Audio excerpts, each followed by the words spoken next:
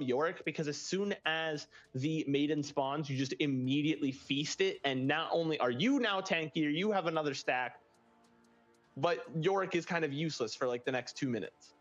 It's fine. It's fine. So long as he can get to Odd. So long as he can get those graves going and paddle people back down, it's going to be good. He needs a little bit. You're right. He does need a little bit of space, especially in the earlier levels. But I do feel like he's in a good position, you know?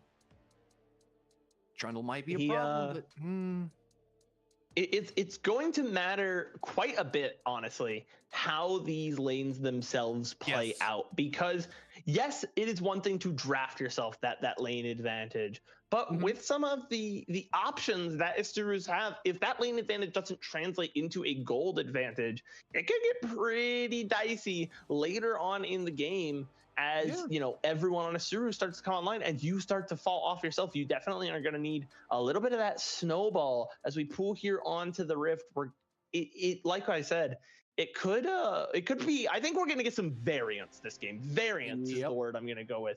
It could either be Loud is done with this game in 25 minutes. And it's just the easiest GG go next we've ever seen. FF15, it's all over for you, Isturus. Or it could be an Isturus sweep the other direction, or this game could go to 50 minutes. I genuinely have no way to predict how this one is going to end. And we can try to predict all we want. Fact is, we can come into the Summoner's Rift, everybody goes on a 5v5, and everything goes down the drain. But ladies and gentlemen, game 2 as we hit to the Summoner's Rift with Isturus on the blue side, Loud, who conquered the game on the first, well, they conquered game 1, they come into the red side on game 2, but we're going to see how this goes as we take a look at the runes, and we revert to a few seasons back where supports hadn't yet figured out that Unsealed Spellbook was the go-to. Ackerman actually bringing out the Guardian just to try to keep Snaker a little bit safer against that kill lane pressure of Rout and Redbirds. Yeah, and now not only do they have that kill pressure in the bot lane, but it could be amplified by the fact that if you're picking the Bard, you kind of just want to leave, right? You want the value of Bard. For those of you that play with Bard, you know, like, I don't see why Bard is a popular champion. I don't get why he's consistently picked in pro play, why people seem to like him. Fun. Every time I see him, he does no damage and heals no healing. What does he do? He has movement speed. That's the numerical advantage he has. He's very fast. And he gets across the map exceptionally quickly. And that means he can kind of be anywhere on the map to set his team just slightly ahead. Get a little bit of pressure, do a little bit of work. Yeah. That's very He's valuable. fast, he navigates through walls, and he cheats out stuns. Have you seen how cheaty that can get? We do see Zoan out of level 2, getting a little bit of a beating from the ghoulies, who are actually pandas, as we see a level 2 in the bot lane. Means the ignite goes off. There's going to be first blood to flash in. And Rout secures 300 gold straight into his pocket. This is what you wanted to see. If you are a Loud fan, if you want blood, you see the Lucian in the bot lane. Get me out of here. Robo just flashing. He saw the feast coming his way, but he reminded himself, wait, no, I'm not level 6 yet. Oh, that was close. Yeah, for sure. A later game Cho'Gath that is a GG, thank you for the stack, yummy kind of play. Fortunately, you're only like level 3 right now. So not much to happen. As we're gonna get a replay of what happens here in the bot side, and this is what you want. The hook lands, a perfectly spaced stun. You're not in tower range. And you flash out of the way to avoid getting stunned by the Bard Q. Just a really well executed play. And we're almost in the exact opposite of last game. If you watched last game and said, I cannot believe there were no kills in the first 12 minutes. This is so boring. Oh, okay. We're getting action today. Absolute carnage here for Loud as they're putting the pedal to the metal. What is Nitty Carry doing up here? He's transitioning up the top side, going for a dive, but there's no flashback on Rout, so we will not commit the dive, but they're gonna leave that for Redbird. In goes the spike. He flashes, predicts the flash, gets him through, and they get the feats of war just 3 minutes and 50 seconds in. A bloodbath. We're witnessing a massacre here. Loud realized they heard what we said. They said, okay, no, we have an early game composition. The one thing you can't do with an early game composition is nothing. If you want to draft early, make your plays early, and they're going for it. They're in the 2-on-1. They're going to try for another kill here. Zoan teleports back up top straight into the mouths of the wolves. Redbird and Loud are expecting him. He's pretty much ready to go back already. Loud are, I think this is kind of a bit of a statement, a bit of a personal a creed, a bit of a rallying cry for their fans who said we haven't won a series, we have not looked great. We've had moments where, you know, Griffin has been very exciting to watch. Loud as a team has had some good games. When they're ahead, they do win. But we have not yet won a series. We need something to believe in. And this is a Loud team you can believe in. These guys are just going for it. Here we go. Les already getting himself down to the safety of his support. Ackerman is right around the corner, but I do feel like Loud, their sixth sense is tingling and they feel like there's someone afoot. Ackerman recalls complete. Now Les is left alone to his own devices. Redbird decides to put pressure on other sides of the map, setting up for the dragon. That's going to be indubitably on Loud's side for the time being. Full pressure on the red side. Look at that. Redbird, because of his kill participation, has more gold than one of Isuru's solo laners. Has more gold than both bot laners and the top laner. That is wild, but it's what you want to see as an early game Pyke. You're not even to your ultimate yet. Think about how much that kill pressure goes up, how much that threat goes up once you have this execute just in your back pocket at any time.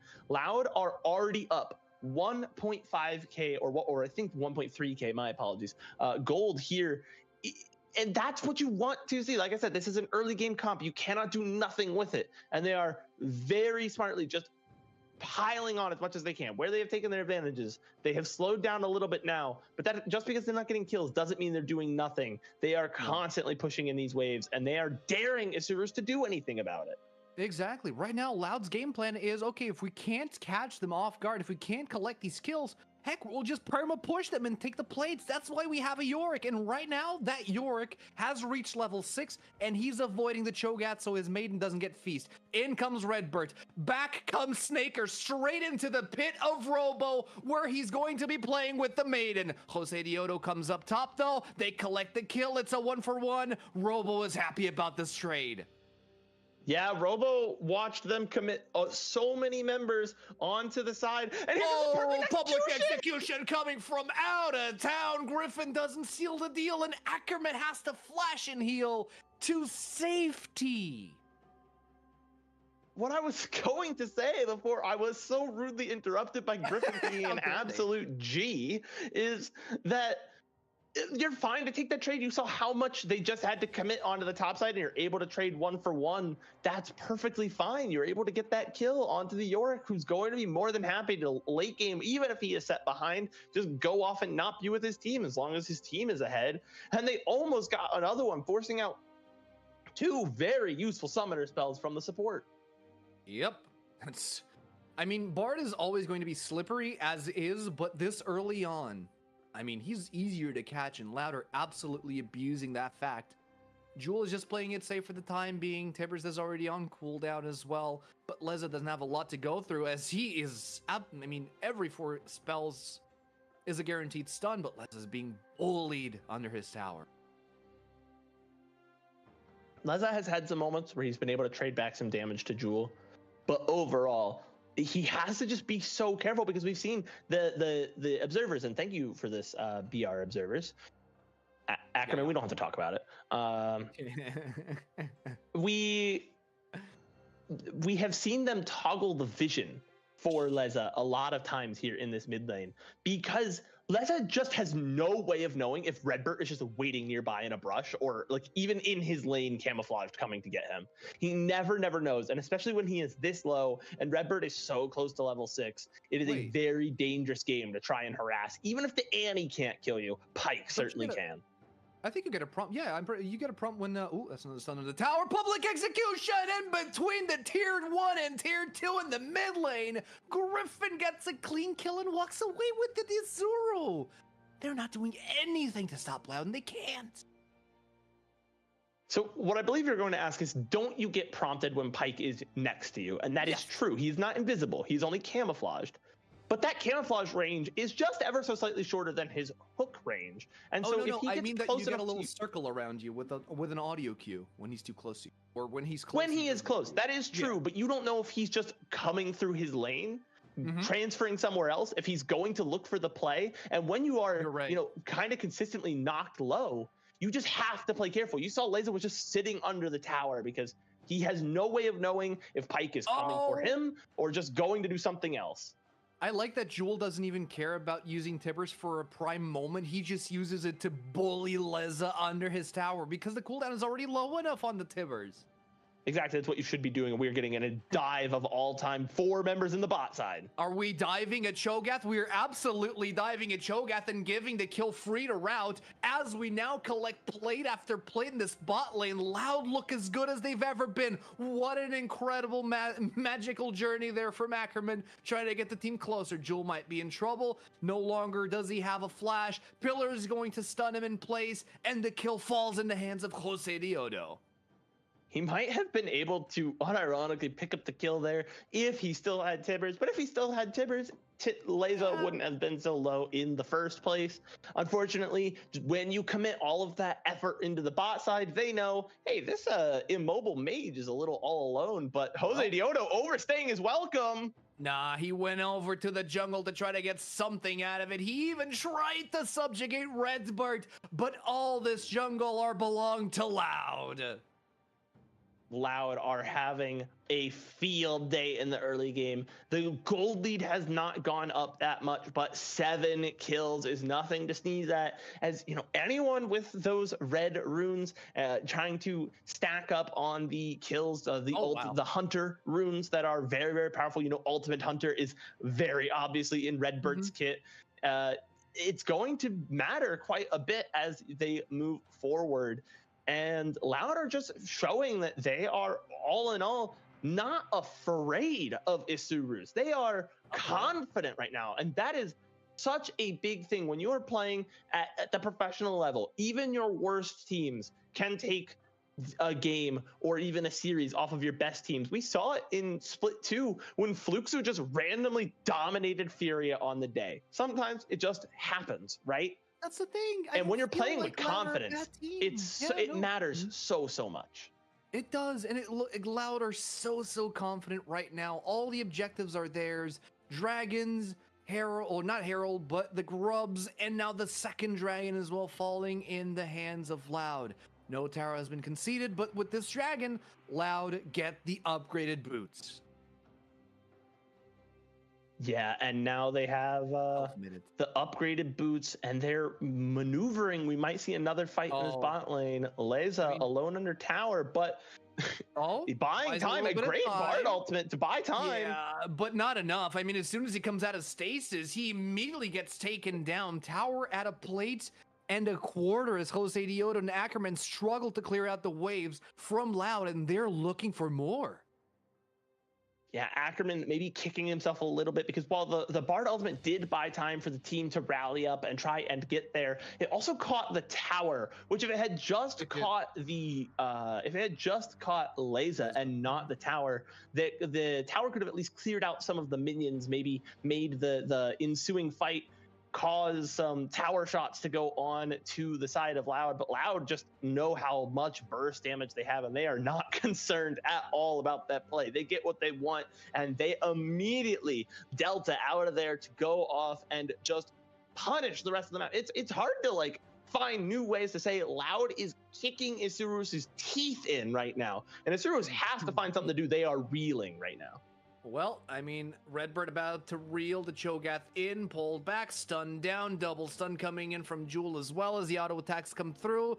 Bob and Weave, the rupture, pulled back once again. Zoan's getting bullied. Who is going to take the kill? Death from below is available, but it's a free kill for Jewel here. Yeah, no need to use the death from below. Going to probably save it for the upcoming Herald fight to threaten some executions. Should Isurus think they can get cheeky, should Isurus think they have a place in the jungle and try and go for anything on this map, Loud are just I don't want to keep Loud. using the word Loud or confident, but loud? they're playing with reckless abandon. They don't care where you are on the map. They're coming for you. They're gonna kill you, and then once you are dead, now we can go do, whatever it is we felt like doing. And it makes perfect sense because they are aware that their team is playing on a timer. They know that they don't scale as hard. And Lucian, man, Lucian's the Elise of AD carries. He's a champion that really falls off once you get to a certain game state. Once the enemy champions start to get items, Lucian really falls back, mainly due to his lack of an inherent lack of range on his kit. That is true. He does tend to fall off, but if you're able to just continuously snowball and force yourself to just do damage, even if your range is low. Snaker. The desperation to try to get a does kill. not catch him. Not at all. AC, that's a big cooldown. That's about to matter right now. Yep, and there we go. Griffin tries to get a Snaker on the board. Ackerman also spotted, so is Jose Diodo, but they're completely split apart. Piercing Arrow goes through, but then, oh, wow, that was a death from below really, really early on. Nobody died from that one, but the Timbers comes down, and Jose Diodo gets Tempered Fate right in the nick of time. The calling comes through. One more auto, and Route is unstoppable on the Lucian. I wonder if perhaps one of two things happened there. Redbert was either expecting the Tibbers to come out and he was going to just set up a quick instant kill, or honestly, he might have been using the death from below just for the movement to get on, to teleport on top of the side of Asurus and get in their face and cause problems. Whatever the case, it ends up working out. Loud take another kill. They take another objective. They take another tower. They're up 5k gold. We're going to get to rewatch this mid lane fight. And I wonder what happens here. Why does he just drop this death from below? He drops it to get closer and so he can get a better angle at the stun. I mean, when the initial public execution failed, it didn't really matter because Loud are just so far ahead. It's just a matter of actually getting the cooldowns because Azurus, they don't know how to navigate these fights at all. He had the Phantom Undertow going and ulted to the backline so that Phantom Undertow would then drag through a member to get the stun. That's a really heads up play. And even though you don't get the reset, a clever way to use the mechanics on Pyke's ultimate, and it ends up working out for the better as Loud, like we talked about, picked up more space, another kill, another objective, another tower. I said this game could go any possible way, but the first thing I mentioned is that we could be done in 25 minutes with a real duster from Loud, and that might be the case. It's on the path. It is. Redbert now getting caught off, but is he really ever caught off when you're playing a Pyke? You know what concerns me, though, is that this team comp really does struggle past a certain mark in time because there is a lot of scaling. There are pretty big tanks on Azurus' side. So Loud need to be steady and fast in the way that they pace this game because they definitely will run out of time. And right now, with 3 dragons in their pockets at 17 minutes, it does seem like they are on time to make a clean game at the 25-minute mark like you predict. I believe you. Yeah, you have the read 100% correct there, AC, that if they let this game get too long, a lot of their picks do struggle later. Like you talked about, Annie and Lucian are both very low range for their respective classes. Annie actually, weirdly enough, has like the second highest auto attack range in the game. Annie's not auto attacking very much, is she? Low range as a mage. Lucian has low range as an ADC. Pyke is a mega glass. I wouldn't even call him a glass cannon because he doesn't even do damage. He's just kind of glass later in the game. And so their late game comes down to Griffin in team fights and Robo on split pushes. And so they do not want to let it get to that, 30, 35 minute mark. Yeah, they want to keep these players isolated. They want to catch these Urus one by one to promote these fights. But so far, their game plan is working. They're managing to find picks every which way they want. Redbert right around the corner, ready to pull Jose Diodo right under the tower. It doesn't matter if it's Zoe, it doesn't matter if it's Jose Diodo. They can melt anyone at this point in time still. Now they're just setting up. We see the bot. Go ahead. I was seeing Robo and I was like, do you want to take tier 2, please? No, he doesn't want to. He's just going to leave the tower hanging for a little bit to go for another split push later on, because that's the power of Yorick if you leave him on the side lane alone.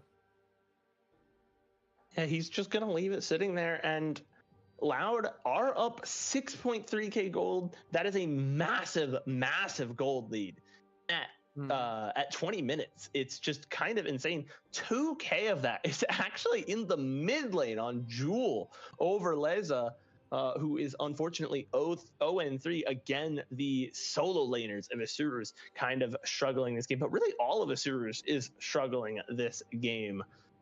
And Loud just waiting patiently. The next major objective to come out is going to be Otacon in 20 seconds, but they're grouped up around this mid lane because that outer mid lane turret, probably the most valuable turret on the map, at least, until you are literally in the opponent's base hitting the Nexus. Well, what better way to take down a turret when you have the Herald? And it goes, crash. Oh no, it crashes into the pillar. Well played by Jose Dioto, but it's too little. I mean, they still get the tower and another boost off of the Herald. Let's see if they can pull that one off again. Look at the bot lane. Zoan is trapped inside the circle. Might be in trouble as the damage is taking off in percents here. As Robo strikes Zoan down. He's probably going to have to abandon that tower as well. Will he spend his feast on Maiden is the question. Upsies? Yeah, it looks like he's going to do it. Yep, there he goes. Feast on the Maiden. Like we talked about, that is the reason you pick Cho'Gath in this matchup, is to just chomp that Maiden. Make sure that, because like Yorick is half a champion without the Maiden, and Zoan knows this, so he does leave Feast to consume the Maiden and facilitate the side splitting with Robo here. Exactly. Now we have 500. Jesus. Yeah, exactly. It is just a massive gold lead everywhere on the map. The only champion that is even kind of close to Loud is Jose Dioto's Trundle, who has picked up 2 kills and is keeping the gold lead close individually there. But he is behind when you consider the actual carries of Loud. And so because of this just massive wallet diff, Loud feel comfortable. They're going to start up the Otacon pretty quick here. But with the vision of Isurus, they're gonna run away from the Otacon at this point because they can't kill it fast enough. Redbird does find Jose Dioto. Doesn't pull it in. They're not in a position for a pick here. But we are getting to that point in time where Yasuru are getting slightly larger than they'd appreciate them to be. But it is also the same time where Griffin starts to become a little bit silly on the Ambessa. Yeah, that sustain is very, very strong. And if you can see, the only member at the moment that has anything to counter that sustain, that has picked up any form of grievous wounds, is Zoan in the top side with the Bramble Vest. There's not even an Ignite on the rest of the team to perhaps drop on to that Ambessa as she goes kind of ham in these team fights. On the opposite side, though, you do see that there are also grievous wounds on Loud's hands in the form of Execution's Calling on route. We do see Izuru going for the Otacon. Teleport coming in. Loud know that Izuru have vision on the objective, but they couldn't care less about it. They don't even want to collapse on it. They want to take the tier 2s. Mid is under threat, bot lane is under threat, and they're not only going for the tier 2s, they're going for the inhibitors, Super Bren. Yeah, Isurus is taking their time. They're going to go ahead and try and get Otacon finally picking up a neutral objective. It'll be the first one for their team. They are able to feast it. And the Bardal going to try and delay this tower take, but it will go down regardless. And now there are 2 open inhibitors on the side of Isurus, and that soul is going over to Griffin, who is soloing the dragon. So even though Isurus was finally able to find something, it comes at a heavy cost because the Otacon, decent amount of stats they're in, but Loud, even after the map-wide collection of flowers that Otacon gives, Loud still has more petals. And so Isurus is only marginally ahead now in terms of the petal power, and Loud was able to pick up a soul and 2 towers, and now they're up 8k gold, AC. 8k! If this isn't proof of how far behind Isurus were from the get-go, doubling their flower score only leaves them at 24, meaning they only have 12 flowers to begin with. That is how little pressure Isurus have been having so far in this game. Zoan gets dragged in here with the push from Redbird, but they're not in a position to really fight that big old Cho'Gath. And I feel like they just want to allow Robo to exist in a side lane to force someone to contest him. Yeah, they're not looking to start unnecessary fights like he talked about. They're looking for picks, and that's hard to do onto a Cho'Gath. Even if he's behind, he is just a big ball of stats, but they might not get a choice here, caught in a bit of this choke point. But nobody's that means responding to Robo? Exactly. Hello? They're getting exactly what they want. No one's responding to Robo, AC.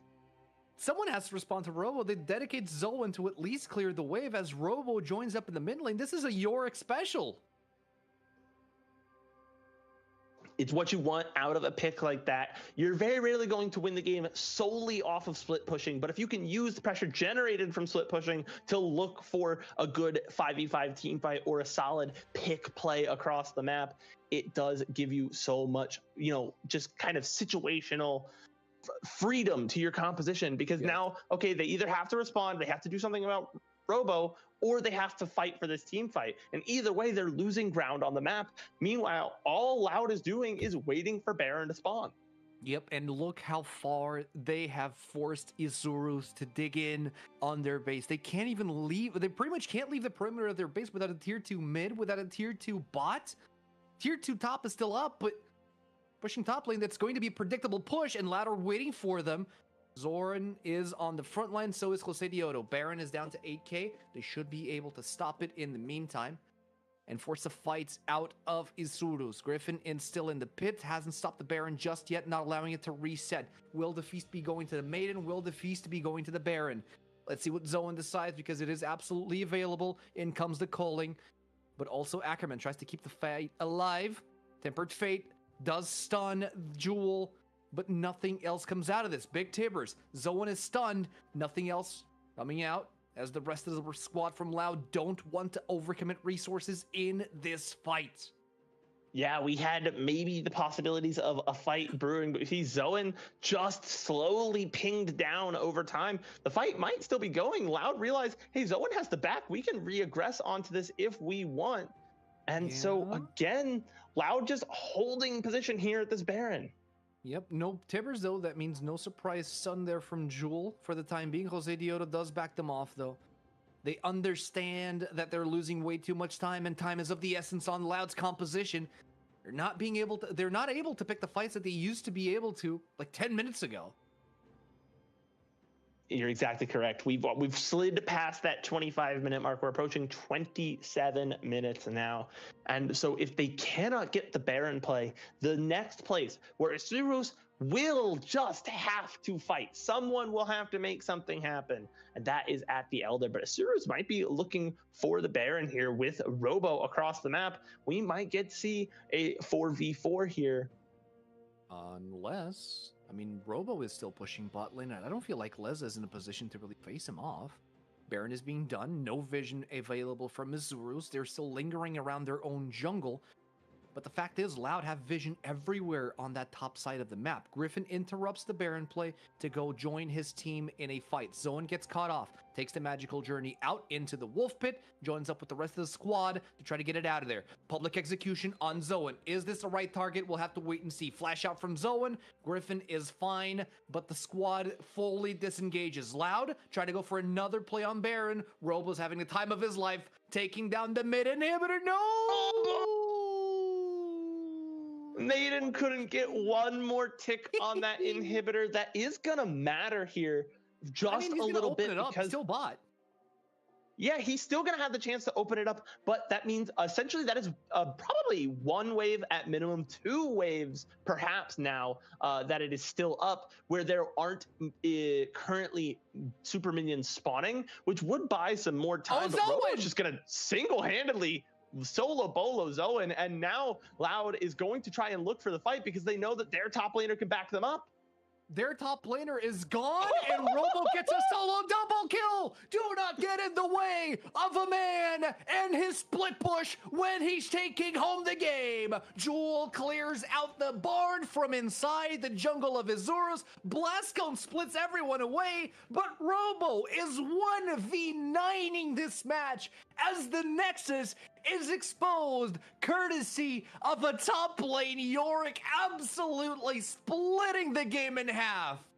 I gotta say, I said something earlier that I guess Robo just felt the need to prove wrong, which is that split push is rarely ever winning the game on its own. It creates a massive pressure vacuum. It changes the way the map has to be played, and it is very advantageous, but it usually almost always comes down to some asymmetric team fight around a major objective that you win the team fight really hard, and then you push in and win the game as 5 players. Very rarely do you ever see a situation like this where he just keeps split pushing, and then he just kept split pushing, and then he didn't stop split pushing. They played it so well. You get the pick on the Cho'Gath. The main issue that Lao were facing was a way to take down the Cho'Gath, a way to melt down his health bar. Slowly but surely, they found it. And once they found it, I mean, they just ran out of frontline. His Azura's had nothing to back them up and to soak up the incoming damage because there was a lot of it coming out from Loud. Yeah, and there was not enough ability to stop Robo from just healing up. He just walks up, Qs, gets all his health back. There's not enough damage traded back from the Cho'Gath, and it's an isolated 1v2 in a sense, but really it was just 2 1v1s back to back, and Robo was more than happy to run the hands on that Yorick pick. He was so confident there as a duelist, essentially, in the base, and once he had the Nexus all to himself, the rest of the series said, we don't need an objective. We don't need Baron. We don't need Elder. We just need to stop your team from backing. Exactly. And then guess what? You know who wins 1v2 against towers? Yorick wins 1v2 against towers. Against towers and against 2 enemy champions. My goodness, Robo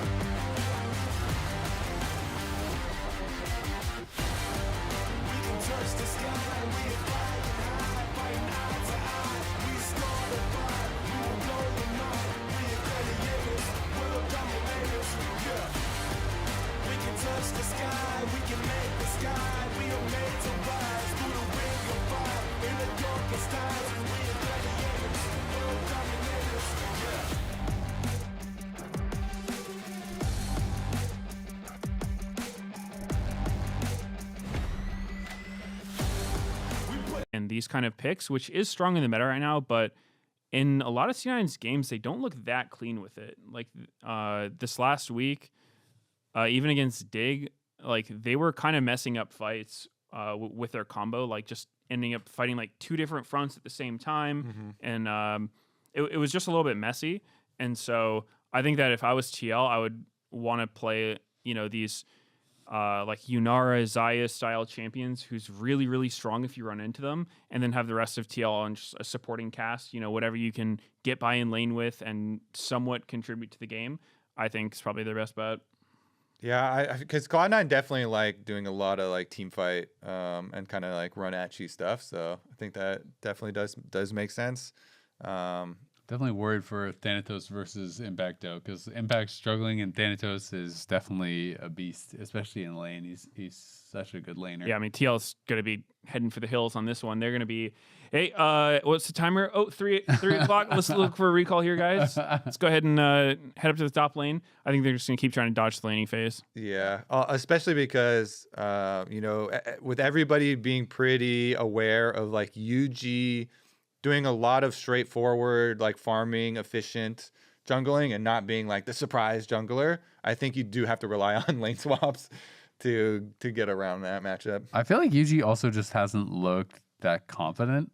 And it's like, it's tough if you are playing kind of like one of these engage roles. I mean, there's no easy role like going in as a pro player, obviously.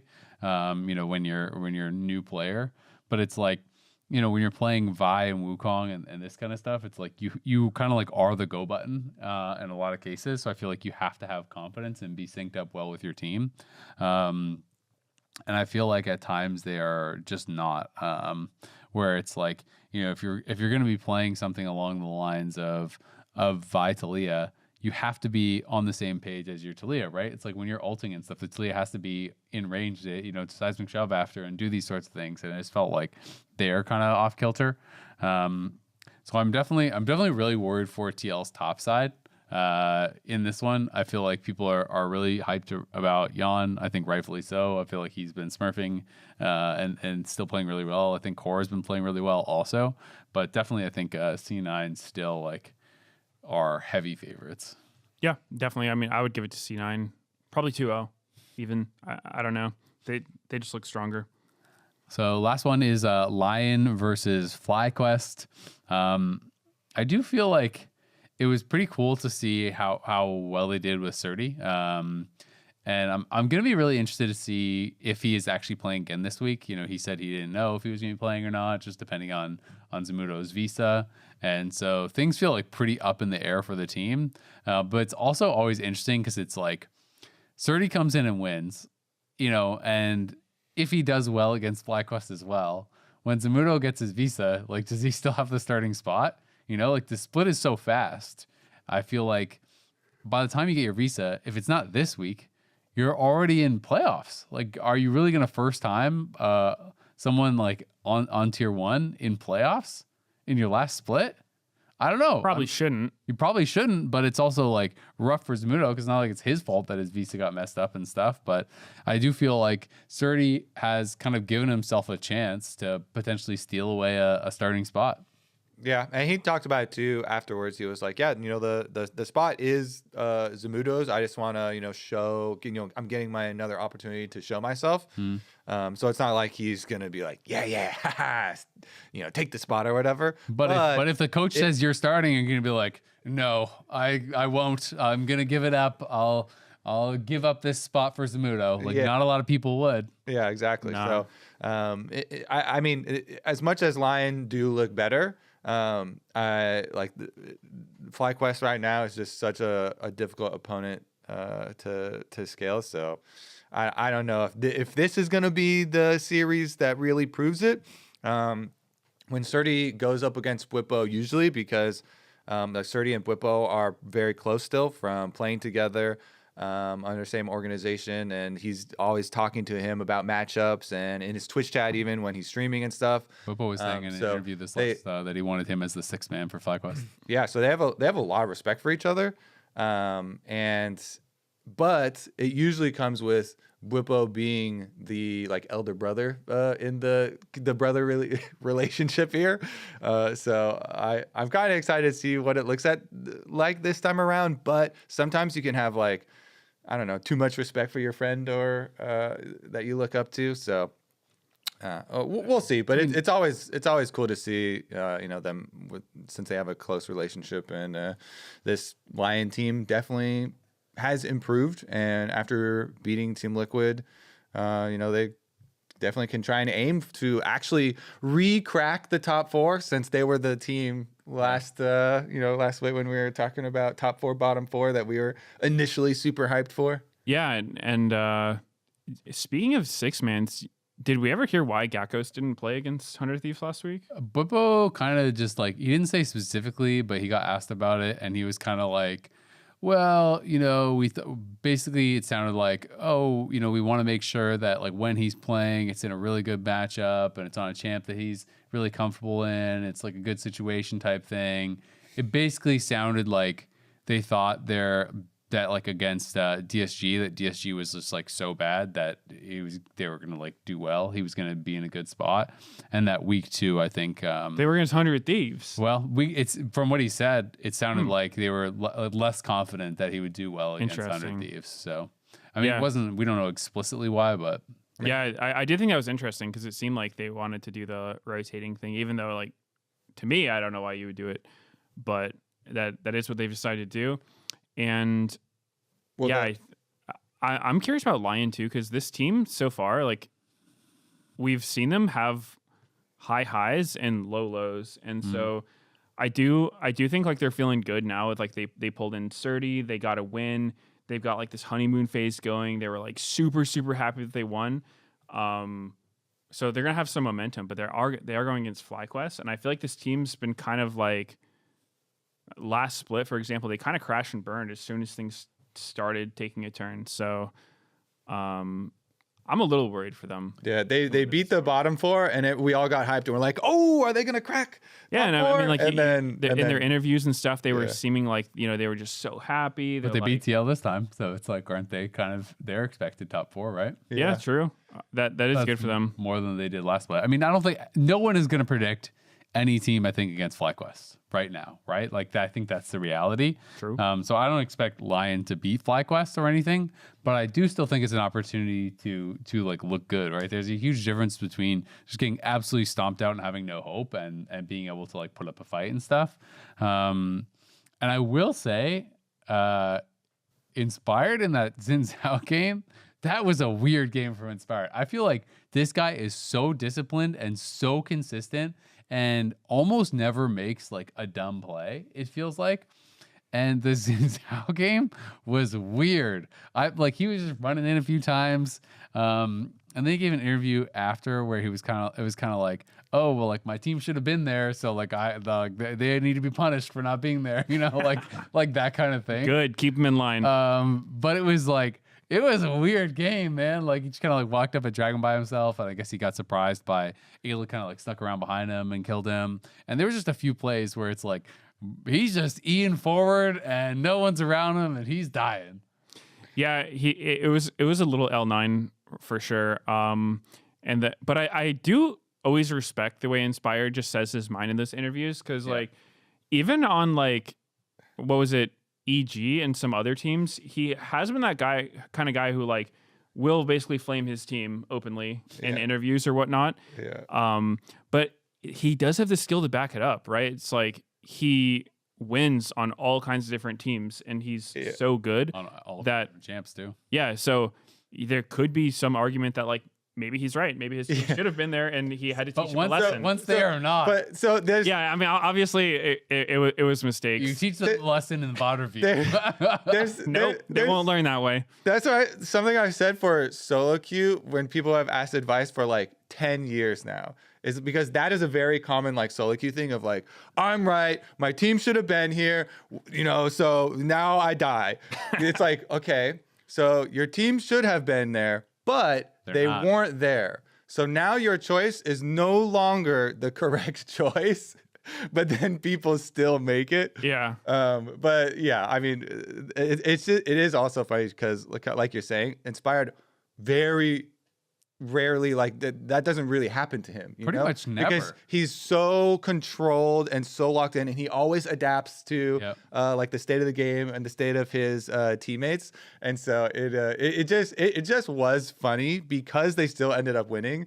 And his interview afterwards and talking about it, and very clearly he did get surprised by Ayla, and it was a good slip around by Ayla, but they didn't have like great comms at that moment, and talk about bottom lane moving up through Tribush, and Ayla could possibly be roaming right now, and he was like, I'm Xin from jungle perspective, Vi shouldn't be able to do this, but then if the condition of the teammates isn't also on the same page, then that can get turned around sometimes. And then I gotta say, I've been there on Xin. This is a champion. It's kind of like a Nautilus support. Xin jungle. It's like you're in, you stay in.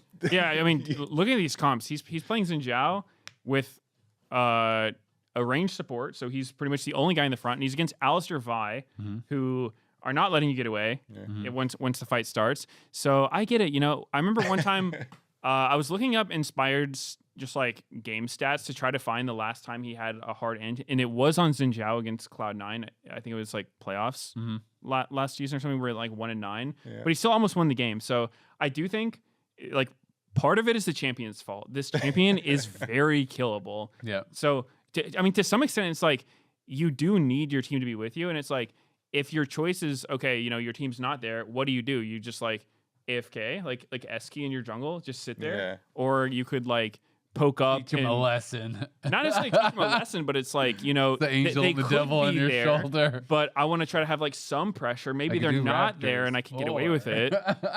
Because like just sitting back doing nothing AFK never feels like the right play, especially if you're on something like Xin Zhao. So like, I don't know. I think to some extent, for sure, it's understandable. It wasn't like an egregious game or anything. It was just there was a few plays that I was like, if nameplate's off, I would never believe that's Inspired. Yeah, it wasn't so consistent. It wasn't his best game for sure. Definitely some mistakes. Lucio Bard goes crazy though. Yeah, he is insane on the Bard. This guy is so good. I actually just feel like period he is just so good across the board. But his Bard is nuts. I actually really like the Bard too, specifically into this where they have this like really telegraphed hardcore dive. I think it was the last fight of the game where they like full send it on to Masu and the Bard ult is just instantly there on him, like on the Vi ult, on everything, and it's just like, okay, what do we do now? Yeah, it's just completely cooked. So no, definitely fun to watch. And I'd heard when you were talking about the 6-man thing, I'd heard that FlyQuest like vision is that Gakos is gonna like blind pick and Whipple will be the counter pick guy, so it'd be like blue side, red side players. I don't know if this is like ever gonna be the reality. I always feel like at a certain point, one player will just be better, and then the player that the team thinks is better is just gonna be the starter, and that's just gonna be that. And but like that is what I have heard as like the vision is that it's like he'll be our sword and he'll be our shield. Exactly. I'm just like, nah, stop. Like you're trolling hard. And Whippo was obviously just still really, really good. Yeah. Yeah, it is a way to get around some of the things that people do bring up with Whippo. Like, he even said himself in the interview, he was like, yeah, I'm not confident in my Gwen versus like compared to someone like Dantos Gwen or something, right? Mm-hmm. So, they disproportionately, it does do some weird things to their drafts when there are some of these specific meta top lane champions with his Gwen, right? But I'm saying that is, I can see the philosophy there. Totally, yeah. Does actually make sense. No, I totally get it with the philosophy. I just think that the reality is always so hard, right? Because it's like, okay, you have to have two players then that are on the same level, also work as well with their team, and you're in this world where you're going back and forth. Both of them are getting half scrim time, and you have to expect them to play like, as well as everyone else who's getting full scrim time on other teams. So 6-man, I think, is really hard. I do think the theory is cool though. Like if it could actually work, I think that would be really cool. Where it's like Gekos is like, you know, expert on all these meta champs, and then every time FlyQuest are on red side, Bwipo is just cooking, right? He's just doing weird stuff. Like I do think that in theory is cool, but in my brain, I just always think anytime I ever hear 6-man, I'm like, you're looking to replace someone. You're just trying out a player and seeing if they're better. And if they are, then congratulations, they're the starter. And if they're not, then the 6th man is never going to play, and they're just going to never be talked about again. Yep, I'm the biggest anti-6-man ever. So yep. Yeah. It'll be interesting though to see if Gekos gets a chance to play, because if he's not getting to play this week, I don't know that they're then going to play him in like upper bracket and and like playoffs and all that and best of 5s. Maybe if they're up 2-0, he'd get a game or something. I feel like best of 5s, you actually get more priority on at least getting a game or some time in there. So. I'm just assuming that they would have harder opponents though. It would probably be like you put him in game 1 is how Right. I would imagine you do it, because then it's like even if you lose it, you're like, okay, we should just run Bwipo for the rest of the series and we're just down 1 game. Yeah. Or like you said, But one game, if it's against like C9 or something, could be the whole series, right? It could. But I mean, if you're up 2-0 as well, it's like, all right, let's just put him in game 3, get him a game kind of deal. So, I think they'll legit do what they said they'll do, like you're saying, put him in game 1 for the blind pick game. Of course, if you lose that game, maybe you don't put him back in for more blind pick games though. I mean, it's not like you're always counter picking top lane on red though. Like a lot of games, what if the other teams support just counter like pick? They just early take a top laner on the games where Gekos is in or whatnot. So or they if you're blue side, you like make it a draft where you don't want a last pick top or something like that. So I think it's just too idealistic. It's not realistic. Yeah, it'll be interesting to see how that does work out. But I think that is pretty much going to wrap it up for us here on the Dive driven by Kia. Remember, week 3, last week of best of 3s, but then week 4 is when best of 5s are going to be starting. Tickets are on sale, so if you want to come for week 4 and see some of the best of 5 matches, obviously the expectation is that C9, FlyQuest, and it's looking like Shopify right now will be 3 of the top 4 teams in that kind of upper bracket, so should be pretty good. Should be some pretty exciting matches. I'm hoping we're gonna get C9 Fly sooner rather than later. I thought we were gonna get it this week for sure. We didn't, so hopefully we'll get some banger best of 5s in the playoffs. And remember, if you are watching us on YouTube, hit the subscribe button so you don't miss an episode of The Dive. And you can also check us out on Spotify and Apple Podcasts, as well as everywhere else. The LTA returns this Saturday, August 9th at 1 p.m. Pacific. Shopify Rebellion takes on 100 Thieves. We'll see you all there.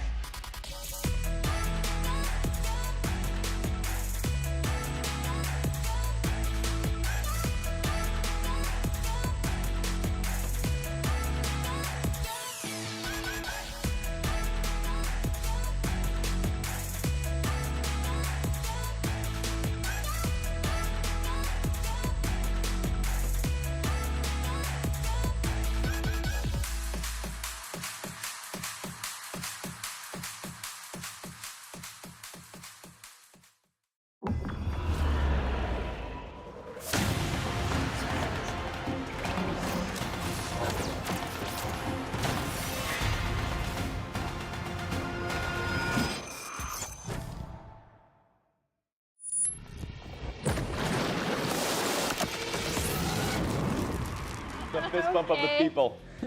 Welcome to Waiting Room. We made it. Split 3. Yeah, Week 3. There are 3 of us. that's a lot of threes. Yep. If you add 3 of those together, it becomes 9. It's the 9th. Oh, Wow. Today is just lining up. this is a perfect day. It's in a big. This is an amazing It's lining day. up in a big Yeah. way. All It's right. the 8th month. We have 8 teams in our standings. Damn, that was close. Actually, That I was there for you. I was there with you. Almost I was there There with we you. go. There. Here we go. These are the Our standings. top 2 teams combined 8-0. 8 wins, which is the same as Yeah. the month. Sure. Yeah. Perfect. Top floor, bottom What floor. other random Half number of 8. associations can we make? We can't find them. Wait, dig. Yeah, I mean, big upset last week for sure when Lyon was able to take a win. FlyQuest and Cloud9 still at the top. Yep. Yeah. We do need to talk about fantasy, though. Okay, let's do it. So we're going to show the top fantasy performers before I make a call out to the very dedicated members of fantasy. Notice how Oh! Bwippo was the best fantasy performer in top lane. Now, if you started Gakgos, Yeah. there is an exploit Yeah. that will Oh. automatically sub Hack. Bwippo in because Fantasy hack. your player, your starter, Yeah. didn't start. So you can pay peanuts for Gakgos and get Bwippo. If you abuse this, Wow. Everyone at the top of the fantasy leaderboards has done this. If you abuse this, we're going after you. you're a wrong. winner. Yeah. Yeah, poor ethics. No ethics, no Okay, morality. you have no ethics, Yeah. but it's your job to find the path of least resistance to winning. It's not even in the rules. I don't understand how people No, found it. that's insane. Yeah, it's ridiculous. Yes. And it is too late to do that exploit for this As a week. reminder, I once again forgot to even set a fantasy team, so Dang. Yeah. I'm completely out of this. But it's not too late to start your own fantasy league. True. For next week. You can head over to LTAfantasy.com to start a fantasy league with your friends. And remember, the picks lock at 9 a.m. PST on Saturday. Don't use that exploit. But Don't do just it. don't. I will find you. We will. Yeah, and if you That's make a league really with your awful. friends and you cheat in that league, cheating. I Cheating. think. I think. It is. You should get just kicked don't out. do it. Yeah. Some people did it with multiple players. Really? It's ridiculous. Oh yeah, they did. Yeah. Yeah, you actually It's showed me. just Yeah. okay. All right, let's talk about Unbelievable. actual League of Legends. Anyway. What teams are better than we think? Because there are 8 Ooh. teams in the league, Yeah. and there's a general power level that I'd say people feel for teams, and we all picked a team that we think is better than people think. It's a Yeah. bit of a hard Yeah. thing to justify, but it's also Raz, you're like going what first. what people. For me, it has to be Lyon, because last split they were at 7th place. They didn't even make it to the Okay. playoff bracket. And then they're a team right now that I think is actually a 3rd best team in the league. And they Whoa. don't even have their Whoa. actual top laners. Okay, I Surdy has been take playing now. We're looking at the that. bot lane because I think their bot lane performed exceptionally well last week.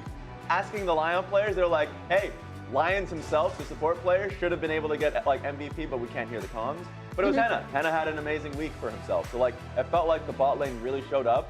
We already know this to be the case from their mid lane. We all oftentimes look at Saint and say that he's the guy that oftentimes carries this team. So you already have now your bot lane performing. Your mid lane is always there. I feel like as a team, once they get Zamudo in, it's going to be great. It's not today. So like, I have a lot of faith in them. Unfortunately, the strength of schedule has been beating them. Yeah. third best. Yeah. Third best. best is a little high for me, especially when you hear what. Well, who do you think what it's going to team. be? You'll It's find interesting, out yeah. People later. say Team Liquid, Put they beat their ass. Put a pin in that. Yeah. Put a pin in that. I'm putting it in. I'm putting it in. What I will say that I really like about Lyon is listening to Surdy talk about coming onto this team. He was like, they're actually really well coordinated. He was one of the people that called out that Lyon should have been player of the series for their last series. Yeah. But then he was like, you guys can't hear comms, so we don't always know who's like engaging, who's calling for certain things. But they seem like such a well-formed core that he said it was actually really easy to then slot in and still be himself, right? Yeah. And I thought that was really indicative of how well Lyon has kind of managed to gel as a team, despite all of the visa issues that Yeah. he had to deal with. A plenty. Yeah. A plenty. I mean, you actually might be right, Yeah. unfortunately. There it is. I hate it, because I'm thinking, like, who else is the third team? Is it Shopify? Maybe not, because of the strength of schedule. Yeah. Is it Team Liquid? Well, that's hard to say because it's the prisoner of the moment. Yeah. Yes, You're it is. making me a prisoner of the You moment. are, You are shackled. a I prisoner of the disagree. moment. They are are not shackled. better than Team Liquid. They are not the third wow. best team. What happened Yeah. last week then? Unlucky. It's a one-time thing. But so I'd say there were moments last split where I thought they were a top 3 team as well. Yeah. And then I feel like they tilted or they had poor teamwork throughout games. Yeah. So I need to see them do it more than 1 week. I And agree. then I I'll be think on they're the incredibly other side. inconsistent, Yeah. and it Yeah. beats them up. Okay, my team. Uh-huh. It's DSG. Oh. Okay. You have to hard sell me on this one. This hinges on better than you think. Yeah. Because the perception is that their game score for the year is 3-22. Yeah. They're better than 3-22. You take this roster, you play 25 more games, they're winning way more than 3. Okay. I believe that. And one stat I pulled is just their goal difference since the roster changes. So Yeah. goal difference at 15 since the roster changes was way worse when they, in all of split 2, minus 1,180. This split, 466. Still not amazing, Yeah. but it's not like, wow, this team can't beat anyone. I'm Yeah. going to Yeah. pick the fantasy players that are against them, and I'm going to win every week, which is what I did. I finished top 100. I got the skin rewards. Wow. Crazy. But I will just say, Gotta sneak that in there. I will just say that I think they are much better. And spoiler alert, I am picking them to beat Dignitas this week. Oh. Wow, They you're are spoiling more your coordinated than predictions already. Dignitas, which immediately makes them better than people think. Okay. Yeah. That's true. Yeah. That's a big difference, even if it's still negative. It's mainly just the upgrade in the mid and the jungle, Yeah. because I feel like Castle has been relatively good. I'd say Huhi's been Already very, good, yeah. Huhi and XU have been very inconsistent. Yeah. But I think when they're playing well, they can still play at a serviceable level. So yeah, I think they're going to win some games. Yeah, I thought it was interesting talking to Ido off camera, and he said something really interesting about how the team has improved in that not everything, like he said the one thing they're starting to learn is not everything is like all or nothing, right? So when Yeah. they go into fights, they can take smaller wins instead of just being like, okay, we have to hard hit I and remember then that. wipe it out, right? And I thought that was a really interesting thing to then look at their series and see those marked improvements in their team fighting and objective setups. Yeah. Okay, so Raz is cackling. I saw no pushback on mine. Well, Chemisist I'm in just chat correct. is like, everything is technical with Jack. It is like, yeah. Technically. I call out Jat for doing the better than you think being the qualifier because mine is also heavily on the qualifier of better than you think because I chose Shopify Rebellion, who Oh I my think. God. Now you're gonna have to laughing at hard sell me, me on Raz. this They're one. 4-1. Yeah, so this is something I pulled just because I wanted to talk about something DeMonte said when they were still losing, right? Okay, Last yeah. split. And he was like, our players know how to win. It's just about kind of unlocking that in them. And I wanted to tie this into something that Seo said on broadcast last week when we were talking to him before the banner ceremony, which is basically like he thinks their mentality is really strong because of that, right? Because they do know how to win. Now, the better than you think is doing a lot of heavy lifting because of the reverse strength of schedule, right? To what Raz was talking about. Yeah, so wouldn't with they be Lyon. worse than what I think? If What I'm do looking you at think? the schedule? I think they're third place. You obviously disagree with I me. do disagree with you. That is true. And other teams think they suck. Yeah. Because Yeah. they keep getting picked. Yeah, that's they keep true. getting 100 Thieves thinks they're better than Shopify. Yeah. They're getting constantly disrespected. Yeah. That's true. You know what? Touche. Okay. Touche. I don't know. I The think I'm right. combination. During last week's banner ceremony, 100 Thieves, they surprised everyone by picking Shopify Rebellion and their opponents. And here are some of the pros' reactions to that. Honestly, it's pretty surprising. I guess 100 Thieves just prefers playing versus us than Lyon. Maybe it's something to do with scrims or something. But I mean, yeah, we're pretty confident versus them. We 3-0'd them last split. We do well versus them in scrims. So I think maybe they watched DSG SR.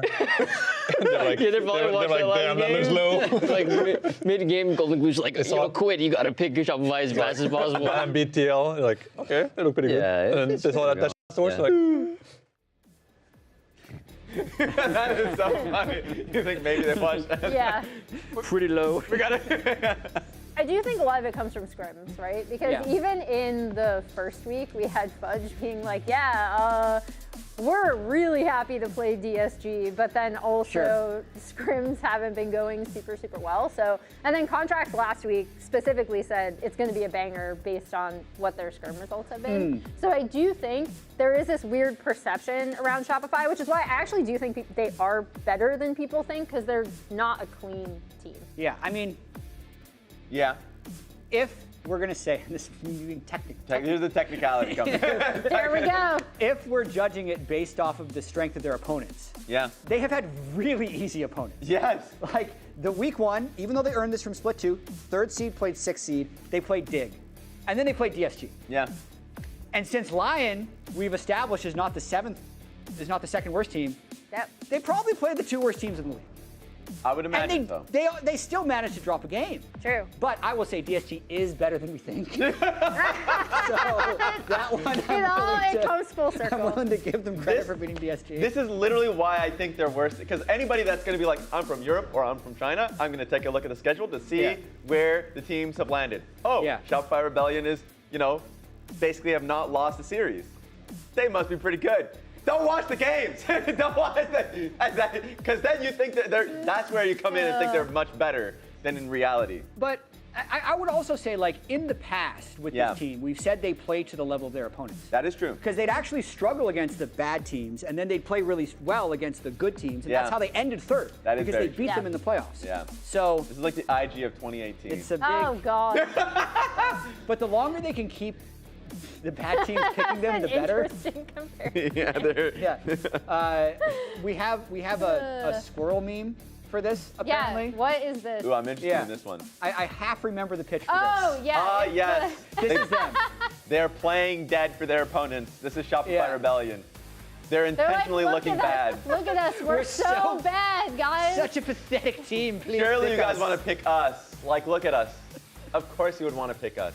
And then they get I wish I could teach my dog how to do that. That'd be a really funny party trick. Why do you want your dog to try, like flop, and that'd be funny. Choke himself with the broom. I think your dog is anxious enough.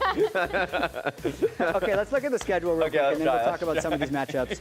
The first matchup today is going to be Shopify versus 100 Thieves. Second matchup is going to be Fly versus Lyon, which, I really hope Gakos gets to play a game so the people that are starting Gakos in hopes of exploiting and getting cheating Gwippo fantasy. end up losing points. I really hope that happens. I pray for them. To all those their fantasy downfall. abusers. But You guys are really. I'm into really this. mad about this. Every other fantasy sport in the league, if you start a substitute who doesn't play, you get 0 points.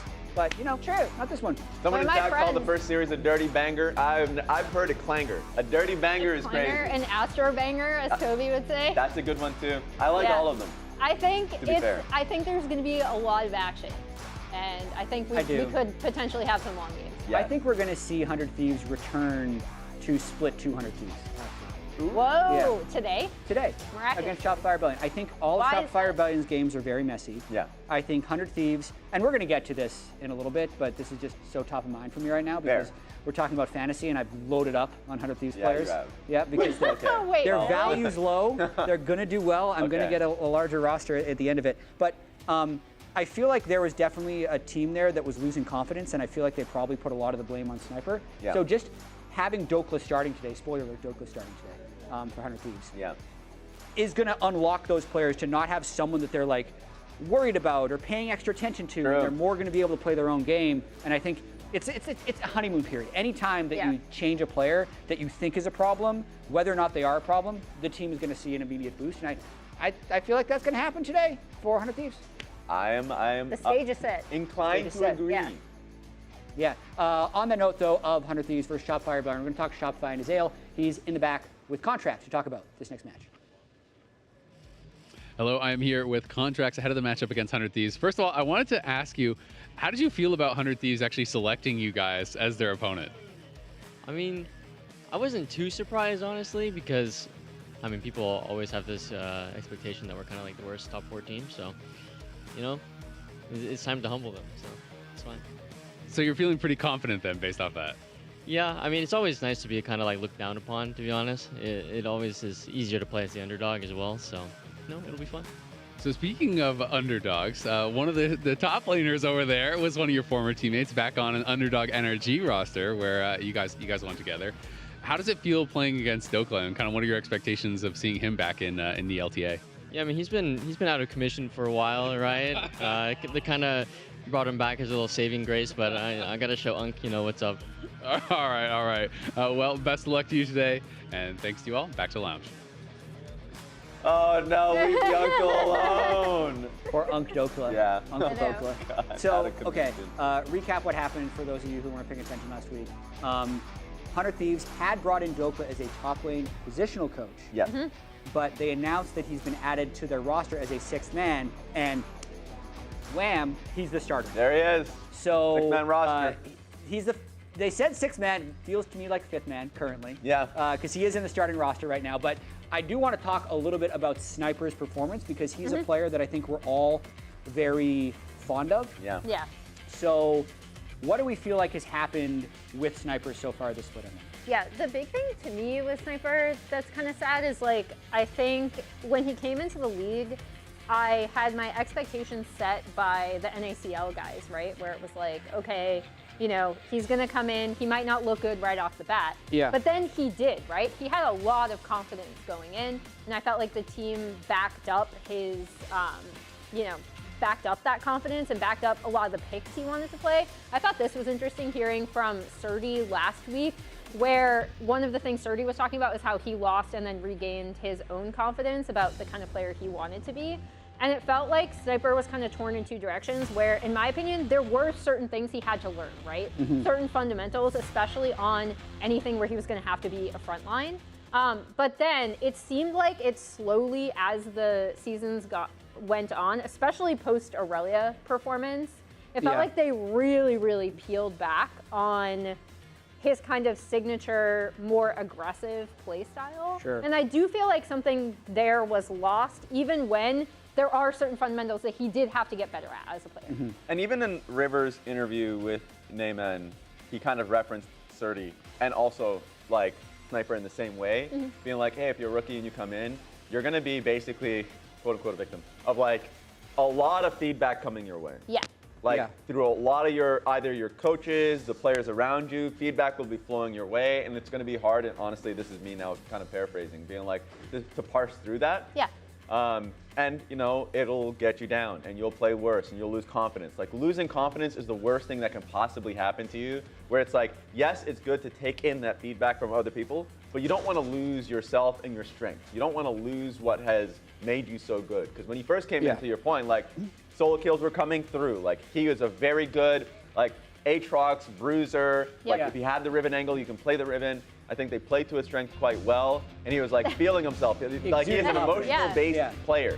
And so when things started to go down, you really did feel like he was playing a lot more cautiously, so the strengths were not there, and now the weaknesses were amplified. Yeah, absolutely. I mean, he was getting a ton of solo kills back in these days.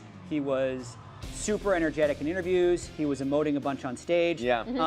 But we ran a stat last week that I wanted to run again, which is just like his solo kills by split had actually decreased every single split. Yeah. Up until now, where it's only one solo kill in all of split 3. It's just strange, man, because I know that especially younger players can lose confidence so easily, and I do feel like it is a snowball effect in this case. Yeah.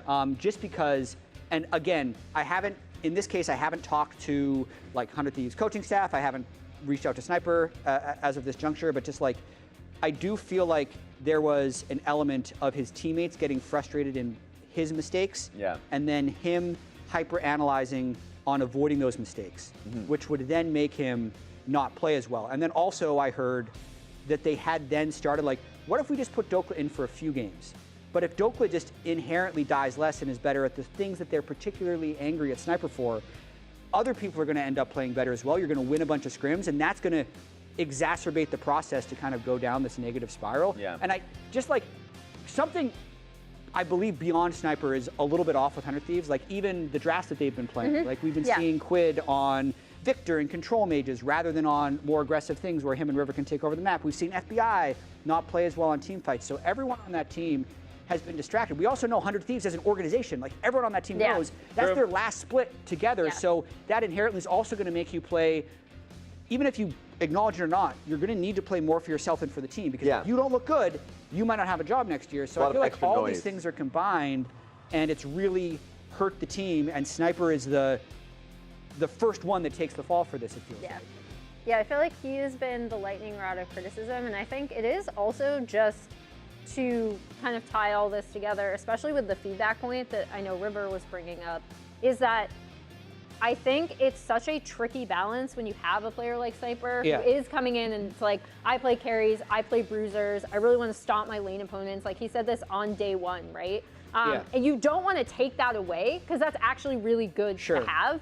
but then there are certain fundamentals that he had to learn, and it seems like they weren't able to find that balance. I agree, but also I'll also say I don't want this to be like a full pity party, like nothing this sniper kid could do. Like he was playing worse. Yeah. He didn't improve on the things they wanted him to improve on, and then he also regressed on the things that he was best at. Yeah. So there's a level of personal accountability that would need to be here as well that I hope he's able to rectify to make it back in the league, because I love watching Sniper play. He's so fun. I loved watching him play in 2024. He's not currently, to me, not the quality of player that he was when he came into the league. Yeah. So he needs to figure out what made him great back then and try and change his play. It's nice to see him playing more solo queue now, and I think there's another additional element that is the visible part. It's like when you see 100 Thieves banning like Rumble on both sides throughout the For a entire whole year, split. like an entire, basically exactly, right? Yeah. You're like, ooh, definitely in the offseason you want to see a player work on that, and I think that now we're starting to see that. So hopefully now you're in 6-man roster, things can get together for that one, and we can see him in a better light. Absolutely. Enough about Sniper for now. We have Dokla playing this week, and Zale, he's on stage to talk with a new player. I'm here with Dokla ahead of your return to the LTA. How does it feel to be back? Well, first of all, it's not a return. It's my debut in the LTA because I left the LCS. So it's my debut here. It feels very exciting. I'm very happy to have this opportunity again. I didn't plan it to happen, but nevertheless, I'm excited for just to play. You didn't make the call as the coach? I'm subbing myself in. I didn't tell my jungler to pass by every game and then to stand back. No, that didn't happen. Okay, fair enough. So you're playing against some of your former teammates, which is pretty cool. I just interviewed Contracts, and he said, and I quote, "I'm gonna have to show Unc what's up." He said you've been out of commission for a while. How are you feeling about that? I've been in commission. I probably have the most games played out of everyone here. So I've been in commission. But yeah, it's exciting to play against my former teammates. I'm definitely gonna look out for Contract and Fallbacks. If I have a killing on them, might be worth burning my flash or giving a bounty or something. It's just a mental advantage. They're very emotional players, so if I can get in their head, that's all it takes. Fair. I have seen that you've been grinding solo queue. You have like 1,200 games or something like that. Garen, your most played. What's up with all the Garen there, Dokla? I had a phase, I had a Garen phase. I'm proud to admit it. I had a Garen phase. And then they nerfed it. Like right when I was having the most fun ever, you just go full crit, just hide in the bushes, one-shot everyone, and then they nerfed it. So darn you right, yeah. We're going to have to get freak on that. Thank you very much for the interview. Best of luck with the games, Dokla. Also. A Garen phase! Bring Garen back. Bring him back. I mean, vibes are high. Yeah. He's carrying himself with a lot of energy. He's got to be real excited to be in here right now. We got more. You had something you wanted to point out here. Yeah, just take a look at that picture over there when it comes to me. That's not me. That's not me. This is me. That is not me. All right? Did they just Photoshop? He needed to clear the air. We're all clear. Dokla, not his body. Right, they just photoshopped his head onto. Wait, we need to bring this back. I need to see the picture again. What's so funny? There's no way that's him.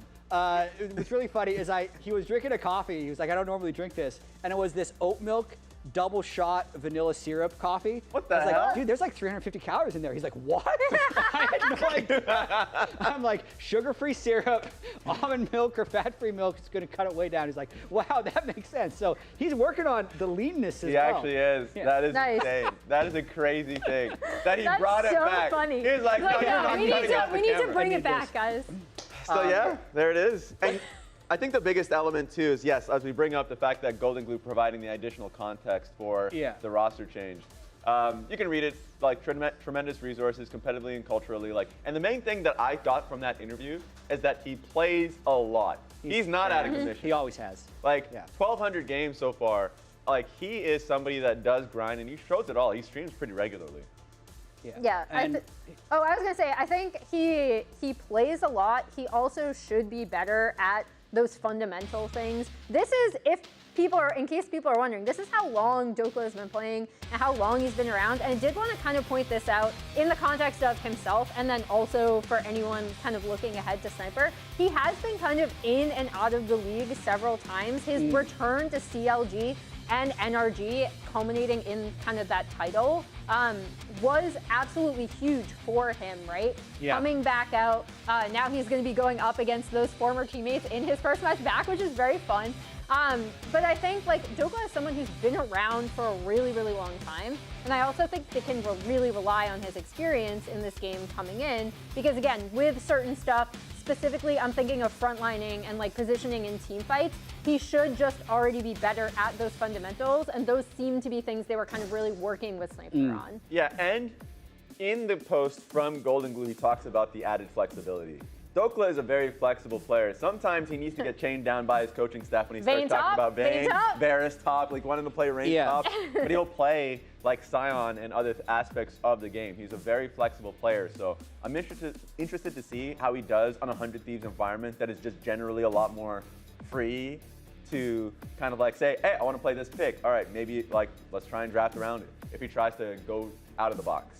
Yeah, and that's a small point about 100 Thieves drafts I know you already brought up, Jat, which was like, we did see them going for more of these front to back, like slower paced almost drafts, specifically in that first TL series, which I thought was really, really interesting because that wasn't necessarily, like even putting the sniper thing aside, that wasn't necessarily what got 100 Thieves here, right? Like they were a super heavy, like skirmish focused team to the point where all their drafts were so individually like focused on their players. And I don't know what 100 Thieves we're going to get today, because if we think to the year and a half prior to this where they've been overperforming expectations, it felt like they were the team that was able to bring like a carefree scrim energy to stage, and then they'd beat people because they'd be taking these hyper confident fights and outplaying people. I feel like they've generally lost that confidence. Now, vibes do seem to be a little bit better. I'm thinking they can get this back. My predictions in this, I'm a bit bold. I'm going 2-0 100 Thieves. Which is bold considering they've yet to win a game in split 3. All right. I'm all in here on the honeymoon phase of bringing in Dokla and the strength of schedule buff that Shopify has been getting with all of their wins coming against DSG and Dig so far. Yeah, I mean, even in the chat, Low Master J, no judging on your name. But also, he commented on the fact that Dokla looks really happy. He does. So that honeymoon phase, they're going straight to the Bahamas. I think they're like flying high on it. I gave it a 2-1. I think it's going to be a competitive series. I think both these teams are going to be scrapping, but I think 100 Thieves are going to be able to like at least play and perform a little bit better. But we have one naysayer. Emily. Yeah, it's who me. also thinks Shopify's better than you think. I just stick with Shopify. I think they are a very messy team, but I also do like, especially a lot of the things I've been seeing out of them early with contracts still being willing to go for these like really early aggressive ganks. I always love to see that. And yeah, I am sticking on the Shopify better than you think, because I also think this is a match that they really, really want to win because of the kind of whole pick thing, right? Because like, I feel like if you're perceived as the worst team and therefore the best team to pick, I think it kind of gives you a little bit of a chip on your shoulder. I think it does too. I can totally see the honeymoon phase period for 100 Thieves. Yeah, I would say Seos, just an aside on Shopify, Seos and Contracts have worked better and better together. I feel like the longer that they've been teammates, I feel like that jungle support synergy has been really strong. That's what's been a little bit missing with Ayla and River. I feel like they had been very good last split and they haven't really connected that much this split. So there's a lot of unknowns. This is a matchup that I'm actually very excited for, mainly because 100 Thieves threw down. A lot of people expect them to pick Lyon. They picked Shopify instead, so there's immediately going to be a little bit of a charge. And we have the Dokla versus former teammates angle. I like everything that we have going on. There's so much there. This when you do the pick and play system, this is exactly what you envision. This is like a team making a call saying, no, I do not care about your standings. I do not care about what you were doing prior to the split. I am picking you. And you know what I don't care about? What any of y'all have to say. Start the damn show. Be gone with you.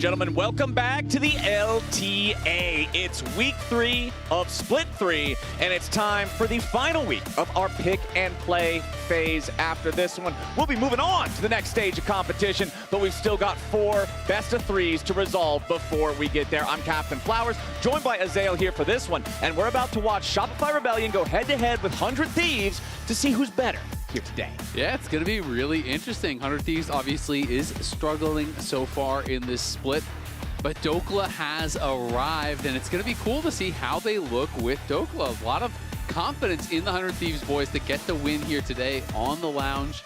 Multiple people predicting that they would win, and Jad even predicting that they're actually going to 2-0 them. Yeah. It's pretty interesting. And while they are on kind of opposite ends of the spectrum as far as the records are concerned, you always have to take into consideration the people that they played. 100 Thieves had some really tough opponents, so that obviously does play into things. And they're going to have an opportunity here to right the ship somewhat. All right, let's go ahead and see what we get here as we hop into picks and bans for game number 1. It's Vi, Aurora, and Yone, banned out by Shopify. Double mid lane bans here alongside a jungler. On the other side, it's Varus and Pantheon. I feel like this is just kind of the name of the game for red side bans these days, like Pantheon, perma-banned on red side. Varus also a very popular ban, although sometimes he does still get through.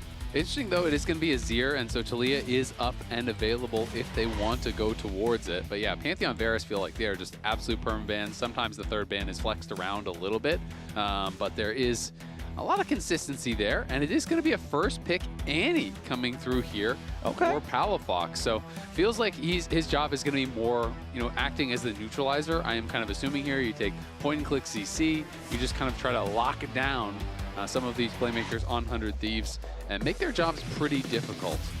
All right, 100 Thieves, what's it going to be here? Okay, Yunara locked in. First and foremost, they are going for the AD carry. That's what they want for FBI. It'll be interesting to see what the pairing is with Yunara, because a lot of people have been liking Enchanters in solo queue alongside it, but also things like Braum and Taric are very effective, with the Yunara also. So there's a lot of different options and pairings, and I feel like people are still kind of figuring that out as Yunara hasn't been around for that long. But they're going to be pairing it alongside the Wukong. So both, I think, just a strong engaged physical damage jungler, but also I think a pretty good takeaway when you're already seeing Annie over on the other side. Generally, the comp is going to send it, right? Like, Annie kind of only does that one thing. So, you flash, you tibbers, that's about that. All right, that's the game plan. That's how we're going to play some League of Legends. But the Xin Zhao and the Gwen locked in alongside it. So we've got the classic AD jungler paired with double AP solo lanes for the side of Shopify. And now we're going to find out, is Dokla going to grab a counter pick for top lane right here? Or, will we see a mid lane counter pick for Quid?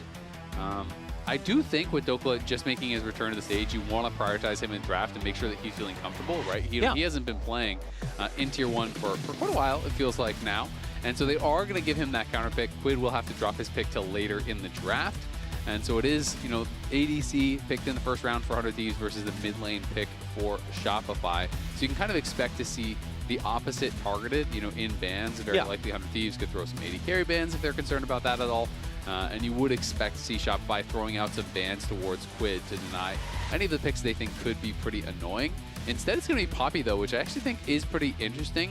They are worried about Seos playing Poppy support. It would be very effective into the 3 champions that they had already drafted. But of course, Poppy support isn't that popular, so this does feel like it's a bit of a nod to what they've been seeing from him in scrims. Exactly, right? Like the Steadfast Presence, super powerful against Wukong and Jax. Obviously, you're only going to get value against Yunara once she's in her ultimate form with the dash on that one. But again, every team fight, she should be in her ultimate form. On the other side, though, the Galio banned away by Shopify. Rebellion, again, what you were talking about is those opposite types of bans compared to the roles that were drafted in the first stage. And Lucian will be the ban here for 100 Thieves. Yeah, so double bot lane bans kind of as expected. Galio, I think, makes a lot of sense when it's double AP soul laners, and also when you have Jax versus Gwen, 2 champions that really like to side lane. And Galio is a champion that can obviously affect those side lanes, swing it in the favor of the Jax.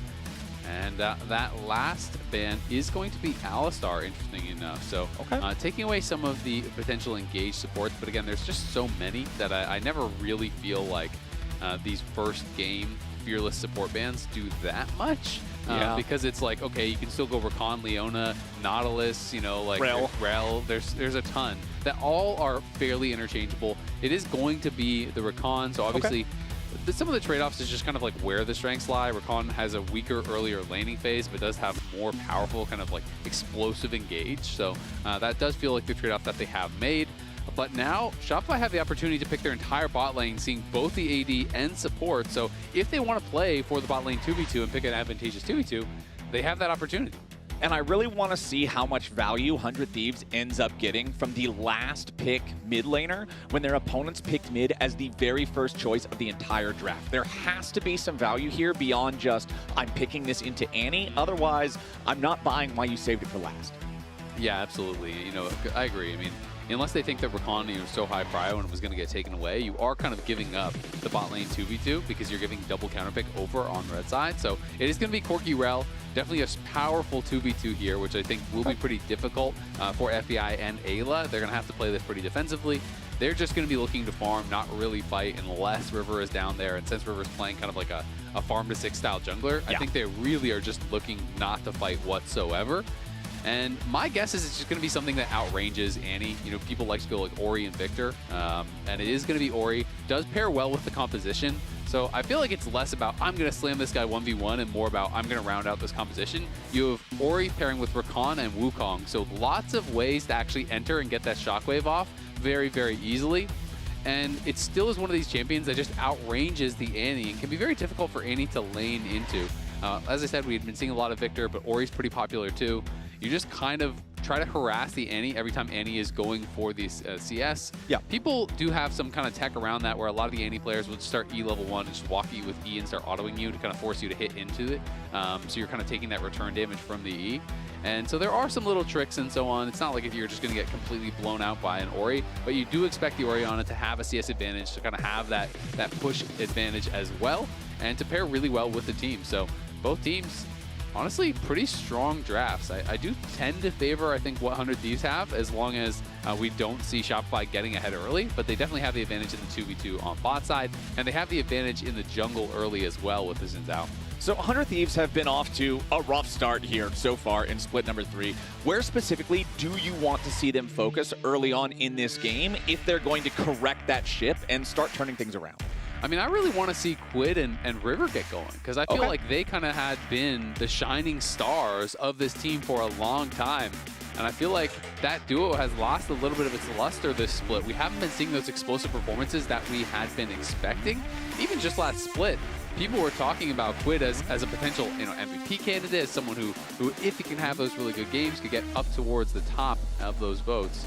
River fighting heavily, but this is a bit of a spicy level 1 because B-Boy and Fudge are both there. Yeah, River does not want to go any further forward. Quid throws the ball over the wall to find a little bit of vision there in the brush. But okay, no more. Junglers just trading a couple of auto attacks back and forth. But before the game, all of 100 Thieves were chatting about Dokla's photo. When did they take that picture of me? In a 100 Thieves jersey. It's you and Vic's body, I'm pretty sure. Is that? I think so, yeah. Dude, look at that. Let me see. Nah. What is that, ref? How can they do that? Look at me. Dude, I look so small. Holy shit. That's a cursed Photoshop. Handsome, too. You actually look more handsome. No, man. What are you saying? No way. Right, Nick, if you look more handsome with hold on. We already got some violence here at level 1. Shopify Rebellion is on the board. 100 Thieves were too busy looking at Dokla's Photoshop, and FBI gets got at level 1. Still debating, if he looks more or less handsome. And now I think we can say he looked less handsome because FBI just got first blooded. Yeah, exactly. And that's not a very handsome thing to do. You can't be as handsome when you're dead, and FBI is exactly that. He even CS, lost by the way. flash. Yeah, doing it. He didn't get a single CS, so I thought that this 2v2 was going to be rough. I thought that they would have to play on the defensive side of it. I didn't think he would get first blooded, losing his flash without getting a single CS. He walks back. Usually the absolute depression buy is you come back with just, like a refillable. He didn't even get to buy a potion. Yeah, it's 1928, brother. The Great Depression is here in bottom lane. It's dust soup for FBI. Yeah, we are not having a good time in the bottom lane. Meanwhile, mid lane Contracts looking to make it even more painful here as Quid tries to flash away. But the third hit of the 3 Talon strike takes him up, and away. Shopify Rebellion 2-0. That's tough. That is really tough. Man, Dokla, when I went over there for the interview, though, all he wanted to talk about was the photo. He's like, have you seen this, Azael? Did you see what they did? Wait, watch this. It's going to come up. And he was just going on about it. He's traumatized. Meanwhile, bottom lane just continues scrapping. I didn't even notice. Well, apparently you're the only one because everybody at 100 Thieves clearly taking issue with it. But they need to take issue with what's going on the Rift here so far as Shopify is off to the races with the kills in mid lane, with the kills in bottom lane. They're feeling good. They are, but Big Dokes, 7 CS lead, make it 8. Okay, all right. Not well, too bad. I mean, the wave is pushing towards his opponent. We're just going to ignore that. He's got a CS lead, Powers. Yeah, exactly. The number is larger than the enemy number. Uh-oh. FBI in a little bit of danger here. Has to try to get away. Ayla with some quick moves to keep his AD carry healthy, but B-Boy and Seos again just establishing dominance here in the 2v2. Yep. Definitely going to be crushing it in this 2v2 for a while. And this is not a cannon wave. I mean, they could try to base Dokla and have him TP down to catch this wave if they want, but FBI is going to elect to actually stay around instead. So there's not a jungler here. I don't think they should be able to get dove, but of course they don't know where Contracts is. So you can see how defensively FBI is positioning, and they're just going to go for it. Yeah, Seos and B-Boy moving so far forward. If nothing else, they force FBI all the way away from the wave. They don't actually have to dive here. All they have to do, just pressure enough, get the turret plate. One more auto attack would get it. They won't quite get there, but they still force FBI away from all of the EXP and gold. Yeah, I think that was actually really, really smart. I think they just straight up bluffed them there, as Dokla's having a pretty good trade up on this top side. So even after the wave, did crash, he was up a little bit as far as the CS was concerned. He did base earlier. TP's back with that better buy. Ayla trying his best to pick up some of this farm, but you've already lost a plate on that bot side. You're pretty far down with that first blood gold going over to B-Boy as well. So B-Boy is going to be way ahead of FBI, and that is going to be pretty problematic for Yunara, who is not exactly a utility champ. This champ is straight up damage and nothing else. She contributes nothing if she cannot do damage. And seems like Palafox was pretty happy to be matched up against 100 Thieves this week. Absolutely. He said they were the worst team in the league right now, which I've heard from a few players. And this was his reaction when he found out that they actually picked him. You can use your imagination, and then Poggers. Flambe Poggers. He just absolutely, he thinks this is going to be a matchup where he can truly cook. Up. Yeah, exactly. It's this is dessert. Bon appetit here for Palafox. And we'll see. I mean, good start for Shopify thus far. Definitely gonna have to stabilize on that bot lane. That is the biggest concern. Yeah, Quid died, but at least it was double flashes spent. He got ganked. The 2v2 going that bad is problematic, and now 2v2 is rolling over. Yeah, River flashing away there, still down to 300 HP. Palafox making his way over. 100 Thieves, they aren't going to lose anybody, but River now without that flash, the timing of that is super nice too for Shopify Rebellion, because River is halfway to level 6. Now you don't have the opportunity for a flash ulti once Wukong does come online. You already mentioned he's playing a farm to 6 champ. Your 6 needs to be impactful, and now you've got one less tool to do it. Yeah, absolutely. It is really, really tough. And that's always the difficulty when one of your lanes goes really bad for a jungler, is that lane is going to start moving around the map here. And Seos just moves in with Contracts, able to push River off of that and forces flash. So nicely done by them. Quid, Dokla still kind of just farming it out, but FBI is definitely the problem right now. How are they going to keep him relevant? Because Corki is going to be a problem, and Dokla's just going for it. Yeah, Dokla's going all in. Fudge in some danger here, trying to drop some needlework to get himself away. Third hit does connect, and okay, Fudge is all right, but man, Dokla is running this 1v1 while Shopify starts up the Drake on the bottom half of the map. Ayla on the approach here, as 100 Thieves are trying to at least steal away the blue buff in the enemy jungle, with Fudge being forced back. Remember, there is no teleport here on the Gwen, so it's a long walk back to lane, but the Ocean Drake's secured by Contracts and Shopify. Yeah, and we'll see if Dokla can get anything else off the back of this. I think he is just going to have to take his base, but wants to get one Demolish proc, so we will get a plate, but it did cost him his flash, right? So it's basically that flash for a couple CS denied for a plate here. Fudge did trade out his ult, but didn't have to flash on the other side, so he's going to be pretty comfortable. Meanwhile, flash spent in the mid lane there by Palafox, trying to get away as River scraps with Contracts back and forth. Both junglers on the edge of death, but it's Contracts who falls, and River stays alive. Ayla reinforcing there to guarantee that Tibbers can't get one back. 100 Thieves win out in the mid lane. Nicely done there. 100 Thieves getting something back. You know, they forced out the flash with the initial engage with that shockwave, and then Contracts came over and tried to fight it out, but Palafox was pushed back, and it is going to be pretty difficult. First LCS import in the LTA. I was like, how does it feel to be back in the LTA? He's like, well, first of all, I'm debuting in the LTA. I was an LCS player. True. I'm like, okay, you're not wrong. We sent JoJo to the LEC and we sent Dokla to the LTA. The LCS is a chief exporter of talent these days. We're sending talent everywhere, baby. Now here it is one more time. The face check going bad for Palafoxes. You get the bad news when both River and Quid are there. And then this is very aggressive here from Contracts, you know, flashing in. But Palafox not really able to get much damage down whatsoever, and Contract just barely can't finish him off. I don't think Tibbers would have killed River there either way, but Ayla does arrive with the Spellbook TP all the same, and you can see Sniper there in the background watching on.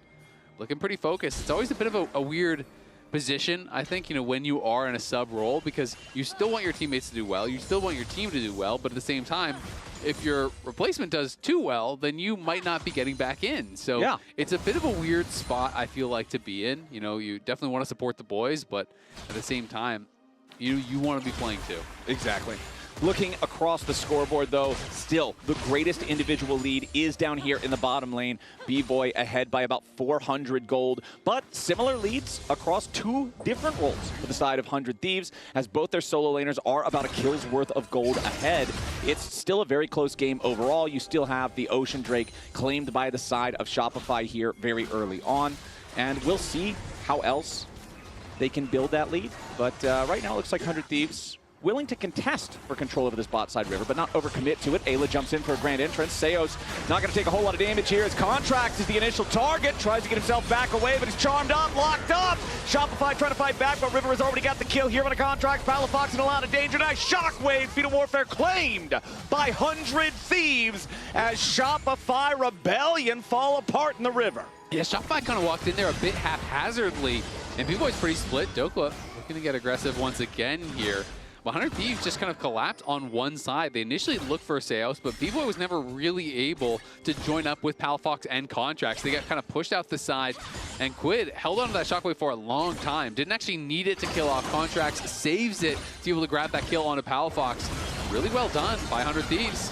Now Dokla's ready to fight up here on the top side yet again, but Fudge with the last cast of the needlework goes snip, snip, cuts him down. Fudge gets the 1v1 kill, but now Quid ready to get one in return. Misses the command attack. Fudge with a flash away, but Quid follows it with a nice one more command attack to claim the kill. Yeah, not too bad at the end of the day. Dokla does get solo killed, but obviously he's going in to try to set up for Quid.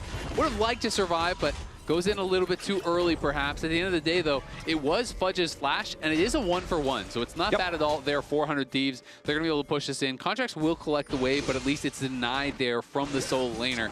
As we can watch this one more time. So great sidestep on the initial engage here from Seos, but then they just turn in onto Contracts, and watch Quid is just holding on to his shockwave for so long. B-Boy valks in onto FBI, but FBI is kind of just kiting out and doing a good job dodging a lot of those rockets coming in from the top side.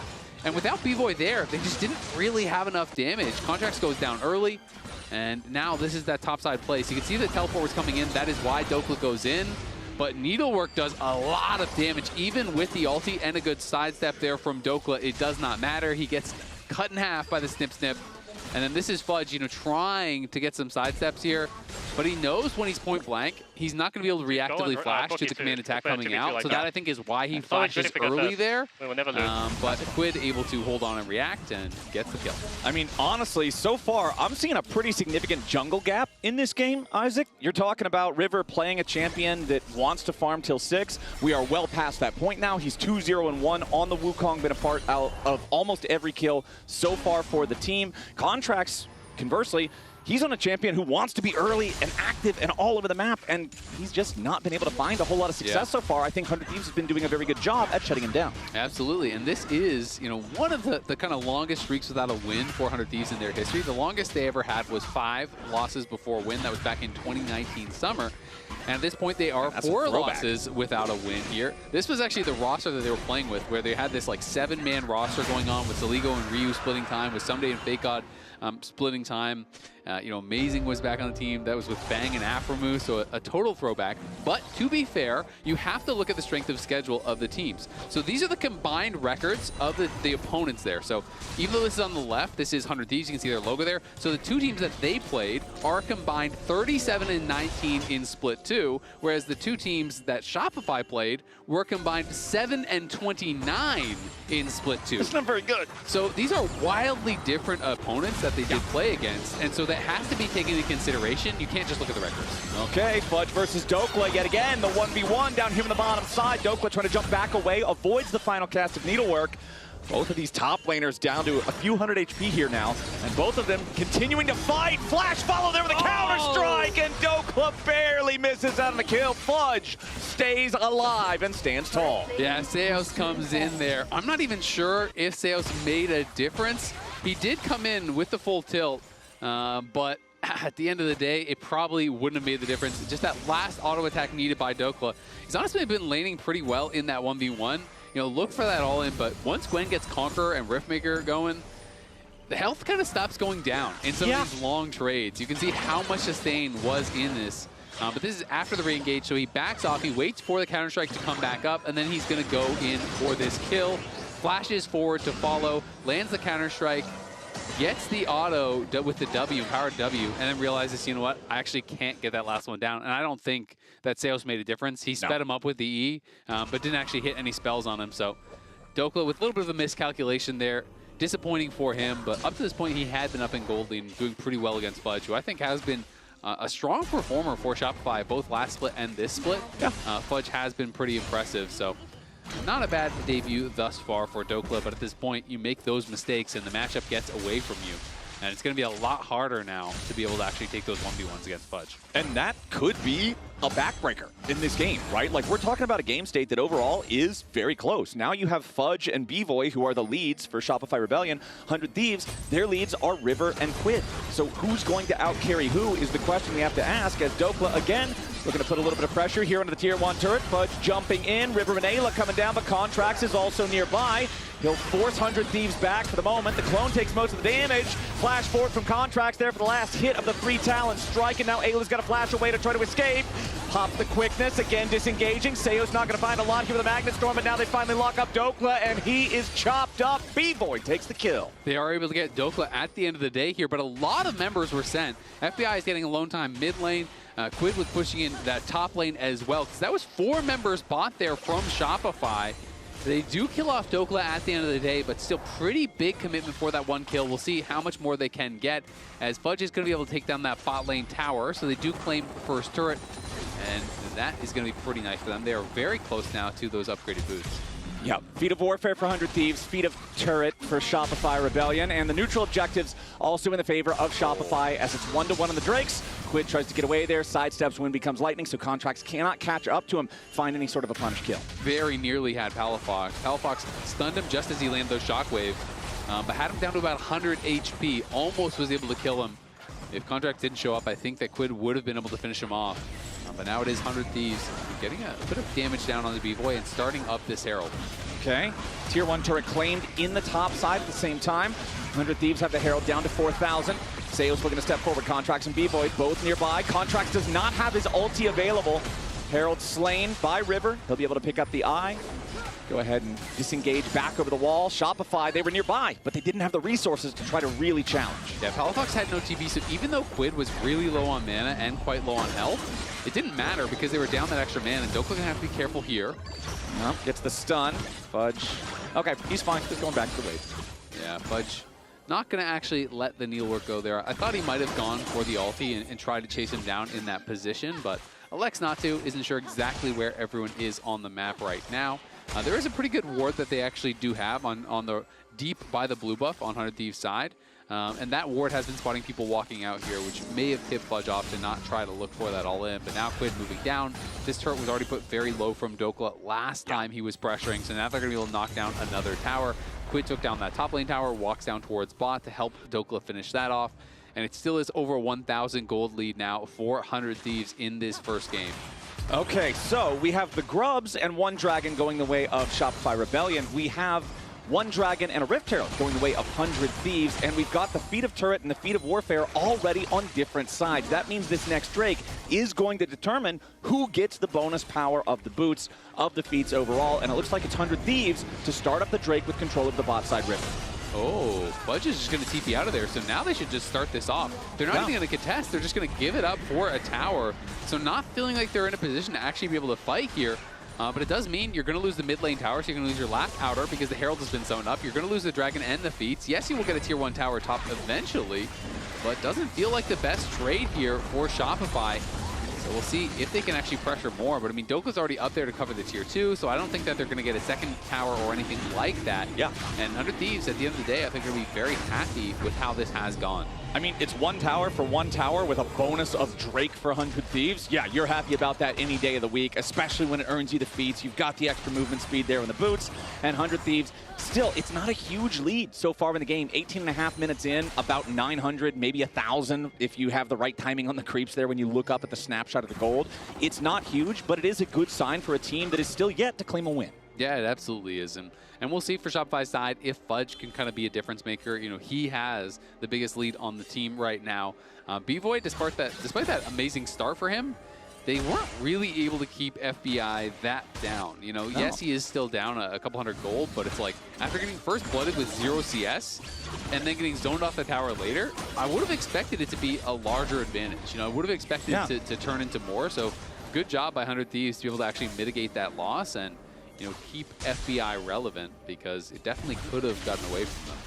All right, Quid is going to take care of the wave down here in the bottom side. Shopify Rebellion does have 3 men around the area, but because Ayla is also hovering, it means there's no opportunity to find any sort of a play. Otacon is going to be spawning here in about 30 seconds, but I don't really think anybody's going to be rushing that one super fast here in this game. Dokla putting in some quick work on the tier 2 turret up here with the top side flashes, the energy banner, a favorite in the hearts of many a North American fan, as Dokla does take out the tier 2, but now B-Boy has arrived. Dokla trying to get away, drops a ward over the wall, leap strikes to it, flashes another energy, and hops away like he's playing against G2. Man, that's some Giga Chat energy right there. I love it. Right in the face of his former teammate, takes the tier 2 down, gets 2 members responding to him, solo gold on the tier 2, walks out without even having to use a summoner, and now just like that, he's tied it up in gold once again.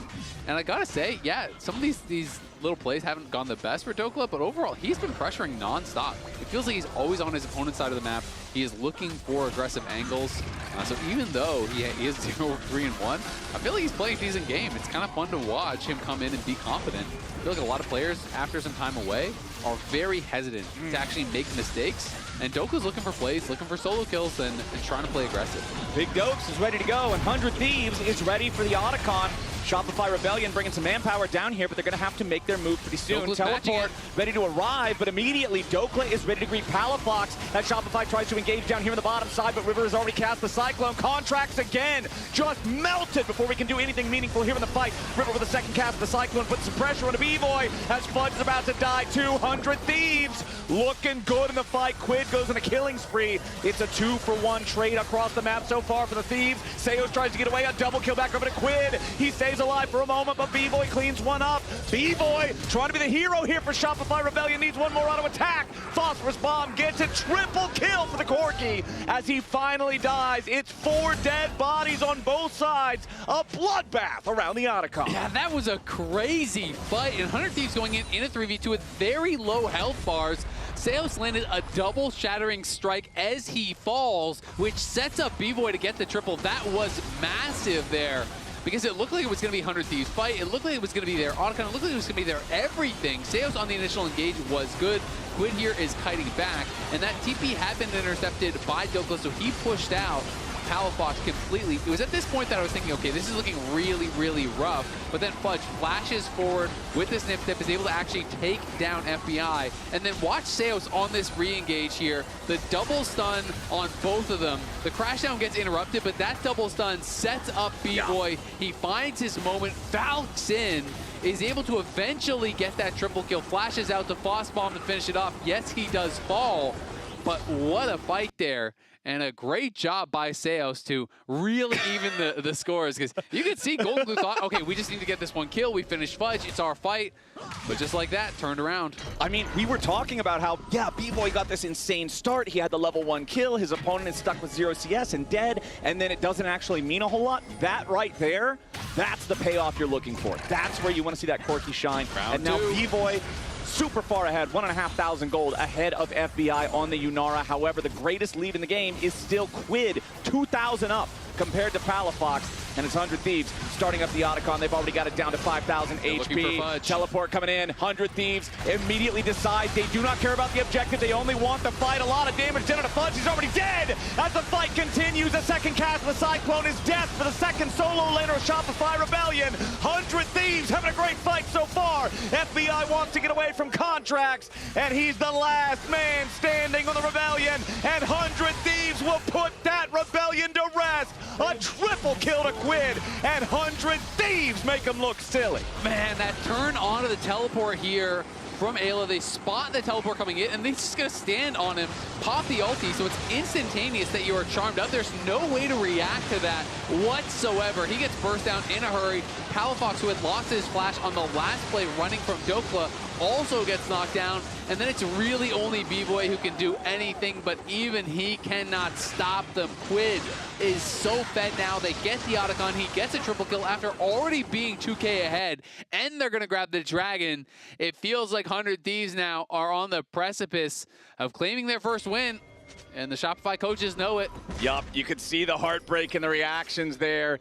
The game was so close for so long. We were looking at maybe a 1,000 gold lead for, what, 20-plus minutes of gameplay? And now, 100 Thieves have completely shattered that. 3,000 gold ahead. They're on sole point in terms of the Drakes. They are up almost 20 flowers, which is about 2,000 gold extra for the team in terms of effective stats. Yep, exactly. And they have the upgraded boots, right? So even more, which makes it really, really tough. And yeah, they're up 2.6K right now. But Quid has a 3K gold lead in mid lane. This guy has his Mage Eyes purchased up. He is working in towards what I assume is going to be a death cap. Was already on 2 items, plus the upgraded Merc Treads. And with that Archangels, he's pretty tanky, plus those tier 2 Mercs. So very difficult to actually burst this guy down. And it feels like if you cannot do that, you are really going to struggle to take the fight. On Shopify's side, it feels like it's going to need a perfect engage and an amazing fight from B-Boy.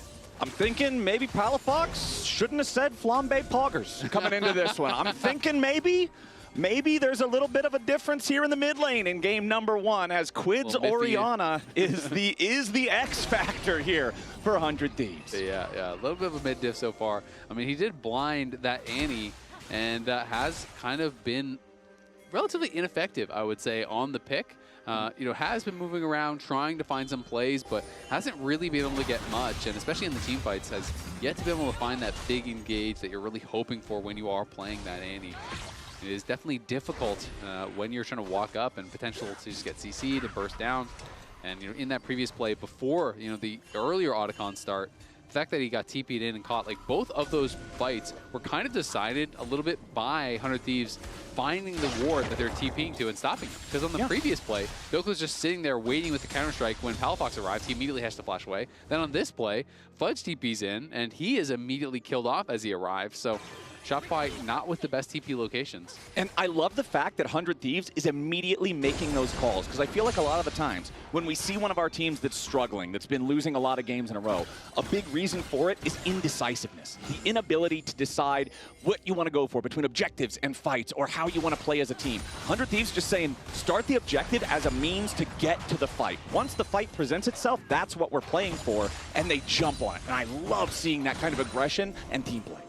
And River and Quid having a great game, and this is really what 100 Thieves does need. These guys are their stars. You need them to be showing up and having these incredible performances. And it's going to be Shopify just starting the Baron here. Okay. Feels like it's a little bit of desperation time as they're just going to be flipping it. It's a YOLO from Shopify Rebellion. Everybody on 100 Thieves ready to show up, though. Palafox waiting in the wings, seeing if there's a flank opportunity here. Fudge, skip and slash over the wall. Ready to try to set up some sort of flank maneuver of his own. River ready to go in now as Palafox tries to get the engage, but 100 Thieves is ready to reply. B-Boy's about to die here at the very start of the fight. 100 Thieves staying alive so far. River putting the pressure onto Palafox at the same exact time as Fudge can't get anybody. Contract's about to lose his ulti, about to lose his life, about to lose the game. 100 Thieves run him over. Nicely done there by 100 Thieves. Dokla had a good flank. And though the engage this time with Seos and Palafox looked promising, they still could not burst down anyone. And when you don't get those initial kills, there was just no way they were going to win the extended fight. And now you're losing the tier 2 mid. Now you're even going to lose probably the tier 2 bot. You're losing the Baron. They're pushing everywhere while taking the Baron. And 100 Thieves are just miles ahead at this point. I feel like that's the end of it. Unless 100 Thieves make an absolutely unforgivable error, this game is too far out of reach now for Shopify. They send the Hail Mary Baron. They decide they want to try to turn it. They have the setup with Palafox ready to try to engage here, but it still doesn't work. Yeah, I think the engage was actually pretty good on to Quid there. Flash in from Palafox, gets a W stun. Seos is there to follow.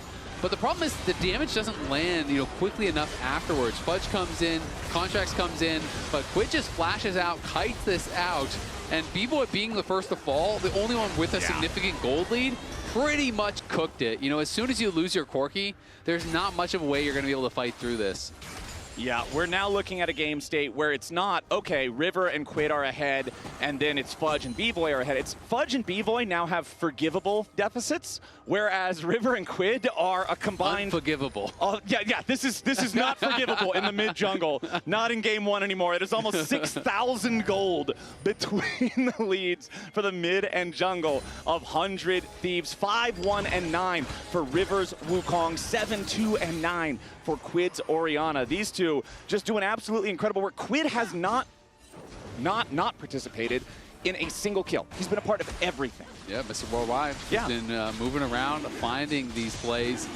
And it is soul time, so I wouldn't blame Contracts for just trying to flip it, go in, see if you can get it. They're going to look for Dokla. Yeah, Contracts jumps in after the Jax, and that's not where you want to be. He's already down, and the Dragon is claimed. The soul belongs to 100 Thieves, and the game is about to go the same way. Fudge in stasis for only a moment longer. FBI is on a killing spree. There's nothing left of Shopify, man. 100 Thieves. Just throw them all in the wheelbarrow and haul them back to Fountain. Yeah, Contracts told me he's going to show Unk what is up, but it's Dokla getting the last laugh in this one. And there it is, the Keck W Braum at the same time. 100 Thieves know they just won the game. They'll force the wave through down here in the bot side. Tier 2 turret is already gone. Quid putting in work back over in the mid lane, but he knows they don't need 2 lanes to win this one. Contracts is going to be back alive here in about 5 seconds, but I'm thinking his screen's only going to be in full Technicolor for a few seconds if he leaves that Fountain. 100 Thieves closing in on the Nexus turrets. Contracts wants to go in, and there it is. Blink and you'll miss it. He's down again. Another ace here for 100 Thieves, as the last Nexus turret is the only thing standing between them and a game 1 victory. Shopify Rebellion respawning, trying to scramble, get in there in time, but it ain't gonna matter. 100 Thieves, FBI is on a rampage. Palafox taken down one more time for good measure. 100 Thieves takes game 1. Yeah, you can tell Dokla was loving it at the end there, man. He's flexing on him, he's just spam taunting. That was a lot of fun. Lounge, what did you think about Dokla's return? She's back. It is. Dokla's back. Welcome back. Yeah, welcome back, Dokla. I missed the last KDA. 3-4-7.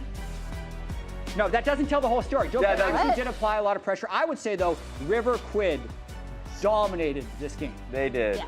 Through mid-jump.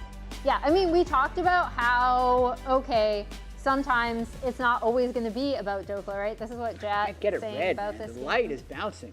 Yeah. Boom. Woo! But the big thing to me is I spent an inordinate amount of time on this. But yeah, We the have the big thing same to point, me actually. is that they're playing like classic 100 Thieves. Yeah, right? that's the thing. Like, I'm joking about this. I can't draw human anatomy. I can't draw. Is that Dokla punching Shopify? A monster. In the It was supposed to chin? be a human being, but I FF'd out of making another human being. Raz, so. you have 2. Just throw the other one up. Yeah. Yeah. And this one, oh, I love this one. This is Fudge TPing into the middle of 5 members. And this is a Samuel Kobe Hartman Kenzer quote. That TP sucked. So I love that one.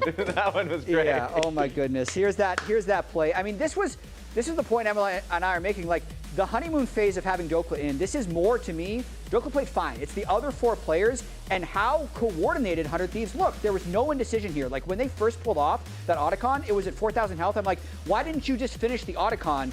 But it's because they got a 5-for-1 or 5-for-1 ace in this fight, and it was everyone moving as one. It was the same type of explosive, hand-stiff team fighting that we've seen from 100 Thieves, all split 1 and split 2. Yep. They just looked like a completely different team. And the big thing to me is River and Quid working together, right? Yeah. Like, that is kind of the bread and butter of the 100 Thieves, and I think super skirmish heavy, really willing to get involved like early in the game. It was getting a little dicey, especially with that bot lane 2v2 initially, but River and Quid kind of dictating the pace of a lot of these team fights, really showing up at the end. Quid had insane kill participation. He had the Medjais, he had the hat, like they were destroying people. All game long, it felt like that. The skirmish that happened towards top side and the line bush around mid lane that they won. There was the River fight that was confusing. That like 100 Thieves came out completely ahead. Yep. These are the fights that we saw from 100 Thieves last year and during Split 1, and it was like, wait, that's exactly what we know and love them for. Yeah, they're these really close fights. I mean, I was definitely a little scared as the one who predicted 100 Thieves to 2-0 when level 1 FBI dies. Level 3 Quid dies and burns his flash. Yep. But then that didn't deter their confidence in their ability to win some other fights to get outplays. So well done for 100 Thieves in game 1. We'll see if they can bring it back in game 2. Also, LTA North Twitch subs, they're back. Join the community for exclusive content, including the League of Legends in-game emote. Bring it for paid and gifted subs. Plus, get access to all of our exclusive LTA North Twitch emotes. Subscribe to the LTA today. Azale Nodder still freaks me out every time. It's a good one. As we head to break, let's take a look at our comms replay connected by AT&T and voted on by chat. Okay, turn TP. Can we turn? Can we turn? Turn. Watch out. No flash. Ult only. No flash. Good fight. Corki is strong. Holy. Corki no flash. Kill me. We have nothing. No flash in. No way. Just don't die. Kill him. Yeah. Holy. Nice.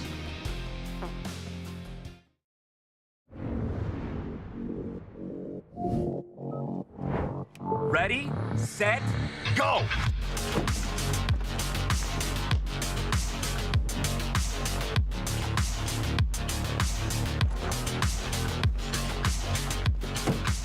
I'm at 47%. Oh, I'm on 63%. Man, I'm at 50%. Boom! 80%. Winner! The Kia EV9 can go from 10% charge to 80% charge in just 24 minutes with DC fast charging.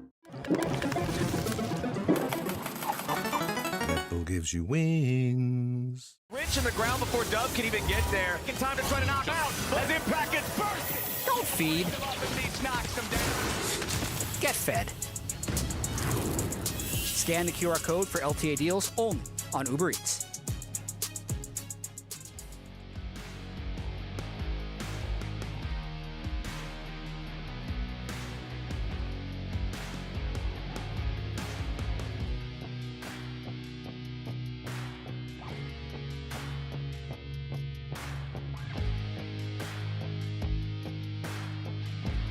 I think it's Annie here, or it's gonna be Gwen. Annie, it's Annie. Gwen going to you. He's gonna flash. Gwen going to you. Can you engage both sides? Yeah, we're fighting. Shinjan no flash. Gwen has W. Gwen. Gwen flash. Coming. Peel. I'm coming behind him. I'm coming behind him. I blast one. Roll no flash. I'm coming behind him. I'll get him. Away from me. Just don't die. Don't die. I got him.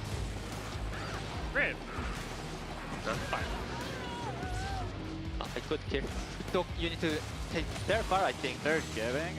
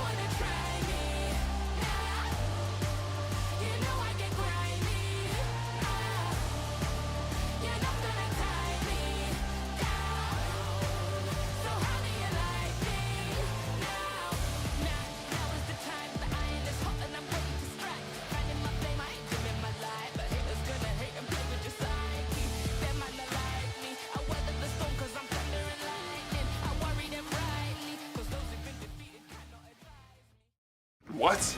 Looks like Mexico? And I don't think Christian types like that. How can I know this? Down at the Monte. I don't like being a chipmunk. You're just a liar. I don't have nails. I don't have nails. Come here.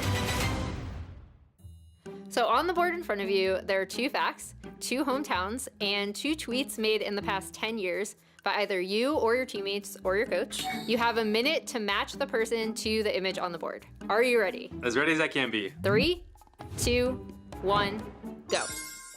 I like cooking. I heard that Purples like to cook. I'm guessing this is Purples. And I have a secret SoundCloud where I post music.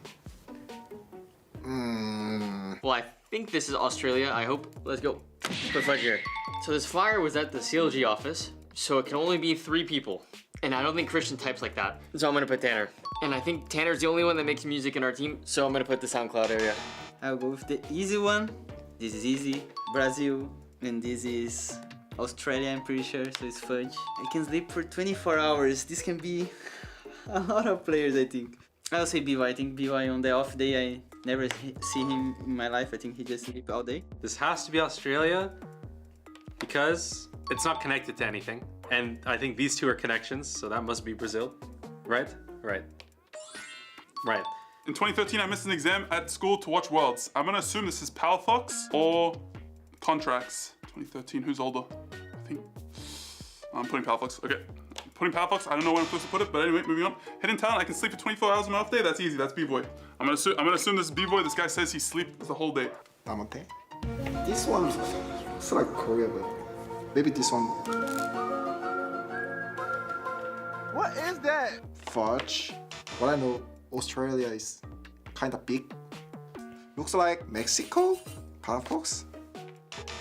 Don't think it's 2024. I don't think it's Fudge. Don't think he's playing here. I'm gonna put Seos, because why not? No, he's Brazilian. There's no way he's tweeting in English. It's gotta be Christian. I don't know.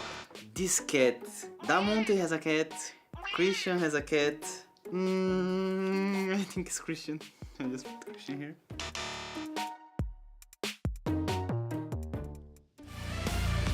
The fact that none of them were certain and confident that Australia was Australia makes me a little bit concerned, Isaac. You know, I'm not going to throw any stones because where geography is concerned, I'm in a glass house, okay? Look, man, you're from Canada. That means you automatically know more than all of us here from America, because I actually have no idea where anything in Canada is. So when we were going to MSI and everybody told me, they're like, oh yeah, dude, it's in, where was it at? Wait, you were there. Yeah. Vancouver! Oh, yeah, Vancouver. I was like, yeah. Brother! Which, see, I'm making a point, but even I know where Australia is. So, I'm just saying, I'm on the floor, they're in the basement right now. Yeah, fair.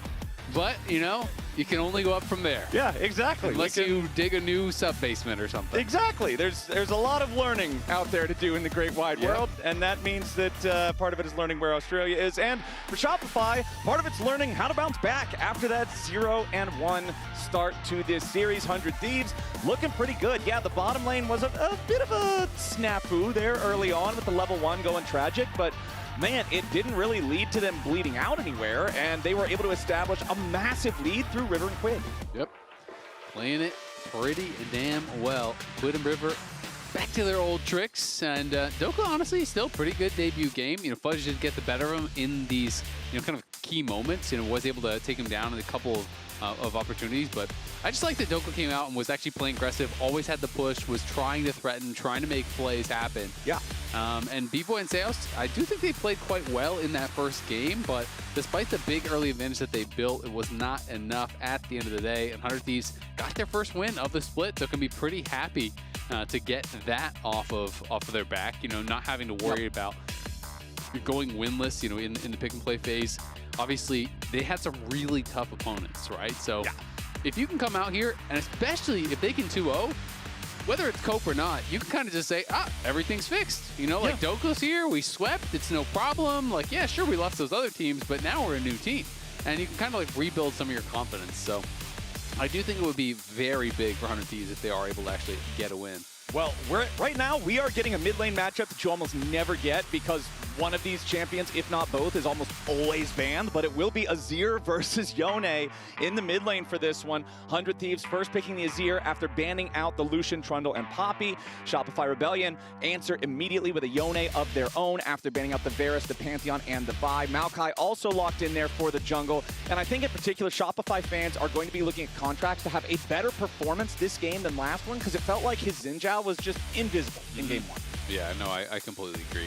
And I will say, to me, when I think of Palafox, I generally think of his melee champions as being some of his best ones. You know, think of that kind of like aggressive play style that they did have. His Yone is one of his highest win rate champs. And when I'm actually looking at champions with, you know, in his top 10 or so, Yone is the one with the highest win rate, 62.5% win rate, 16 games played, is higher than every champion that he has more games on. So definitely is something that he has done well on. And when you're pairing that alongside the Maokai, definitely is going to be quite effective. You have that lockdown, you have the point and click CC, and look at all this dive now, and Besta being added in. So you can have that point and click CC from the Maokai ult that can set up for the public execution, for the Fate Seal, for all of these ultimates and follow through that is going to be there to try to dive on Quid and take him out. And if we're talking about iconic champions, man, River on Jarvan, when this guy first joined the league a couple years back, it was just Jarvan game after Jarvan game, absolutely terrorizing the Rift, constantly finding plays, constantly creating movements. And I love watching him on this champion because he's so aggressive and he's so good at playing the way that Jarvan should be played. Yeah, absolutely. I mean, to me, it's always been his most iconic champion. He came in, like you said, on Dig. And it was kind of like, if he wasn't having, you know, like an absolute goated Jarvan game, they weren't winning. Does River 1v9 on Jarvan? Yes. If no, you lose. Exactly. That's kind of how it felt. And I always find it so impressive when people can come in a tough situation on a team that is not winning a lot and still shine. Yeah. It is very hard to do. And I think that is one of the things that really made people stand up and notice River and say, hey, this guy is actually so good at playing around vision, at tracking where enemies, you know, would expect you to be, where wards are being placed. Because when your team is losing and when you have losing lanes, generally there's a lot of vision in your jungle. So you have to be so creative with your pathing at finding these avenues of attack. And that's something that River has always been so good at. All right, second half of the bans are all potentially bottom lane carries. We've got the Senna, the Sivir, the Kai'Sa all banned away alongside that Ziggs. Ezreal will be the fourth pick there for Shopify, and it's a fast double lock for 100 Thieves with the Jhin and the Bard. Yeah, that's actually kind of crazy. 6 bans down towards the bot laners. Plus, we obviously have the 2 from that previous game, so we are getting pushed down fairly far, but it is Ezreal versus Jhin at the end of the day. It is really hard to push 80 carries to a place where you're like, whoa, that's weird, because unless you get to like a game 5, but we're in a best of 3 phase. Then they're playing like Zeri and Jinx or Caitlyn or something, you know what I mean? Yeah. Or Ashe. Like, there's so many that, yes, you're not going to be quite in that S tier, but they're not kind of like being pushed into a weird style of play like some other roles sometimes are. There's no weird garbage, right? We're not getting Vladimir bottom or anything like that where you're just kind of scratching your head like, wait, what's that? But okay, last pick of the draft is going to be the Alistar for Seos. So normally when we talk about how Shopify gets leads and gets wins, a big part of it that we just beat to death is Seos roaming around with contracts, these two being like the two-man hit squad that just sets up plays, makes things happen. There's a great amount of setup between Alistar and Maokai. There is 0 damage between Alistar and Maokai. So they'll be able to show up. They'll be able to show up out of nowhere and just pummel you with sock and boppers. It's never going to hurt. So they're going to need somebody else to be a part of that gank squad if they want to find success here. You give them enough time, and if they're determined enough, they can kill somebody with spoon flowers. Okay, well, you can make it happen. If the other guy unplugs his keyboard and sits there for 12 seconds, yes, Maokai and Alistar will eventually kill him. And I am kind of expecting it to be AP for contracts here because I think it's actually a game where AP makes sense because it was going to be solo AP, right? So you can actually have that poke, make it pretty annoying for people to approach some of these objectives. But that being said, I wouldn't be mad at it if he's still just going to play tank at the end of the day because there are some pretty beefy members on the 100 Thieves side to clear out some of these saplings. And when you're approaching an objective, Doku can just walk through with the Soul Furnace. River can walk through with his W up as well. And some level 1 spice once again. Both teams kind of just scrapping back and forth actually on 2 sides as the Bard has moved in and was fighting the Alistar as well. Summoner Spellbook here for both of our supports, so we'll get to see some hopefully creative use of those different summoner swaps. Palafox steps forward, takes a little bit of damage from Ayla, but again, nothing super serious. The junglers still having a bit of a stare down here with some emotes back and forth. And it looks like we're not going to get much more than that, as River is still trying to annoy contracts as much as he can, but it's really not going to matter. Maokai has so much sustain in the kit, you just farm up. The chickens are pretty much a gas station for health. Yeah, it's not going to be a concern whatsoever, and River knows it, wants to just kind of have that really late ward. That's really why he's staying around there, just to drop that ward as late as possible. And there was no ward on where River is going to be starting because that's one of the advantages that they had. That's why 100 Thieves is kind of moving out so aggressively. Bard is pushing in on one side, and they're pushing in on the other. Now Fudge gets a very late ward because they know we need to get some sort of eyes on River here. And they are going to eventually be able to find out where he is. Of course, they know that he's starting bot side at the very least. Okay, a little bit of damage here on the B-Boy. FBI and Ayla do not want to be the receiving end of the level 1 death this time around. They are going to go ahead and use the early power of the Jhin and the Bard. Of course, Seos and B-Boy. And I honestly am never mad at these early heals. When you just take this really early scrap, you go forward, use the heal for the move speed, try to take that fight. But the barrier got no value at all from FBI there. He wasn't actually being hit during it. Maybe in his mind he's saying, I press the barrier so you can't attack back or something like that. But I feel like you can at least hold that barrier until he turns to auto attack you or until Mystic Shot's about to hit you or whatever to get the guaranteed value. Not the biggest deal, but it is something. And since B-Boy is playing teleport here, you want to make sure you are dominating, the push. You have to be keeping this guy locked in. Because if Ezreal can ever get the push in this matchup, then he's going to be able to base, TP back, and kind of lane lock you for a really long time. So that is kind of the trade-off here. But thus far, utilizing this Bard as expected, you should always get the push against Alistar. Alistar level 1 is just not a champion. Like, you pretty much need level 3. Yeah. He doesn't do anything. But all right, checking in on the mid lane here with our tri-lane camera.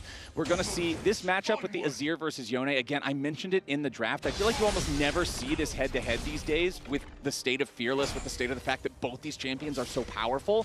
They're almost never left open at the same time, available through Fearless at the same time. But this time around, Quid's Azir versus Palafox on the Yone. Even in the past when Palafox has not been at the height of his performance, his Yone has been one of the champions that he will still pull out a really strong showing on. And I think for Shopify, that's exactly what you want to bounce back from the game 1. Yeah, absolutely. And Palafox has talked about how oftentimes, though, if his individual performance isn't showing up, it's because he's playing for the team, right? It's because he's trying to facilitate the team or he's giving things up for the team. Well, this is not the kind of champion that you want to do that on, right?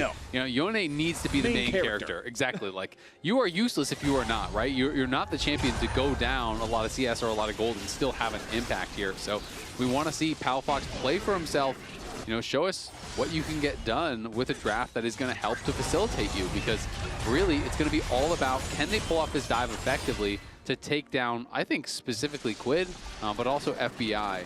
this Azir is going to be a problem if your dive is really not on point. He's going to be able to disengage with the ult, shift back to safety, and then the consistent damage there is going to be very tough to deal with. Any sort of lockdown comes through on the Ambessa, on the Yone, and the Azir is going to make short work of them alongside the Jhin. All right, let's see what we've got here now that lanes are switching around. B-Boy and Seos were the second swap as FBI and Ayla made their way up to the top side first and foremost. First Dragon still 30 seconds away from spawning. It's control over the bottom side, River, in terms of vision for Shopify Rebellion, but it's River who is around the area right now. Palafox trying to use that Soul Unbound to go aggressive towards Quid, but he misses the Q3, so immediately has to snap back, and Quid maintains control over the mid lane wave. Yep, Quid is going to have that push going. Palafox has been able to keep up in the farm, and that's really all you can ask for in these early matchups here. But then, as Palafox starts getting some more gold, you see a bit of a aggressive fight here. Looks like this should be able to back off. As you start getting some more gold, this matchup starts getting better and better for you because basically you can go in with the Soul Unbound, and at a certain point, Azir basically has to disengage your basic ability with his ultimate, or he just takes too bad of a trade, right?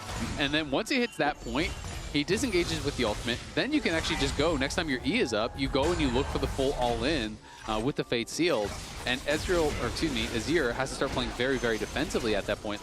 And you ult and then you just base, and you kind of keep having this kind of really bad pattern for the Azir. So we'll see if Palafox can get to that point, as he is now going to finally take his first base, and should be a pretty good buy as a result of it being pretty late.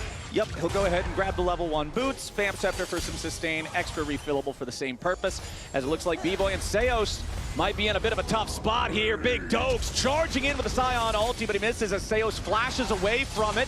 A little bit more damage as River tries to follow up. Seos taken low, but not dead just yet. 100 Thieves with a sloppy dive, completely missed the mark. And B-Boy and Seos make him look silly. FBI is going to be killed for first blood. Palafox jumping into the Yone, and 100 Thieves are regretting this decision. Yeah, really well played there by Seos and B-Boy, but that was a mess from 100 Thieves. The flash being used on Doka's ultimate, that's not Doka's fault, that's completely fine. But then you need to have your tanky members actually picking up the tower aggro after, because off of that, it went on FBI. And then FBI has his 4-shot ready, but he has to run away with the 4-shot because the tower is onto him. So Seos uses the flash. I feel like Doka should have just stayed in, tanking at this point. Maybe he didn't mean to walk that far out, but then once this goes on to FBI, you can see FBI's put down to basically no health, has to walk out with the 4-shot, can't even be involved, then gets picked up off of the roam. But meanwhile, we're right back into the fight up here on the top side. Seos surely dies here. FBI picks that one up. So 100 Thieves, they missed the mark the first time, but the second time's the charm, and they'll tie this game up 1-1. Yeah, going to be able to get the kill in the 2v2, and I have to assume B-Boy and Seos just didn't actually base after that play. It looked like they maybe stayed out and tried to greed pushing out the wave, and then got caught because the buy was not there yet for B-Boy. He was still just on that glowing moat. They're going to double TP back to lane as Seos was able to spell book over that. And so here is the setup on the play. Yeah, exactly. This is what happened. Greed is a deadly sin. You always want to push out those waves, but sometimes you just don't get to. And when you stay around with no buy here, well, even though it got close, they know we can just keep running at you. The 100 Thieves bot lane realized even if the fight doesn't go that well for them, you have the buy, they do not. He was on tabbies versus a glowing moat. Ezreal just doesn't have enough damage. Whenever I see glowing moat, I had a conversation with Kobe back when that item first got added to the game, and I can always still hear his voice in my head. Bro, that thing is ass. He does not like buying that. It's the worst component maybe ever in League of Legends, I feel like. It's 5 ability haste. It is almost entirely useless in terms of a purchase. It just does not have much impact, so it definitely feels bad if that's the only thing in your inventory, as Ayla's going to feel even worse now, getting caught out. B-Boy and Seos doing the damage to make this a 2-1 game. The moat has upgraded. It has become the sheen. Now it's truly glowing. Yeah, the moat has left the cocoon, and now it's flying bravely around. As Seo's looking for a dive here. FBI in some trouble. I don't know where I was going with that. Yeah, I expected you to have something funny to say afterwards. No, dude, I didn't. And you just hung me up to dry. I was thinking of those silly Pokemon that are like the bugs that you find in the forest. Yeah, like the Butterfrees that are good for the entirety of the first gym, and then they're garbage even once they're fully evolved. It's like, that's the glowing mode. Meanwhile, curtain call opens up. Seos and B-Boy got to be a little bit careful here, but they're turning it around rather nicely. River drops, and the feat of warfare is claimed by Shopify Rebellion. FBI's not going to get anybody back just yet, and Shopify have control over the grub pit as that first one is about to fall, smited away by Contracts. Quid looking to jump forward here with a blast cone, but that was a bad blast cone. He's caught in the middle of everybody, gets a nice shuffle backwards, stays alive. Seos barely keeping on as he walks away. Shopify still with more men in the area, maintain control. They only have the one grub, and 100 Thieves fights him off for now, but it's still a positive play for the Rebellion. Yeah, that blast cone made me really nervous for Quid. That was not a good blast cone, as you said. Went in and ends up kind of face-checking the brush. Thankfully for him, he does survive. Almost takes down Seos. There's still one grub up and available, but River is down on that bottom side. And in the meanwhile, FBI really didn't have an angle to get involved, so he just kept pushing. So was able to shove this up. The game very close, despite the couple kills in the lead for Shopify. Only 600 gold in their advantage, but they did get a grub, and they did get a dragon. So they're going to be feeling pretty happy about that. No one got... So only one grub got taken? I thought I could have sworn I only saw one grub in the pit. Am I crazy? Nope, it's just the one grub that got taken. The other two stayed alive. I guess the other one must have been angry and ran out or something. Yeah, I think that they were aggroed for quite a long time based on how the fight went. But yeah, there's still two of them left alive. So no one gets credit then, because you need two grubs to be able to actually get progression towards the objectives feat. But there is still, 4.5 minutes left on the timer before the Herald is going to take over the pit. So I highly doubt that those grubs will get to see They're not safe. A peaceful end of life. It's not going to be sailing into the sunset. Yeah. The grubs rarely get to die, at peaceful death. Yeah, natural cause. Exactly. There's no such thing as natural causes for grubs. No. Everybody's after those horrible, grubs. really. Yeah, it's never surrounded by their family. Just no, it's always a rough life and a rougher death for the grubs. You're born as a grub. You look in the mirror every day, and you're like, damn, man, I don't look very good. And then you got to get your ass beat by somebody who's way stronger than you. You're flaming their looks too. Come on, dude, man. I'm sorry. The grubs are ugly. Like in a world of dragons and barons and I feel like they're monsters, kind of like ugly cute, no? Nah, I think they're just ugly, man. Like that's they got. You come think on, our grub come on, is cute? chat. No, man, that thing is ugly as sin. Look at him. His teeth are crooked. They come out of the sides of his mouth. He's got the googly eyes, No, dude, he is ugly. River is putting him out of his misery. It's kind of like when a movie is so bad it becomes great. They're so ugly they have become cute because it resets the scale. Right. It's like if something has less than fall off the bottom of the scale and you end back up at the top. Less than a 10 on Rotten Tomatoes is the same as more than a 90. You know what we need to watch is the new War of the Worlds movie. Oh, I've heard it's terrible. It debuted on Rotten Tomatoes for a 0%. A zero? 0%. Okay, that's pretty bad. Let's see how 100 Thieves can debut in this team fight. They have control over the bot side. River Seos already popping the ghost there with the Summoner Spellbook. And it looks like we're not going to get a fight at all. Okay, so this is not an action movie. We're still setting up the plot. Yep, it's still the drama.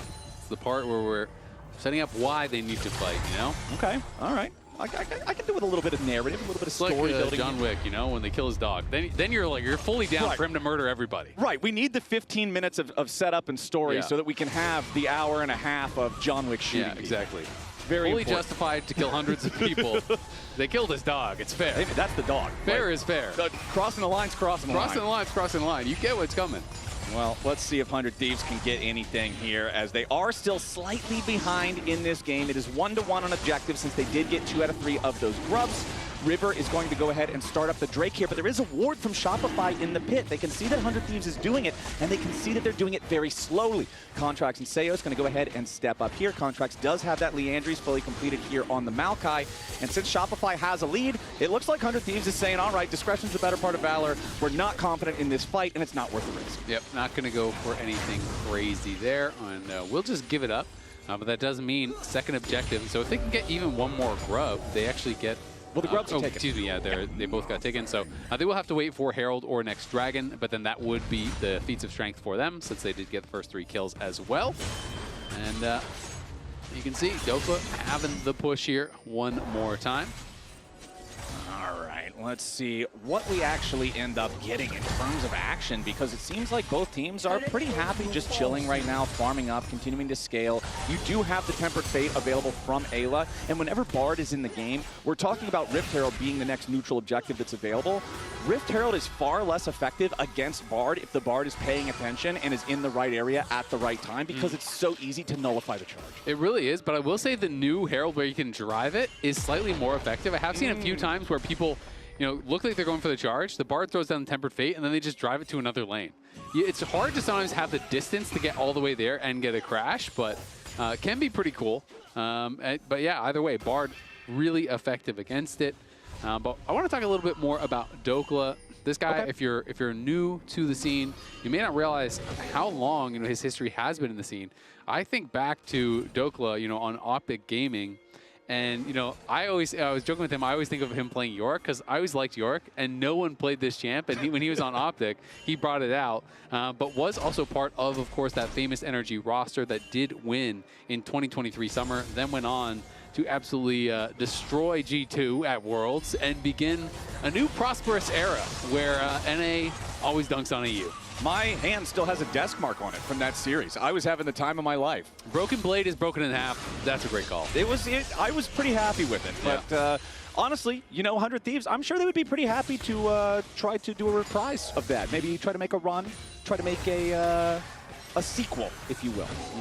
But let's see what we get out of this Rift Herald, because I haven't seen enough PvP so far in this game, Isaac. I feel like 1-3 is a pretty shy scoreline for these two teams with how scrappy things were in game number 1.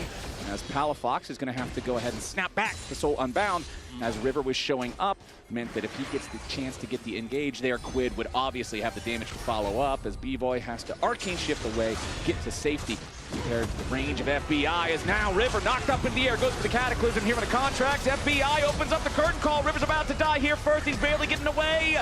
The last little bit of damage finds him. The contract will also fall. Fudge jumps in the middle of everybody here with a teleport, but he's going to be contained for now. Palafox jumps in, but the Fate Seal does not find a target. Shopify on the run. Nice deadly flourish. Locks up the enemy mid laner as Palafox has to flash back over the wall. B-Boy disengaging too. Shopify Rebellion, they go 1-for-1 against 100 Thieves in the fight, but their health bars are so much lower. Fudge now stepping back forward, ready to scrap with Dokla, but 100 Thieves will take control of the fight. Yeah, the health bars are a lot lower, but also they spent 4 flashes in that fight, and it was a losing fight there.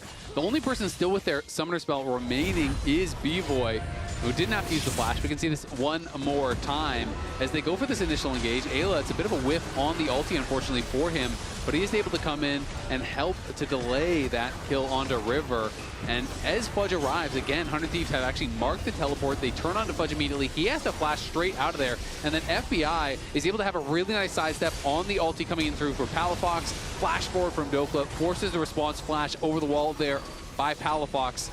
And it is just 100 Thieves winning the fight. They do lose the jungler, but get so much more out of this. And it's going to be tough now, especially when you are playing these all-in comps with lots of melee champs. You rely on those flashes to be able to get in and actually take out FBI and Quid.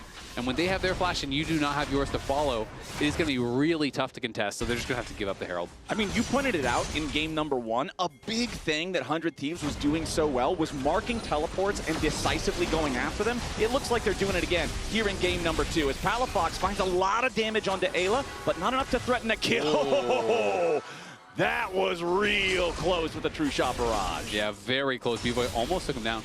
And B-Boy lost his flash somewhere, so that actually happened post-fight, I think, when we were watching the replay. So, and it's synced up with the teleport. So again, it looks like it might have been a situation where he TPs in, the flash is then spent as the TP lands. Yeah, I'm curious what happened there. Yeah, hopefully we can get a replay and see exactly how that got spent. Okay, here we go. Shoot minion. Oh, probably when he tried to walk over maybe for the ulti or something like that. But yeah, Dokla's in the side lane. Nice deadly flourish there from FBI. They get in, and he actually flashed the decimating smash. The deadly flourish there was good. Back in the previous team fight, it was FBI's curtain call sniping Seos down that was able to, or not Seos, excuse me, sniping Contracts down before Seos was able to block the bullet. So good aim so far from the Jhin for FBI. As we do have the Herald summoned up, River is driving it, kablam! Takes down the tier 1 turret, and 100 Thieves will be happy with that one. Yeah, at least in the meantime for Shopify, we had Fudge pushing up bot side, so they got feats confirmed here, as they do have those upgraded boots. He's just going to drive it over to the Dragon, and Sixth man showing up here. Exactly, but the fight has already started. Fudge isolated from the rest of the battle as Seos is knocked down to half HP, but he still has the unbreakable will. 100 Thieves turning their attention back over to the river, back over towards the Drake as they have it down to 3,000 HP. Fourth shot, gonna take it low enough to smite it down. Seos gets caught out by the deadly flourish there as Big Dopes is ready to follow it up, and FBI goes in a killing spree. It's a Drake plus a kill for the side of 100 Thieves. They're nicely done. They actually had Seos so low that by the time he finally used the unbreakable will, he was looking pretty breakable. He was so low on health that he does just get taken down. I mean, Ayla even threw the Ignite on him early, trying to chunk him incredibly low. It was an unbreakable won't. Seos is not walking away from that one. The Alistar drops for the second time this game, and 100 Thieves will happily stop the soul stacking. They will not allow Shopify to get to that critical soul point status. And honestly, it's another game. Remember that in game number 1, we never saw a gold lead bigger than 1,000 until about 21, 22 minutes into the game. 100 Thieves then wins a big fight. They end up taking the lead, and the game quickly snowballs from there. This game also staying very, very close for the first 20 minutes. It is really close, but I'm kind of concerned a bit about the game state for Shopify when I'm looking over and I'm realizing, okay, it's going to be hard to get through Dokla, and then you already have the Seekers picked up early here by Quid, which is going to make him really difficult to knock down. FBI is positioning pretty far back, you know, goes for the Ghost Blade as well as the Rapid Fire, which is kind of like the stay alive type items, move fast and shoot from far away. So it is going to be tough to actually get in and get on them. And if your engage is too telegraphed, like if you're going to full send everything, flash, you know, ulti from Palafox, ulti from Fudge, everything in on the back line, as long as Ayla is on it, you can actually just defensively ult that and reset the fight off of that Bartle. So we'll see how Shopify are going to be able to actually make this work. They definitely have the opportunity to try to find that perfect engage and blow open a fight, but if you don't have that perfect engage, I do feel like I really favor 100 Thieves comp. B-Boy is very strong right now, though, on the Ezreal, does have 100% kill participation, is at the big 2-item power spike of the Trinity Force with the fully evolved Muramana, and I feel like if Shopify wants to try to get a lead, if they want to try to force themselves ahead here at this critical juncture, it's got to be off of playing around B-Boy. Yeah, I mean, B-Boy has just been a pretty big star for the team. You know, I do think he has been quite consistent. You know, even in their loss last week, it felt like he was, you know, a really big part of their threat to win. They did, of course, win the series, but did drop one game to PSG, and I know they weren't super happy about how that series went, despite the victory at the end of the day here. All right, Shopify do not want to allow 100 Thieves to have total control over this topside river. They do not want to allow them to establish vision as Ayla goes on a magical journey back through the terrain, stays safe. We've got ourselves a good old-fashioned stare down here, my friend. Palafox jumping in there with the Soul Unbound. Gets an advantageous trade onto River. Actually nearly kills River off entirely. Fudge wanted to go for the public execution, but River steps away. Shopify Rebellion. Ooh. They try to get the snipe there with a true shot barrage. B-Boy trying to think ahead, figure out where River would have stepped off to, but River does stay close enough that it does not matter. But now he's still at about 10% HP. Shopify Rebellion is already starting up the Otacon. They've got it down to half. 100 Thieves move in, looking to stop them. Palafox, 2/3 HP. Curtain Call opens up. Otacon down to 4,000. Seos tanking up here in the very front of the fight. Fudge rejoins at the teleport. Doka on the front line. Otacon down to 2,000. Gonna be secured by contract. Doka jumps into everybody, but it's Palafox into the back line. Shopify Rebellion find an absolutely massive fight. They'll kill 3. They'll take the Otacon, and that's exactly what they needed. Yeah, huge engage there from Palafox. Quid not able to flash it, not able to Zhonya's it. And Ayla with flashing forward, looking for a binding of his own. He gets caught up with Quid. They both get burst down. It was always going to be a really tough fight for them in this 4v5 because River had been chunked out. They immediately start the Otacon. They know Jungler is not here. We can rush this down. The Bard ulti comes through to just try to delay for River to hopefully get there. FBI has really good positioning. Dokla is tanking them up, but then look at this moment right here. Ayla flashes forward, looks for the binding, can't find it. Q3 into that Fate Sealed. And the Azir just gets 100-0 there. Knocked down with his Bard that was already low on HP. Great engage from Palafox. Finds the angle to knock down Quid and Ayla and secure that big fight win. Palafox's Yone was definitely Yoneing. He was the one who caught out the Jarvan beforehand. He was the one who finds the massive engage. He did, if you total all the damage on 100 Thieves together, it's about as much as the Yone did in the previous fight. So big performance there from Palafox. You said early on in the game, that's what he has to be. If you're locking in this character, you need to have the mentality of an anime protagonist. The show is about you. The credits are your highlights. This is your game, and so far, that's what he's doing. But it's still only a 1,000 gold lead for Shopify Rebellion. They have about twice that much overall, considering the adaptive force from the flower bonus they have. But still, 100 Thieves have a chance to fight back. We'll see how the fight goes. It's the True Shot Barrage, not going to find anything. Mystic Shots not hitting a lot of targets here either. Palafox with the Q3 ready to jump over the wall if he needs to. Ayla down to half HP. Contracts looking to control the River here still, as River himself knocked down to 40% here too. There's your Maokai ultimate. Shopify Rebellion have total control over the bot side. River and 100 Thieves are having to try to get away. Big Dokes brought down to size as Palafox dives into the back line yet again.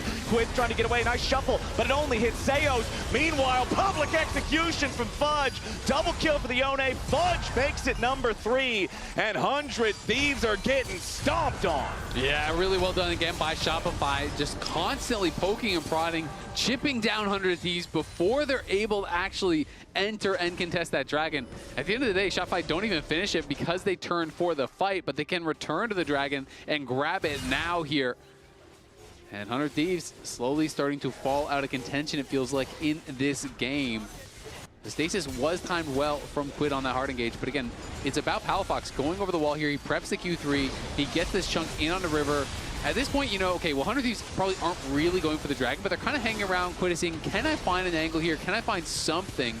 Dokla does get rooted up. He's cleansed out by that Mikhails. Then as Palafox goes in, good stasis timing here from Quid, but it still means Ayla is dead. Seos is in the middle of everyone, and as Fudge comes through, public execution in on a River, he's nailing him. B-Boy was over the wall in that Raptors pit, finding Mystic Shot after Mystic Shot. And you can see a little bit of stress there, it felt like, on Ayla's face as, yeah, this game's starting to slip away from them. I mean, honestly, the dragon that 100 Thieves got earlier was critical, because if Shopify Rebellion has Mountain Soul right now, I feel like this game is completely over. Oh, yeah. It's already mostly over. Shopify is in a massive advantage in the current state of the game, but if there was Mountain Soul already, I'm calling GG. Yeah, totally. I mean, Palafox now in that side lane has a 2-level advantage currently over Dokla. He's about to hit 14, but Palafox is about to hit 16. And tanks versus Yone in the side lane, you just do not hurt him. Yep, Yone just buffering through the decimating smash there. Fate Sealed, very powerful ability, and Palafox is just going to keep on pushing. He does not care. He has the shield bow, he has the Blade of the Ruined King, he has everything he needs to keep his presence. Down there in the bottom lane, FBI though, saved by this Tempered Fate, trying to get away! Followed by Contracts, who doesn't quite have enough damage. The last Bramble Smash won't kill him off, with the public execution for Fudge. Gets the job done. Fudge in danger now, tanking the turret damage. Quid needs a little bit more, and he finally gets one back. Shopify Rebellion playing very far forward, but is it actually an overextension? Quid getting a lot of damage here on a B-Boy. Dokla still looking maybe for an angle as River jumps forward and B-Boy flashes away. Low health bars on both sides, but it's so hard for 100 Thieves to move forward. Yeah, River looking for the re-engage there. Actually got both of the bot laners flashes. They were really nervous, I think, about a potential EQ flash coming out from River, and immediately both flashed away as soon as they saw him coming through. Big shutdown did go the way of Quid, so that was about 700 and something gold put in his pockets, but this side lane is going to be so difficult to answer. You don't want Azir laning against the Yone, but at the same time, Sion is not having fun with this either. You trade back as much as you can, but every wave, Palafox goes back to full health, and you do not. Once Yone is at full build, aka Vamp Scepter and Berserker Greaves, nobody wants to lane against Yone. He's a very difficult opponent to deal with. And Dokla's experiencing that right now. Palafox just slashing him to pieces. Now ready to try to get back away as the curtain call is opened up. Second shot misses, third shot misses. Decimating smash ain't gonna matter because Fate Sealed can escape the maximum range and Palafox gets away. At the very least, they do get his ult out there, but still nicely done by Palafox, just pushing constantly through these side lanes, being annoying. Quid has had the Zonias ready for a bit, and likely going back to complete his Leandry, so he's going to be on 3 items here, but Palafox has got to be sitting on a ton of gold, you have to think. Jay, a little bit of a problem here for River, although he might just be able to turn it around. Fudge has to try to escape now, just barely tries to get away, but the Tempered Fate catches him.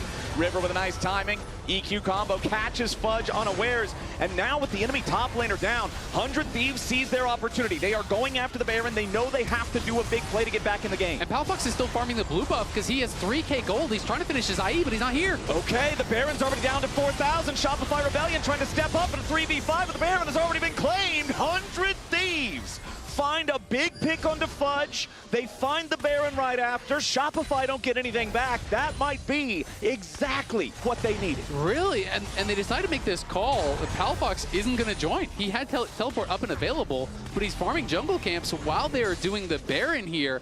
Because he was sitting on so much gold, he wanted to complete the full IE. He just had the crit cloak. He does get the Infinity Edge, but you lose the Baron. And you have to wonder, could he have gotten over there and maybe tried to contest? If they feel like they're going to lose either way, then, well. Oh, nice interrupt there on the recall. Palafox finding Quid. Defensive ulti there from the Azir. He will stay alive. The Soul Unbound timer ran out before Palafox could get the last auto attack or Q, whichever one would have hit first to secure the kill. So Quid escapes, stays alive for now. That was Palafox's flash and ulti used to try to make that catch. Yeah, so no flash, no ult, and the Dragon is up in 30, right? So now this is their attempt at Soul here. 100 Thieves have got to be able to try to stop this, prevent the Soul from being taken. Palafox is going to keep pushing up in that top lane, and 100 Thieves, I think, are just going to kind of have to let him do it. Dokla has no teleport, Quid has no teleport, so they just have to be at the Dragon, start this right on spawn. It feels like Shopify, as a result, maybe making the call to just give up the Dragon. Seo's in trouble. Yeah, River engages, but it's only onto an Alistar, ready to go with ulti. B-Boy fires off the True Shot Barrage. Seo is still at plenty of HP, while Palafox is taking down the inhibitor turret up there in the top lane. 100 Thieves, yeah, they've got control over the bot side, River, but again, they have to start the Dragon right now. It's going to begin. They've already got it down to half HP. We'll see if 100 Thieves can secure it. Yes, they will. Mountain Drake is theirs. Dopa makes his way back into the base. He will be able to defend the inhibitor, but the turret itself is gone. That inhib will be exposed for the rest of the game. Yeah, that is going to be annoying, but at the end of the day, you don't even lose the inhib. Not that big of a deal. And they prevent the Soul from going through. And yes, Palafox still really, really strong, but Quid is becoming a real threat here. Quid is now level 16. Yeah. He has 3 items. He has a large rod working in towards the death cap. If he gets that, he is going to be such a problem. And FBI has his Infinity Edge also, so FBI's damage at this point cannot be ignored. They are really not that tanky over on the Shopify side. Palafox, yes, he has a tiny bit of armor here from the Steel Sigil, but if you go in and you get CC'd up, you could still get 100-0'd. I mean, there's no true tank on the side of Shopify. You have Alistar with ulti, but in terms of your actual front line, you've got an Ambessa, Bruiser, and you've got Maokai who's building AP Bruiser. Nobody is going to stand tall in the face of a fourth shot from Infinity Edge Jhin, as 100 Thieves have about 10 seconds left in the Red Bull Baron power play, trying to get some value out of that. Dokla's going to be sent back to try to deal with Fudge. Only the cannon minion left alive down here in the bottom lane. 100 Thieves, yeah, the next minion wave is ready to crash into the turret, but the Baron buff is now gone. Dokla dealing with Fudge up there in the top side. He does not have his teleport, and Fudge does. Fudge making his way over now with a TP. It'll be a 4v5 if 100 Thieves get engaged on, and Fudge is swooping around from the side. Sun Disc also about to expire. Ayla's going to be the first one killed. Fate sealed from Palafox.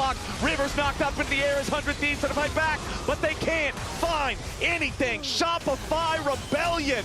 Big moves coming out from Fudge, but Quid's ready to turn it around. Shut down over to FBI. Fudge about to drop next. Quid goes on a killing spree, and 100 Thieves try to fight back. Quid finally falls. FBI's getting away, but the True Shot Barrage cuts him down before he can fire the fourth shot. Yeah, that is really big here for Shopify, but the question is how much can they get off the back of this? 100 Thieves kind of made that fight go for a lot longer than you were going to think it would. Seo's TPing back out on the map. They do have a wave down here on bot side, so they can at least get the tier 2 bot. The question is how much more can they get, because there's no big objectives up for them to grab. There's nowhere for them to just run straight and get this huge advantage. And so it is just going to be Palafox getting further and further ahead. He is so rich at this point, and he's got to be sitting on a lot of gold once again. Yeah, he has GA money whenever he wants it. This is just good macro play. They forced Dokla down towards that bot side. They weren't willing to just give up the inhib and allow the Nexus Tower to be threatened. But as soon as that happens, they're going to get TP'd on. And Ayla knows that he tries to find an angle for the Cosmic Binding. Fudge does not give it to him. Even with that public execution missing, River just knows, okay, I'm going to die. I need to buy as much time as possible here for FBI and Quid to try to get something back.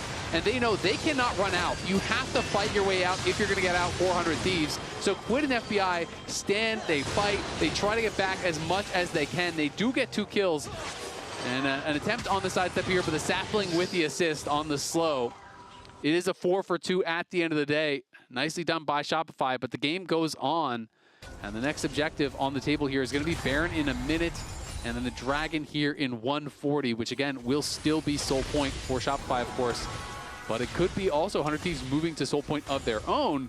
And if you give Mountain Soul over to a team that, you know, is the kind of squad that 100 Thieves have, it is going to be really hard for the Yone and the Abessa to kind of dive through and burst through that. And Quid just finished his death cap, so that is massive. Quid finished death cap. Guardian Angel is done for Palafox, like you mentioned. Also, Spear of Shojin completed for B-Boy. Means as long as Ezreal is hitting Q, it does not have a cooldown. He will just be casting that as fast as he can cast it. As soon as it hits, the next one is ready to fire, and it's very, very difficult to deal with. Yes, you have a big, powerful front line in terms of the Scion, but if B-Boy just gets to shoot him 15 times in a row, well, it doesn't matter how tanky. And he'll break that shield. Yeah. Eventually, the shield does fall.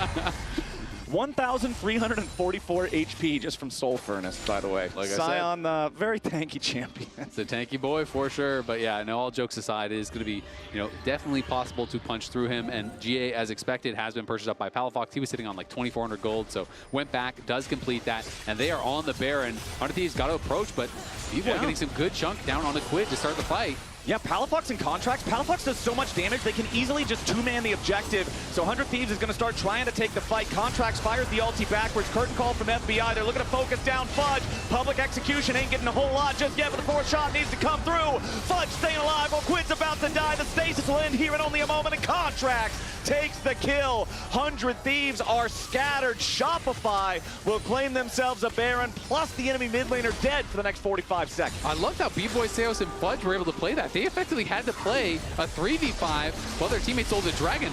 Okay, Palafox going in after FBI here. Soul Unbound goes very far forward. Last turret shot nearly gets the Guardian Angel, but close ain't close enough. As B-Boy continues, stepping up just a little bit further here, fishing for those Mystic shots. Wants to take down the turret. A couple more hits will do it, and B-Boy takes more money for the Rebellion. They're up almost 6,000 gold now, and the Mountain Soul is clean. Yeah, that feels like the straw that broke the camel's back there for sure. They get the Baron, they get the kills, they get the Soul, and now 100 Thieves, I think, are just not going to have enough to deal with what Shopify have built up at this point. It is a massive lead, 6K plus a good 4,000 worth of stats from that Mountain Soul. It's going to make it so hard for them. 4,000 worth of stats from the Soul. You got about an extra 2,000 in stats from the Flower bonus that they have. Remember, they claimed the Otacon all that time ago. Like a 12K lead. Yeah, Shopify is just so far ahead now. 100 Thieves would have to pull off some kind of a miracle to come back into the game. Palafox jumps over the wall, Soul Unbound, a little bit of damage, immediately snaps right back as soon as River goes for a potential combo on him. True Shot Barrage nearly kills Quid. That Ezreal ulti is real strong right about now. Yeah, it is looking powerful. They're looking now for River. Yeah, River having to flash away on the Jarvan. Losing that summoner spell is so critical right now. For 100 Thieves, we're talking about you need a miracle to have any kind of a chance. Part of that miracle is a big engage, but the engage belongs to Shopify Rebellion. The turret is already gone and FBI is already dead. The Shurima Shuffle's not going to do a damn thing. B-Boy is dominating, and 100 Thieves will crumble. The last sand buckles before the might of Shopify Rebellion.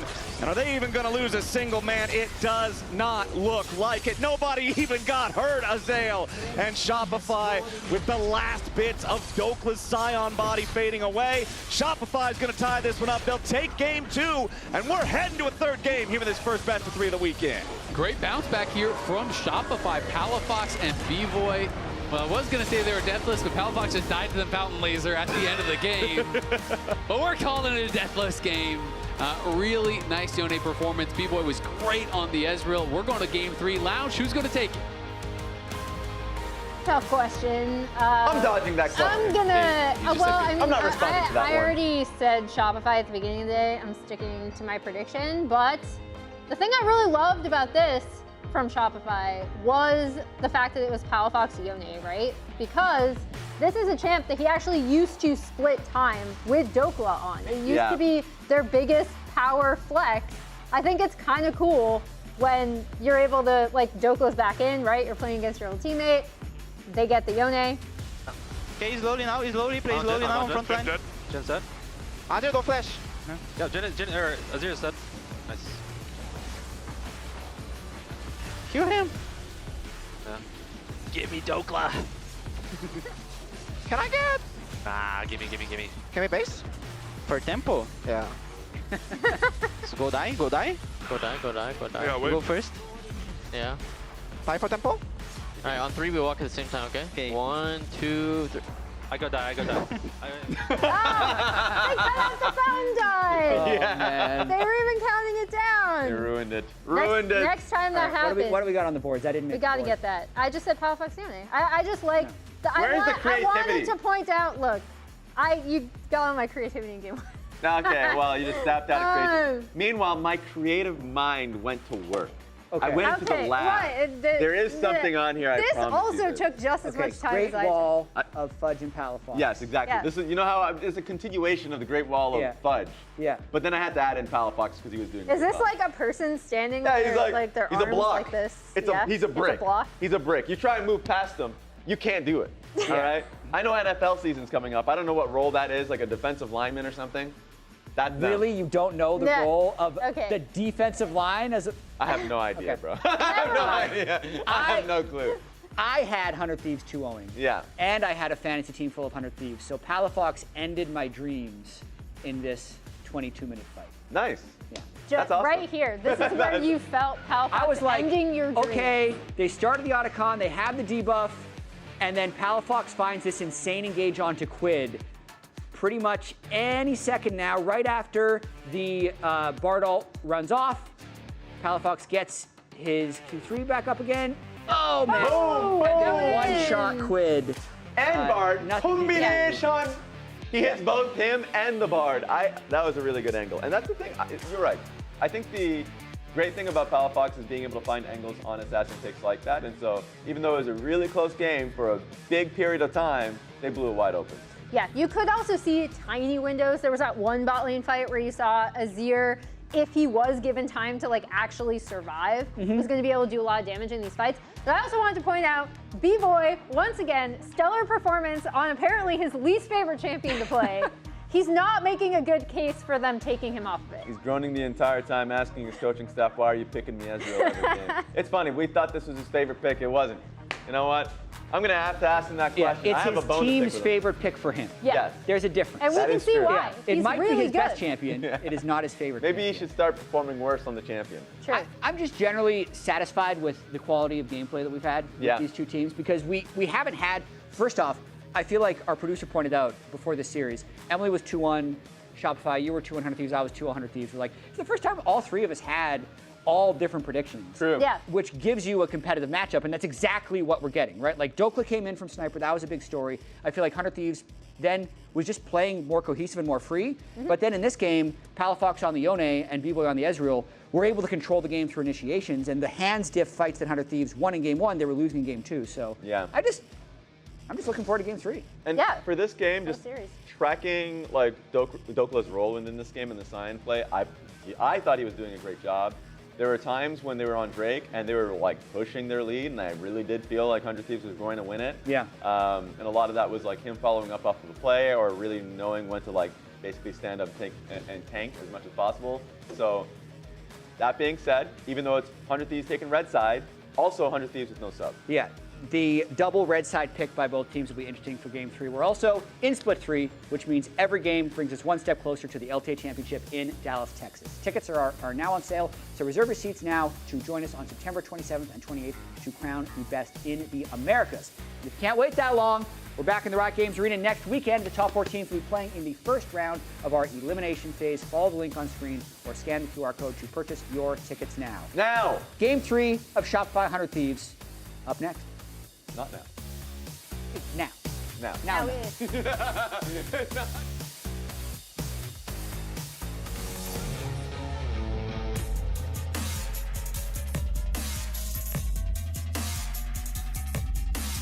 Be ready, fight. Be ready, fight. I'm ready to fight on this side with my Q3. I'll look to R soon. Okay.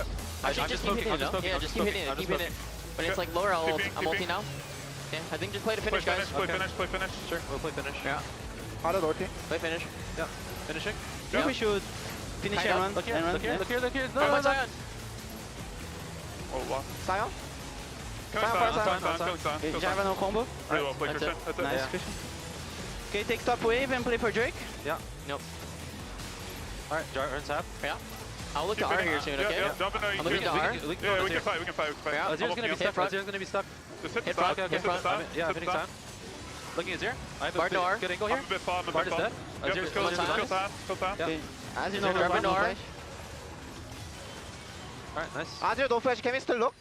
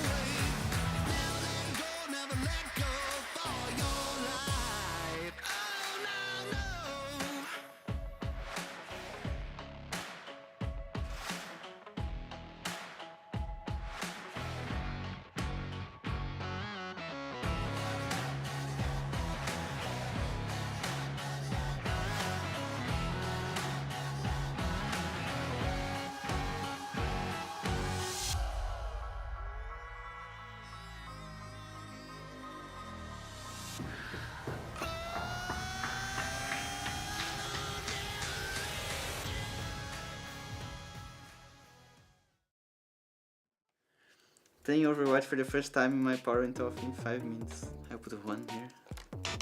Hidden talent. I can sleep 24 hours a day on my off day. If this isn't B-Boy, that would be crazy because I definitely feel like I've heard him say that before. I don't like being a chipmunk.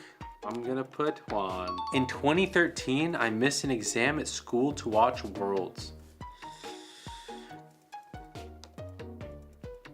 Surely this is... You know what? No. I'm joking.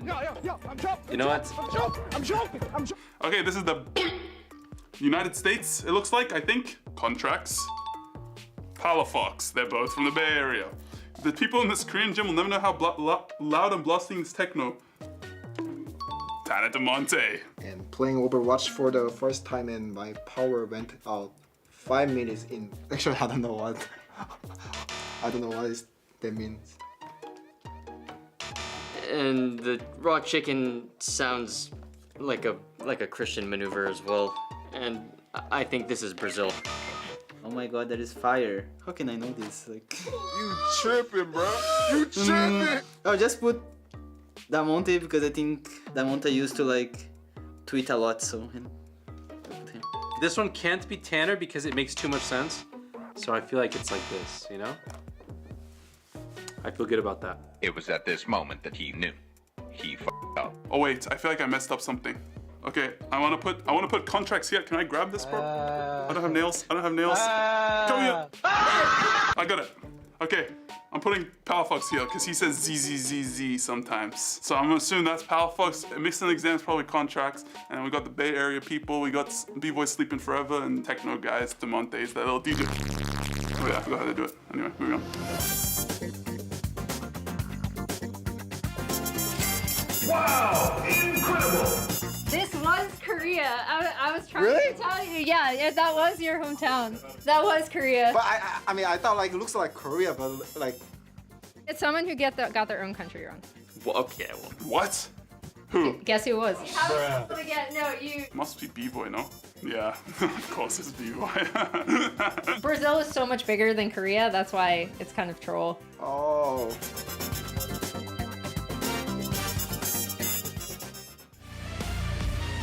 B-Boy missed his own country. Oh, that one hurts. Whenever anybody asks me, what do I mean you're playing like an AD carry? I think that's what I'm going to use as part of And you can't even blame the drawing because Emily drew it. Yeah, if it was you or me, that would be completely reasonable. Yeah, because it wouldn't look anything like Korea. It would just look like a box. Yeah. But no, Emily's actually very good at drawing things accurately. But yeah, we might have to give B-Boy a couple lessons on some geography now and then. But right now, I'm more interested. Cares about is the rift. Exactly. I'm more interested in seeing what they bring to the map in this game number 3. Game 1, 100 Thieves showed dominance. But game number 2, it was Shopify Rebellion bouncing back. Palafox, B-Boy both had big carry performances, and I also think Contracts had a much better game number 2. I always feel like this team does so much better when he can actually get things rolling early on. His Maokai was so much better than Xinjiao was in game number 1, and considering that River was also a huge playmaker in game 1 and really wasn't able to get nearly as much done, even on his iconic Jarvan in game number 2, it feels like a tale of junglers here in terms of who's actually able to make those plays. Yeah, absolutely. I mean, I agree Contracts was a lot better in the second game. I also think Palafox played really well. B-Boy played really well. So definitely a much better game 2. Game 1, Palafox, was really struggling. Didn't really find much of anything on the Annie. But game 2 looking strong. It's going to be a Trundle first pick here for Contracts, almost guaranteed.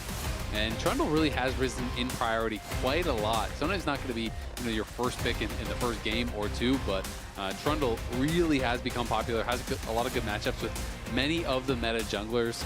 Does kind of deny tank picks, or at least reduce the effectiveness of tank picks just by nature of being in the draft, and can really make it difficult for champions without a dash to actually even just get away or deal with them in team fights. Yeah, and a lot of the champions too, when you think about popular stuff, when you think about like Vi, who is very frequently banned, right? Like this is a champion, if a lot of your character's power budget is in gap closing and being able to have target access, Trundle loves that because he has no target access. His target access is you jumping on him, and he is happy to take a chomp out of you as soon as you're within range. But we will see the Kai'Sa and the first Nocturne of the split locked in for 100 Thieves. So you see Kai'Sa Nocturne, you know it is going to be full dive here. Nico is the answer as the counter engage, which is interesting. I was going to say, as soon as I see that, I feel like Renata is just going to go crazy. But instead, they are going to go for a different answer here. Renata, to me, just really does shut down dive comp so hard. And it's very difficult to even like pivot your draft once you have these first 2 to kind of do something else. Yeah. But Nico can definitely work. If you're overcommitting in onto the Sivir or mid laner for Palafox, whatever, then the Nico obviously can come through with the Pop Blossom and really make things difficult. But we will see where they want to go as far as what Palafox is going to play, because Sivir so far is going to be an obvious target for the dive. Yeah. And the question is, what else are you going to draft around it? Are you going to be trying to draft, a lot of heal and kind of more defensive stuff? Are you going to draft multiple threats so that if you lose one, the others can kind of clean up the fight? There's different schools of thought. Sometimes you do get those comps that it's like, okay, we just have, similar to what we had last game, where you have like, okay, you have Azir and you have Sivir or whatever, and everyone else is there to protect them. Other times you're like, okay, we have actually just like 4 different people who can deal damage, and if you lose one, it's okay because you have Mbessa and you have this and you have that, and you kind of add in all of these different threats that make it much more difficult. I do feel like Nocturne Kai'Sa really excels at just taking down like one target. So yeah, if you can draft multiple threats, have Fudge still on a carry, I think I would prefer that, because then you're trying to dive through a Pop Blossom from the support. You're trying to dive through a Trundle who's going to be able to put out damage. Fudge is on a carry as well. It's like that makes it really tough to just ignore those other characters and try to take down B-Boy or Pop Blossom. And you talk about how difficult Trundle makes it for any enemy champion that doesn't have a dash to really like move around, reposition on the battlefield. Yeah, Kai'Sa and Nocturne both have a big dash in their ultimates, but then that's it. If they go in and they fail that initial mission, that initial one-shot, all of a sudden there's a pillar right behind you. It's very difficult to get away. You're on top of a champion that not just stat checks you, but siphons those stats as well. It's got to be on point for the side of 100 Thieves, as we can see a lot of top lane bans here in the second half of the draft. K'Sante, Ornn, and Rumble all banned away with 1 left to go for Shopify. So 100 Thieves definitely expecting that Fudge would want to go towards a tank, saying, okay, maybe they're thinking he would be a lot easier to pick on in the side lane if he is on a carry. So if you do have that Nocturne, you can play towards those side lanes a lot more easily. A lot of AP characters taken off the table here as well. Silas, the Aurora, the Akali, the Rumble, all going to be taken away here. Dokla, are they going to blind pick him, or is it going to be Quid that is last pick. I feel like it makes a lot more sense. Probably just blind pick top, go something kind of standard, like the lines of the Renekton. Yeah. It does always feel like a relatively safe blind pick up in top lane. And then you save last pick here for Quid, who was a massive difference maker in game number 1 especially. I mean, if I'm thinking about top lane champions in League of Legends, if I had to pick one champion to summarize the role of top lane, it would be Renekton, right? Yeah. He fits into pretty much every comp. He can do a little bit of everything. He's a strong laner, so never feel bad about blind picking a Renekton. But over on Shopify's side, let's see what they got cooking here for these solo lanes. I wouldn't be surprised by just Victor Aatrox. Okay. I feel like that's like pretty standard. You know, maybe Fudge would be nervous about, you know, playing Aatrox into the Renekton because there's also the Nocturne there. But with all of the prime tanks kind of gone, I don't really know that there's anything that's like more safe than that. You could go Gnar or something, but I feel like when you're in mini and you get Nocturne ulted, you're pretty cooked. There are other tank options that are less meta, and you actually need to go for one. So Shogath, interesting. So Shogath definitely, you know, is pretty far down the table, I think, as far as what top laners will play. You know, as far as the tanks go. Sion obviously was played earlier. Ornn and Xante are banned out. Those are like the big 3 by far. And then you have to go kind of way down the tier list, I feel like, to get some of those other tanks in top. Shogath can be quite strong. The question is, can you actually punish him before he gets to that point? Because Shogath is a really slow starter, does need to scale, does need to get feast stacks to be, you know, powerful enough. This is interesting though with the Ahri coming through. Maybe they're just saying, okay, you're not actually going to have enough damage to actually kill off the Cho'Gath later on. You know, as long as he gets tanky, you can throw down the silence, which can be incredibly annoying for some of these divers. Like Ahri ults forward and then just gets silenced by Cho'Gath. All of a sudden you can just get focused down. That could be pretty frustrating, but I'm not as familiar with this top lane matchup. You know, I am expecting it to just be like the grass tank style of Cho'Gath because it is into a melee matchup. And as long as you can kind of sustain through those early levels and keep getting access to the wave to just have your passive just non-stop feeding your health and mana, I think you will be okay, but it is always scary in those early levels. I mean, it's full dive just like we expected from 100 Thieves, but man, the answers from Shopify, I like them a lot. It feels like every single one of these champions is built to create a defensive, protective bubble around Sivir or Victor, whoever gets dove on. You've got Gravity Well, you've got Pop Blossom, you've got the Pillar. You already mentioned the power of Cho'Gath Silence. Silence as a mechanic used to be far more prevalent in League of Legends. It is one that barely exists in most kits on most champions now because it is so overwhelmingly powerful. Cho'Gath is one of the few champions that still has it, and especially if you need to have the execution that 100 Thieves needs. If that dive has to work, the difference between a silence hitting or not is the difference between someone living or not. It absolutely is, and it's kind of like I was saying, even though Fudge isn't on a carry, they have threat from all of the 3 kind of like non-carry, quote-unquote, positions, right? Yeah, you have Palafox, you have B-Boy, they're playing carries, that's not a surprise. But Trundle actually does a lot of damage. Trundle is difficult to fight through. The Nico support has really good counter engage, and it's not just the silence that's going to be frustrating from Fudge. You're going to go in and you're trying to dive past the Cho'Gath who's going to silence you, potentially knock you up, and then Feast is going to be like 1,000 true damage right in your face. So it is going to be difficult to pull off, but you know, if Shopify fall behind, things can definitely get tough for them.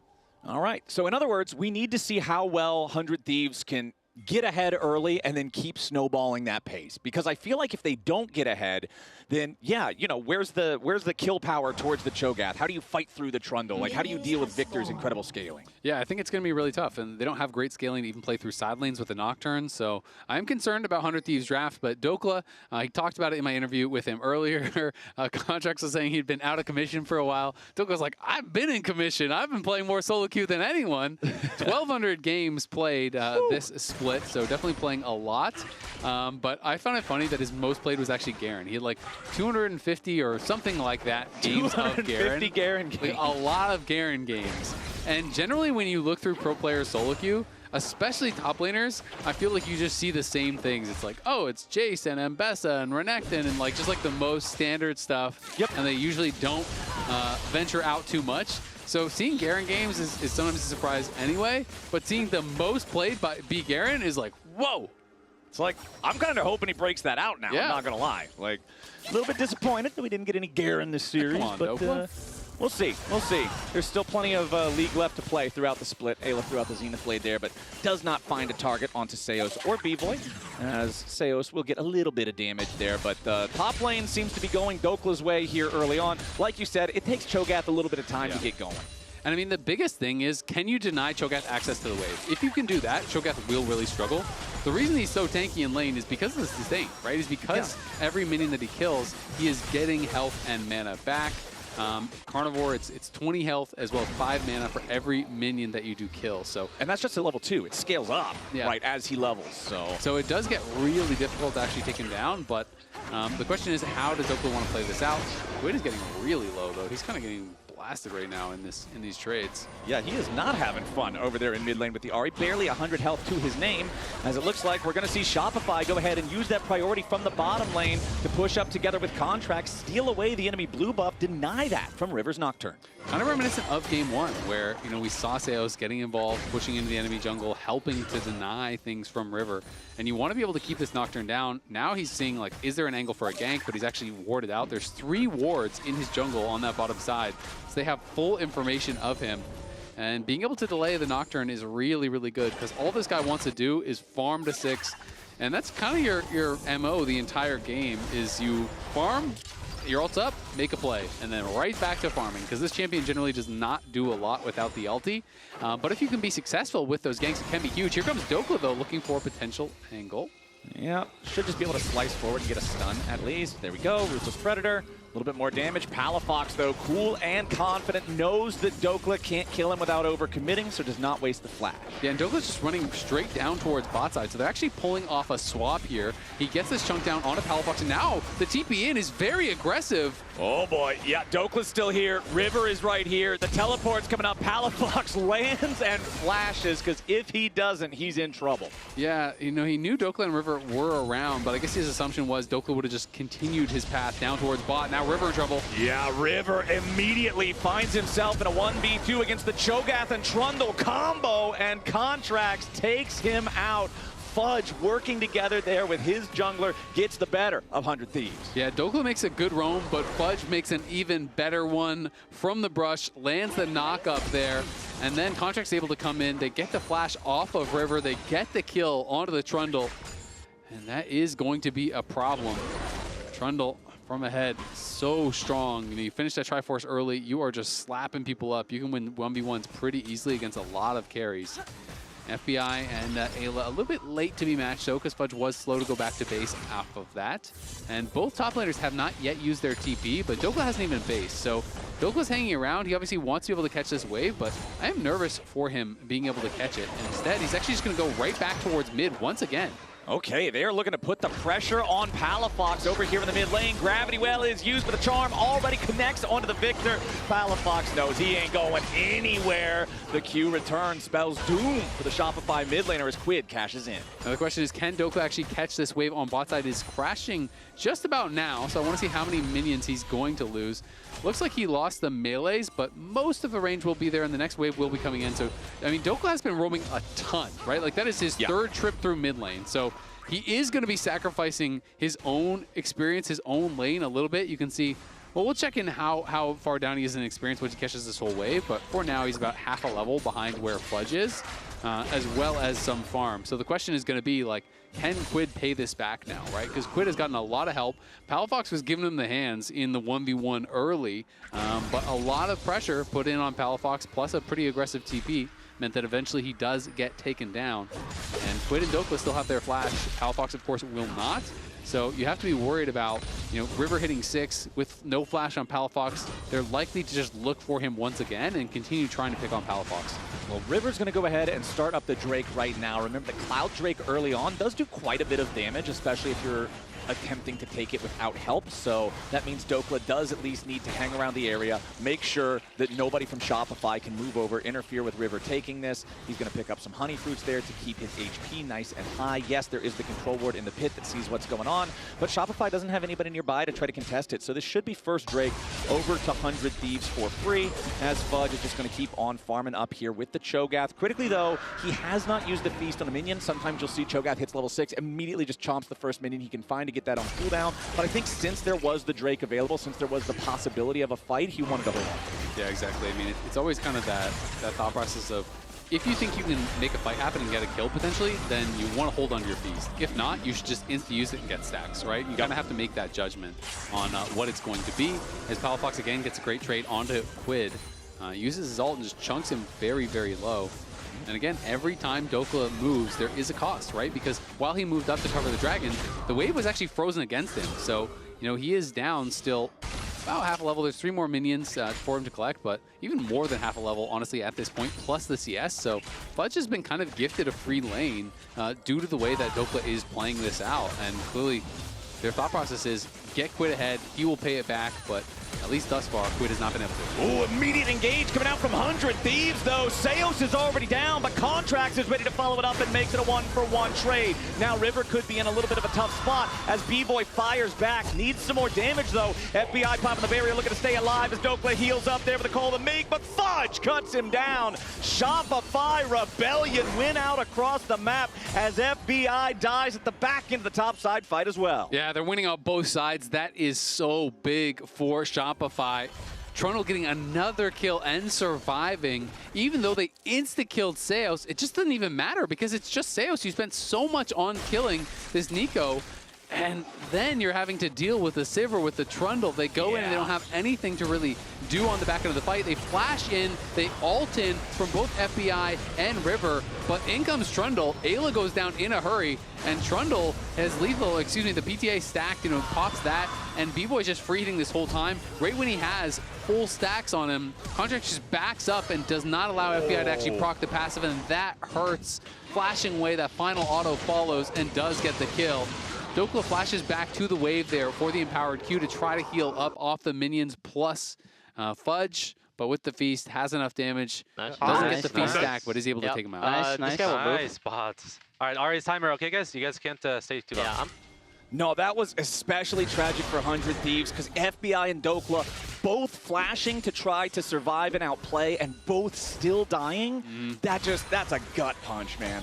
Yeah, I mean, it does feel like this is a team that has to play from way ahead, and they're pretty behind, right? Yep, about 1,500. Yeah, I definitely did not love the draft, and we're kind of seeing why. Interesting, Contracts actually does decide to go for Sundered Sky, so he's not going to go for Triforce in this game, but we'll have that first item completed. And Fudge does stop for the Bramble Vest, but expecting that he'll just go in towards Heartsteel. There's 3 melees over on the other side, and both FBI and Quid are relatively short range, so you should get value, and especially if you're just scrapping back and forth, with this grasp, with what I'm expecting is an Emax. Yeah, he is Emax. You'll get a lot of procs out of that and a lot of value out of it as well. We've got our grubs up 10 minutes into the game. Those haven't been taken yet. Honestly, that's kind of rare. I feel like a lot of times grubs are at least attempted and the first one is taken right around their spawn timer. And hey, there it is. As soon as we look over at them, Shopify Rebellion is working to take the objective. The first one's going to go ahead and drop the contracts. River's making his way over. Ayla and FBI right next to him. Shopify, though, should, if nothing else, just be able to smite down this second one. Doesn't even need to use it just yet. Instead, they'll secure that one with just the auto attacks. Should be able to grab this last one here with a smite. There it is. All 3 grubs over to Shopify Rebellion. I mean, Dokla is just not able to do anything in this 1v1 anymore, too. He spent so much time roaming. Quid hasn't really even gotten an advantage. It felt like Quid just kept losing to Palafox even after all the help that he got. And that is the worst feeling when you're like, okay, I'll sacrifice my game, but I'll put you in a position to win. Right. And then they are still losing. It's like, well, but wait, that's not what was supposed to happen, because now he is down over a full level. He can't really trade. He can't win an all-in. He's going to get outscaled. So that is just brutal. And the amount of wave clear that Shopify has between the Sivir and this Victor means that if they don't want to fight and they just want to sit and farm, they can do that. So 100 Thieves, I'm not really sure where they go from here other than just kind of showing up to objectives and hoping you one-shot the carries. They go in. That's the only place they can go. That is the only thing their draft allows them to do. They must go in. We'll see how well they can do it. They've got the, what's that thing? Experimental Hexplate completed there for River on the Nocturne. Black Cleaver finally done for Dokla there on the Renekton. But it's like you already said, Fudge on this Cho'Gath is so comfortable in this side lane now. There's not really any chance for Renekton to go in and, like you were talking about earlier, force you off the wave, force you to have to play so respectfully of him. Sure, he combos you. Okay, maybe he takes off a quarter of your health. All right, you just eat the whole wave, and now you're back to full. Yeah, the only concern is, let's see this. Hold on. Seos could be in a little bit of trouble here, wants to turn it around onto FBI, gets a two-man pop blossom as River tries to dive in, and FBI chasing now after his opponent. B-Boy survives for the time being, but FBI down to 200 HP, has to continue making some space. Palafox and Contracts are here. Nobody on 100 Thieves dies, and they get their pick. Yeah, the one thing I was going to say, only concern for Fudge, still 0 feast stacks, and we're 12 minutes in. So he's not using them on the wave at all. You know, he did get a kill with his feast, but it was not a killing blow, so you don't actually get the stack. As Quid had the Malignants, you know, they are able to actually reveal the Malignants in the Hexplate there. They do get 1 kill, and then it did go to Quid, so he's up 400 gold. In a pretty decent spot. FBI completes his Kraken off the back of that fight as well, but it's Shopify starting up the Dragon first here. And without Nocturnal, I can't really see them contesting this. I feel like it would be very, very difficult. Quid's going to walk up past the Trundle Pillar here. He's going to see Palafox waiting around nearby. Gravity Well slows Quid down, but it's not like it would be able to lock him up. Now that we've got Seos also in the area, Contract should have full confidence to be able to finish off this objective. But Quid and Ayla are seeing if maybe there is a trap to be set. Maybe they can catch Palafox unawares, but that's not going to happen. The Death Ray so effective at just clearing out these waves instantly now, as Seos and Contracts thinking about maybe an opportunity for a dive, but they think the better. Yep, not going to look for that, knowing that Ayla is around. Fudge definitely needs to start just feasting Someone minions. feed this Cho'Gath. Feast some minions. He's hungry. I feel like you get into this like sunk cost fallacy sometimes as Cho'Gath, where you're like, okay, I'm gonna save it because maybe I could kill him, and then there's no fights, and you're like, well, I already saved it for this long, so I gotta keep it just in case there's a fight. Because what if I use it on the minion, then he fights me? And it's just like, well, you're just not getting any stacks, right? And it is a lot of health that you are gaining, and of course the health then does scale with your feast, and it all kind of feeds into itself. So we'll see if he's going to use the feast now, but eat one of them. Chomp it. Eat it. You know you want to. Eat the minion. Eat it. Nope. Nope. Okay. All right. 14 minutes in, no feast stacks. That might be a first for me. Wait, no, there's 4. Wait, is there? Or wait, maybe that's the Otacon flower. No, that's the Otacon flower. I'm stupid. Okay. I was like, wait, am I blind? No, my bad. That was an Otacon flower. I was like, wait a second. Minions chomped, 0 pets gobbled, 0 monsters eaten, 0 dragons consumed, 0 epic monsters ingested, and 0 champions devoured. They each have their own little descriptor. The Cho'Gath is hungry, but he's like owning. Like he's way up in lane. He just doesn't have any feast stacks. We need one of those. He's just not hungry. He already ate. You know those sad pet commercials with Sarah McLachlan where she says that you can like with the eyes of the angel in the background. Yeah. With the arms of the angels. That's what we need for Cho'Gath because he's hungry. For $1 a day, you can help Cho'Gath find himself some feast stacks. You too can feed yordles to Cho'Gath. Every dollar is another yordle fed into the gaping maw of They're Cho'Gath. very cost effective. You know what? For Teemo, I'd spend 5. Yeah. There's another trip to Vandal City. Just grab a bag full of yordles and feed them to Cho'Gath. He's starving out here, Flowers. Somebody help him. You know, Riot dev team, you know what you guys should make? A special custom version of skee ball, where instead of the normal holes to sink the balls in, it's Cho'Gath mouths, and the little balls are yordles, and you're just bowling the yordles into the Cho'Gath. There's a whole bunch of stuff we could go. I was thinking, you know, hungry hippos, but it's Cho'Gath eating Cho'Gaths and Teemos. yordles. Yeah. That would be really good. That would hit. Yeah, I'd play would that. be pretty legit. I would play that game. Yeah. That would be good. We could use that for tiebreakers. There you go. That would be fantastic. Fudge is making his way into the fight now, though. We'll see if he can eat anything in this one, as Dokla's immediately ready to answer here with a TP. The Herald got down to half HP, but the patience is reset. Shopify forced off the objective. Contracts stepping forward a little bit further here, but nobody on 100 Thieves is giving Shopify a chance to find anything back. So the wave's going to get cleared out mostly. B-Boy doing most of the job on that one as Quid has to use his ulti to escape from the ulti of Palafox. So we don't have an Arcane Storm. We don't have a Spirit Rush. Both mid laners without the ultis, but it's Quid who's very low on HP now as well. Makes it very difficult for 100 Thieves stack, here we go. try and fight. All right, come on, Fudge. Eat it. There we go. All right, Cho'Gath on the board. Thank you, Sarah McLachlan. He was just saving his calories for a big meal, you know? Okay, all right. Yordles can't be more than a couple hundred calories. How part many of the diet. calories is a Rift Herald? That thing's huge. Probably like 1 million. It's really See? big. There you go. He didn't want to waste his calories on some Yordles. Right. He was saving up for the big meal. why have a TV dinner when you can have a gourmet feast? Like 7 courses. Dad's barbecue and steak. You just got to hold out. Yeah, all right, okay. I can respect it, Fudge. Quid is making his way back up here, but without an ulti, Ahri might as well be a cannon minion to a Cho'Gath. Like, there's just absolutely no Even threat. with the ulti. Yeah, okay, fair enough. He doesn't really ever do anything to the Cho'Gath. River is hanging around here, but even with Nocturne and Ahri together, it is pretty hard to kill Fudge. You can see FBI was also pathing up towards this direction, but Fudge is going to back away. Yep, Fudge is just going to back it off. And Shopify is just going to keep doing what they're doing. I think they're just going to keep farming and scaling and saying, you know what, we get more from this than you guys do, and we have really good wave clear. Honestly, all three, between the Sivir, the Cho'Gath, as well as the Victor, can clear waves out quite effectively. And there's just not really like a great lane to play towards. Clearly, all the eggs have been kind of put in the Quid basket here early on. 100 Thieves had Dokla go mid lane 3 times in a row. River's kind of trying to help him and so on. But even with him getting 2 kills, every time we look at mid lane, he's just getting beat by Palafox, right? Like every time we look at those 2 mid laners, the trades are going Palafox's way. They have not been able to find any sort of an engage to actually chain kill off this Victor that they put the pressure on earlier.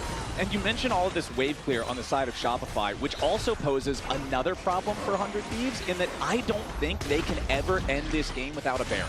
Yeah. So unless you can get yourself to a point where you can force that, it's a real tall task to put yourself in a spot to really try to lock the game in. As we can see, Shopify stepping forward, wanting to contest here for the 3rd Drake of the game. It's 1-1 so far, so not an emergency for either side if the other one gets it. Dokla already using the Dominus, though, forced back by Palafox. Nocturne ulti's not doing a whole lot here as River is trapped inside the pit having to deal with contracts. Seos goes in for the Pop Blossom. He only finds FBI, but that's a pretty good target. 100 Thieves trying to scramble a little bit now as Shopify run forward. Fudge needs a little bit more damage and Quid is gone. Dokla into the back line causing some trouble for Shopify, but not enough. Shopify Rebellion, they'll take the 1 kill, they'll take the Drake, they'll take the fight. Yeah, nicely done there by Shopify. Able to get quite a bit off of this, and we're just seeing it just feels like a lack of damage. They can't actually get through. Ayla in some trouble, but FBI and River are there to cover. And it's just been really difficult for them. You know, you see River pop the ulti, and he's like, wait, who do I go on? It's like, what? And then the entire time, he's getting beat to death by Contracts' Trundle. Like, he couldn't actually ult really in on Palafox. On the other side, there was multiple members that were stacked up. If he ults over there, he's just going to get devoured by the... Oh. The Observers just did him so dirty. He missed the P-stack on the cannon. All right, we need to air the commercial again. That is crazy stuff that we went to that. But this is, River pops the ulti. He's like, wait, where do I go? Like, I can't ult in over towards Bevo and Fudge or I'll die. I can't ult in towards Palafox or I'll die. And I'm losing the fight in towards the Trundle. So Fudge is pushing through. Yes, he does eventually get low and has to run, but I mean, it's looking tough. Contracts feels completely uncontested. You know, that would have been 2 kills if Feast was off cooldown. I have Sonya's already, guys. True. I'm sorry, Fudge. Don't hate me when you watch the VOD back there. Okay, so He's got 2 stacks. He doubled them. Okay. We're getting there. We're getting there. We're making our way downtown. Making our 20 way. minutes. 1 stack per 10 minutes. That's the pace you want to be at. All right, 1 hour game. We're going to have 6. We'll be there eventually. Exactly. But we do have 2,500 gold lead for Shopify. They do have the Drake lead, although it is still just a 2-1 split. They've got all 3 grubs. Honestly, the game is looking really good for this team, especially considering we were talking about 100 Thieves had to play from ahead. They needed to make sure that they could make this dive happen. When they go in, they've got to get their man, and they are just not there. I mean, maybe if like B-Boy or someone is way out of position and just dies for free, you can do something, but I kind of feel like you full send it on B-Boy or Palafox, you kill them, and then you realize, oh wait, like Trundle and Victor and everyone is hitting us and we're kind of just dying. So I just feel like they don't have any damage to actually kill off this comp when they're playing from this kind of a position. So Shopify played it slow, played it steady, and feel like they're playing with a really big draft advantage and looking good. Okay, 100 Thieves looking to make their dive now. The Pop Blossom defensively finds 3, and Shopify are firing back. Ayla is already down. That was 100 Thieves full send. That was their attempt. That was their trigger pull, and the gun blew up in their hand. Yeah, that one's feeling like a little bit of a death knell there for them, as now Shopify going to go right down to Otacon. B-Boy's a little bit low. They can try to get back out there. They're going to teleport. This is pretty early, though, and now Dokla's going to be the one potentially caught out on this TP. Oh, boy, they're already waiting. Dokla's in some danger, having to try to slice and dice his way back out. His stats have been sapped. He's knocked up into the air by the rupture, and he's already dead. Dokla spins his summoner spell just to pay Shopify Rebellion. All right, at the very least, he stopped them from doing the Otacon, and FBI is going to be pushing mid lane. The question is, can they just like go back out on the map and start Otacon once again, knowing Dokla's dead for 30 and has no teleport? Yeah. There's a lot of members moving down towards bot, but not all of them, so no guarantee. He ate another one. He's up to 3. That's a drastic increase in the speed. Yeah, this is big pace. Big pace. Huge. Okay, 2-0 and 2 on the Cho'Gath, 2-0 and 4 on the Trundle. We've also got the Dead Man's Plate completed now for contracts, which makes Trundle so obnoxious because it's so easy for him to get in pillar range now and force 100 Thieves to kind of scramble and panic, trying to make sure nobody gets caught out. Yeah, exactly. He actually has 5 points in Frozen Domain, so he's 3-5-3 as far as the skill order. So really prioritizing the move speed there quite a lot. Of course, it is giving you additional attack speed as well. But you are so difficult to actually escape from and so difficult to lock down, as that was that TP play from Dokla. Goes in, and look at the reaction. I mean, they know unless their team makes some big mistakes, this game is pretty cooked for 100 Thieves. They had a good start, but these last 2 games haven't really been able to get much purchase in the game. I mean, I feel like besides spilling coffee on the computer, it's pretty hard to fumble this game state for Shopify. With the commanding lead they've already established, Quid knocked up into the air, Silence slowed down, Contracts ready to follow it up, a little bit more damage. Won't find its way to the health bar, so Quid stays alive. But the enemy mid laner, the man you put so much effort, so much time, so many resources into trying to get ahead, he's at 200 HP, he's got no ulti, he's forced out of any potential fight. As immediately those Tangle Barbs almost catch Dokla, but they don't quite hit the mark. And Shopify Rebellion have total control over the bot side river. The nice part for 100 Thieves is it's not quite synced up with the Dragon Timer that Quid had to go back to base. The Contracts has now found Ayla. A little bit of damage here, but not quite enough to get a kill just yet. Arcane Storm forcing a flash out. That is 2 ultis used by Shopify Rebellion. No kill going their way, but it is a tempo advantage as Ayla has to go all the way back to base. Yeah, it feels like that's probably the Dragon off the back of that. No problem. They are going to pull it and start it up here. Fudge does not have Thieves to help secure, but it will be up pretty shortly. 10 seconds. Yeah, 100 Thieves still in the area, seeing if there's any sort of an angle to get something done, but just with no ult on Quid, with no flash on Ayla, it feels really difficult to even try to approach. Dokla is behind them, but this is going to be gone, and there's another stack going over to Fudge. Yep, they've already got the Drake, and now Dokla's got to try to get away because Palafox found him. Contracts flashing out. Fudge is going to cover his retreat. Dokla, now isolated from the rest of the team, has to flash back over the wall to make sure he does not get caught by the Tangle Barbs there from Seos. Another win for Shopify Rebellion. Yeah, and if you think that front line is tanky now, wait until they get Ocean Soul. That is going to be almost impossible to do anything. 100 Thieves, yeah, it's time to flip it. Just start the Otacon, do something. Like, this game is looking so cooked, so even if it's like a 10% chance, I feel like it's better than what they have now. Yep, it's a YOLO play, but that's what you need sometimes. Otacon down to 5,000 HP. It's 100 Thieves are looking to send it back on a Fudge, who flashes over the wall, staying alive for now, but he's very, very low. Pop lost him onto 2. FBI's first to die. Quid having to dash back over the wall to stay alive, as Dokla will be the next man down, and Fudge never even falls. Otacon finally slain by River, but it costs a heavy price. Double kill back over to Contracts, and Shopify Rebellion are loving the results of that fight. Yeah, exactly. They get 3 kills that they give up, but more than that, you're going to lose a ton because it's going to be Baron. Off the back of that, pretty much guaranteed, you have to think. Yeah, they get the Otacon, but it was already looking so brutal in this game, so I'm not going to blame them for the attempt here. Like I said, I feel like this game was already completely cooked, so just send it, see if you can actually get something done. But this counter engage, great from Seos, comes over the wall. They can't even get the kill on Fudge, that insult to injury. And then back in live, we are seeing them do the Baron here, but River just now responding as it is incredibly low, and I don't think he's going to be able to get there in time to even see the Baron die. Yep, Baron already slain. Nobody from 100 Thieves nearby. No. I don't really know what that was, but I don't know. I'm trying to think. What is he even knowing? Everything went well. Yeah, everything. Maybe it was like, I didn't get the smite. No. Yeah, maybe. Oh, he got the smite.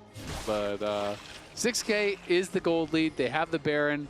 Ocean Soul here in 245. This one feels like it is pretty much wraps. Yeah, it's just so tough when you don't have any sort of real scaling on your team. Like, you don't have any, there's not like the, oh, but if we play to the Jax in the side lane, or, oh, if like we just delay enough time for our Azir to get 6 items. Oh, you know, like, there's nothing like that. All of the O's favor the other team. That is way ahead. Yeah. It's like, well, we're down 6,000 gold, but what about No, they have dragons. Well, what about map pressure? No, they have map pressure. Well, what about if we can hang back and clear wit? No, we can't really do that. The good news is 100 Thieves has about as many feast stacks as Fudge. Hey, come on. He's getting up there. I got to defend him now. He's up to 5. We're making some progress. Yeah, we're getting there. I wish everybody at home could see the grin on your face as you're looking at the feast. He only needs 4 more minions. The question is he going to get his guaranteed 6 free minion feasts before the game ends? Brother, I think this game is going to end far faster than that. Like, Shopify Rebellion is up 7,000 gold. It's going to be closer to 8,000 here after this tier 2 is taken mid. Okay, I guess it'll bounce back closer to 7.5 because Dokla is at least going to get the tier 1 turret top lane. That is the first turret that 100 Thieves have acquired in 28 minutes of gameplay. It's a rough one. River's going in though. Paranoia already popped. Ayla tries to hop in first, but immediately takes a ton of damage. Sayo staying alive for now, finds the pop loss, and River is already dead. Dokla makes his entry into the back part of the lines of Shopify, but it will not matter. 100 Thieves, they have no damage. They have no chance. They have nobody left alive. A triple kill for the victor of Palafox. A clean ace for Shopify Rebellion, and that's your game-winning team fight right there. They're going to take down 100 Thieves. And Shopify Rebellion going to continue their winning ways here, move to 3-0 as far as the match score is completed. And this was the most one-sided game in the series. 15-3, 11,000 gold lead by the time it's done. There's not even anybody to farm left alive. Ayla respawns, only to be hit immediately with the pillar, and Shopify will take the dub. Strong performance here from Shopify in games 2 and 3. Game 1 was looking a little bit tough, but game 2, game 3, they really did look strong. And 100 Thieves, especially in game 3, could not get anything going whatsoever. At least in game 2, you're like, well, they can scale. Maybe they can actually play out these team fights well. They have a good shot. But game 3 just felt completely hopeless, almost from the word go. It's like, despite all the help that they gave to Quid, he couldn't get any sort of an edge whatsoever. I mean, we talked about it back in the draft. The way that they were drafting, it's like, this is it. You must full send, you must get ahead, you must kill whoever you go after, and they couldn't make it happen. Hey, reminder though, during LTA North Split 3, you could win a trip to a League of Legends event or a set of 6 Player of the Week statues. Use your Chase Freedom Flex MasterCard to make a purchase from the in-client store and save your card on file to be entered for a chance to win. And the Lounge will be talking with Fudge ahead of the next series. That's Fly versus Lyon, so stay tuned. Don't go anywhere. AT&T has a new guarantee because most things in life are not guaranteed. Like common courtesy. Really, Brenda? I know you can see. When they say... I'm on my way. No way. Pretty blue, though. Or a fun night at the movies. Yeah, that's not guaranteed. Yo, hold on. Let me put you on speakerphone. You know what AT&T guarantees? Connectivity you depend on, the deals you want, and the service you deserve. Or we'll make it right. That's the AT&T guarantee.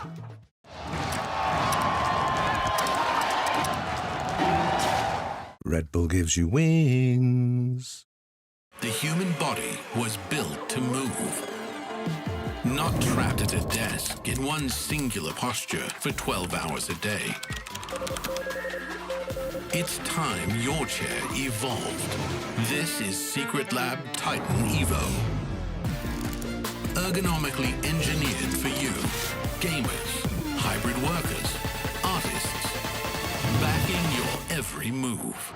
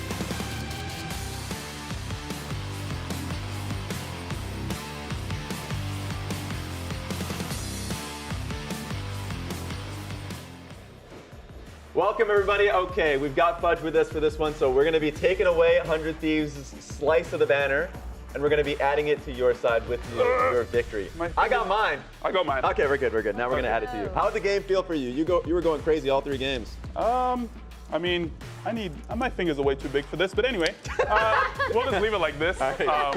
You can do it for me. I got you. Anyway, the games.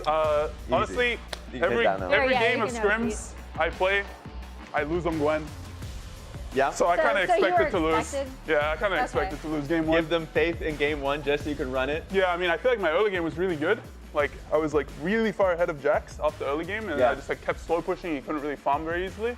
After like maybe like the first base wasn't so good, and then like team fights I just messed up like multiple times, like the TP like in and die and like all that stuff. That game 1 felt pretty bad. Yeah. Game 2 I felt like I didn't play team fights that well either, to be honest. I feel like I could have found way more angles, and I also got caught once before Nash. Yeah. And then lost Baron because of that. So both game 1 and 2 didn't feel so good to me. I think game 3 felt really good though. Because you got the solo kill, but there were questions about your feast stacking. Yeah. That happened early. Dude. What was that I top, forgot. the cannon minion? Dude, I literally forgot that I can stack my ult. Oh my God. I was like, oh yeah, like I'm holding it because I'm like hitting this guy, right? And I'm just like beating his ass in lane. Yes. And then like I'm gonna solo kill this guy, you know? And then I was like, oh yeah, I have a stacking ult, and I was like, oh shit. And then right before, I think it was Otacon fights, like the first one. Yeah. I tried to ulti the cannon minion and I missed it on they 1 caught HP. it. And then my face, like I was like, what? They actually, observers went back, caught it, and did a replay of My it God, for that was you. so boosted. Yeah, Azale was tracking your feast stacks. That was fantastic. I had like 2 feast stacks and I won the game. For only 1 ult a minute, you can give your feast stacks to Fudge to donate now. Okay, so we got a donation drive here. Thank you so much. That being said, we got you here for the FlyQuest versus Lyon series. Now, we got a game here for you. As you can already see, there's a board of builds right behind you because there's a lot of top laners for both teams. For FlyQuest, they have a backup top laner with Gatgos for a 6-man. And for Lyon, they have a lot happening. Lyon, of course, like you had Licorice that started off the beginning of the year. You had Yayo come in. Oh, that's Yayo. That's okay, Yayo. Yeah. I was like wondering who that was. Then you have Surdy. Zamudo's going to be coming. So we're going to have you match a player to the build. And the only thing I will give you is that these champions were played this year by this player. So I want you to just match a player with the build that was played by that. This is only in competitive? In competitive only. Okay. Well, I think I know. Wait, can I? Yeah. Okay, I got it. Oh, there I got we it. go. Okay. I'm pretty sure this is Whippo's game 5. I'm pretty sure against C9 from my memory. I'll tell you after you've done them all. Okay. Yeah. Can this stick? Does this stick? It should. Yeah, magnetic. It's a magnet. Thank God. Okay. Gatgos, I have no clue. But Camille, actually, this is kind of hard, by the way. Yeah. Yeah, there's more top So I'm laners assuming that than- there's some academy games. Yeah. Is my assumption. There are some academy with Zamudo and Yayo. I know Licorice plays Nefiri, so I'm gonna say Licorice on the Nefiri. Okay. I think. You can even put him right next to it so it gets the board. There we go. Hey. Perfect. Fantastic. That's how magnets work. That's how magnets work, guys. Okay. Yayo. Oh God, Gatgos. I have not watched any of Gatgos' games. Can this come off? Or does it want You just have no nails, huh? I don't have nails. I bite them all off. No, same. There you go. I feel like this is a Zamudo build. Because I swear Zamudo doesn't go boots. From my memory. So I'm gonna say Gatgos is Bane. I have no clue, but I'm just gonna assume that for no specific reason, and I hope this comes off as well. Got it. Broke him a little bit. Anyway. Yep. You're gonna notice something real quick. Notice what? What am I noticing? I'll put this right here. Okay, remember, Surdy is still up there. So there's an extra top laner. That means one top laner is gonna be left out. I'm gonna assume Yayo's not here then. You actually, Surdy, Camille.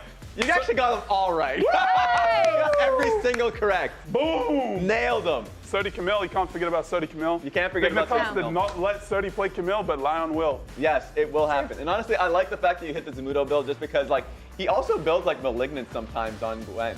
Like, he just goes straight glass cannon. That's a very strange Gwen build, but I know he likes to go free boots and rush items no matter what. There it is. He nailed it. He nailed it. So your thoughts so far going into this matchup? Because of course, like, Lyon looks a lot better, but they have a lot of tougher opponents. They have to play FlyQuest and of course C9.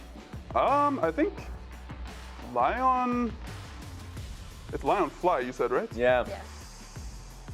That's Yeah. hard. That's hard, bro. Yeah. That's hard. Yeah. But I do think Lyon is actually super underrated. I actually think they're pretty good.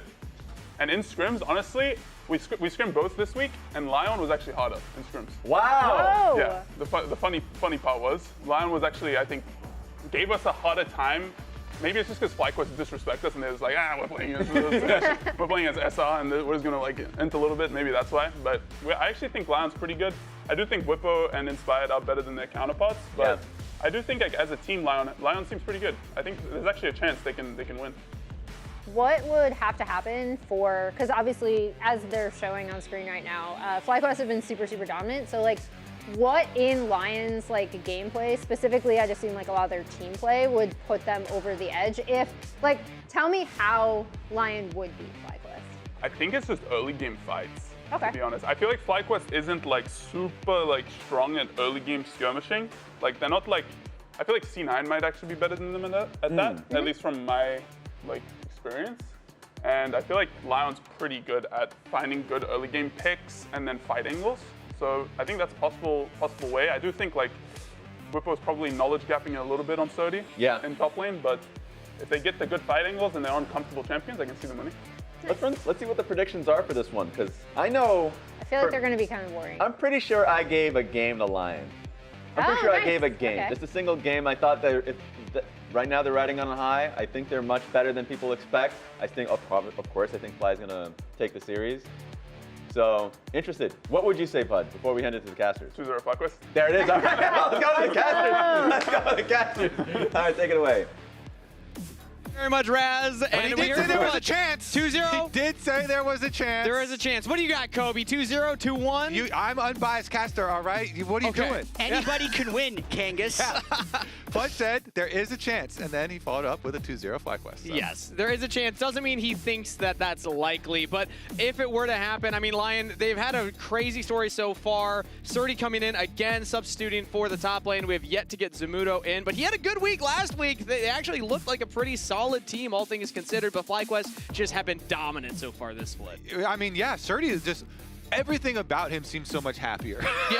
Upon this change of pace that he has gotten here, this kind of like second life that he has gotten on Lyon. So yeah, he looks better. The team did seem to meld quite well, and Lyon taking down Team Liquid builds some confidence, some momentum here. Surdy has given multiple interviews talking about how he really likes the environment already on this Lyon organization and how welcoming they have been.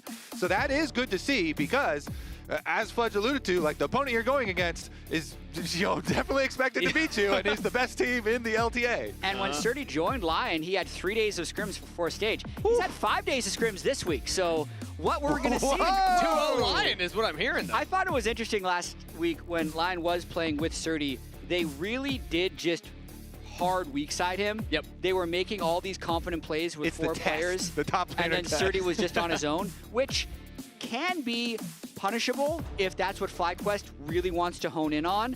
But I also feel like it's somewhat simplifying for Lyon in what their game plan is. If they just actually say, top laner's on our own, and now we can make these overloaded plays onto mid and bots, sometimes that simplification can actually make you play better as a team. Yeah, I also, it kind of makes sense if you just think about it just from an outside perspective. Like, if you had your own team, Jat, and then one new guy was joining, and you're like, what's our best strat? Well, us 4 know how to play with each other. Maybe we just leave that guy on his own and just, see how he goes, right? It's exactly what you do. Yeah, it's a little top layer test. Like, welcome to the Flex Q team.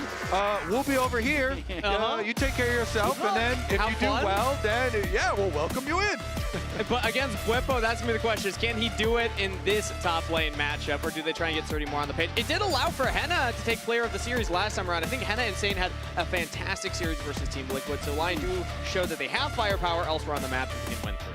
Absolutely. I also want to shout out Busio for really stepping up his play all through MSI, as well as what we've seen here at the start of LTA North Split 3. He's been on fire. Bot laners have been very impactful throughout pretty much every series we've seen so far in Split 3. Yeah, I think Busio right now for sure is best support in the league. I mean, he did get All-Pro last time around as well. Let's take a look at this draft, though. We get right into it. The Gwen is available. The Taliyah is available. So these couple of power picks here. Oh, even Yunara has risen to also available. Yunara's risen to be a blue side first pick power pick.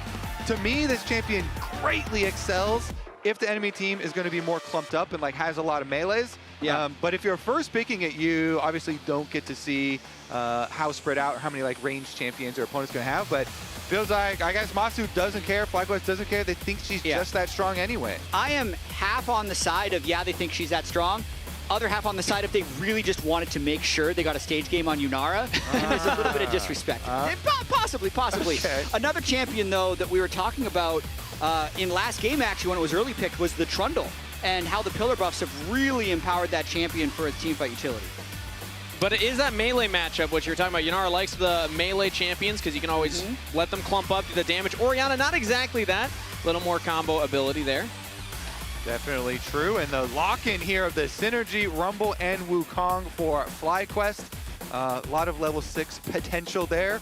And they still have a lot of options as far as AP mid laners that they could pair with it. Of course, with Saint picking up the Orianna early on, that kind of dissuades them from doing some of the classic like Annie plus Wukong mid jungle combo that you usually see, because Orianna is sometimes like a difficult lane. But people will just play it into it anyways, so we'll see as far as the extra bans that come through. Jet, you mentioned something about weak side top laners. Yes, what do you think about the Ornn?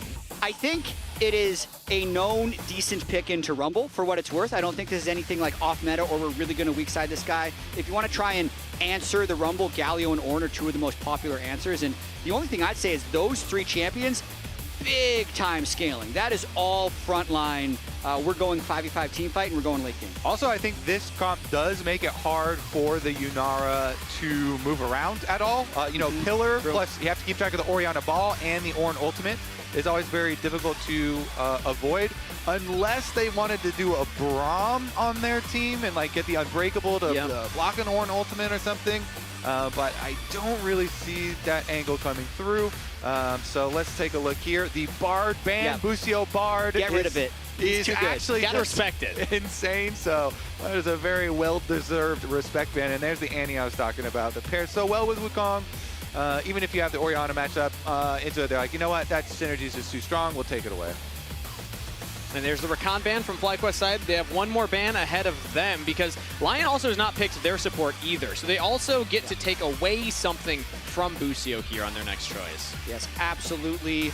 Mid lane still to be picked by Quad. They're going to have to pick on the 4-5. So I'm a little curious to see if Lyon tries to hold their support pick or power pick one right now with the support bans coming through already. There we go. The Nico's just there. That would have been Busio's next best. The vision control is insane, and they already have enough tanks, so they can go with a little bit squishier of a support. And now look at the team fight setup. Call the Forge God. They have the Shockwave. Nico Pop Blossom as well. So many scary tools for anybody to get out of position, caught out of position, especially Wukong trying to engage into that. Like, that's usually going to be a one-way journey.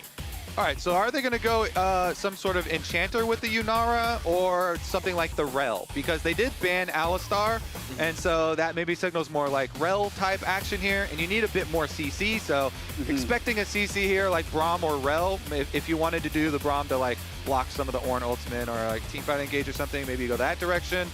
Rel is pretty good because you can suck them together with the Rel Ultimate, which I think is one of the best things about Yunara is when things are close together, you just get to spray stuff with your Q. And so they do go that option. It does seem like a pretty powerful team fight themselves. Even though Lyon have so much CC on their team, there are multiple threats here on FlyQuest. They have 4 separate carries that could take over.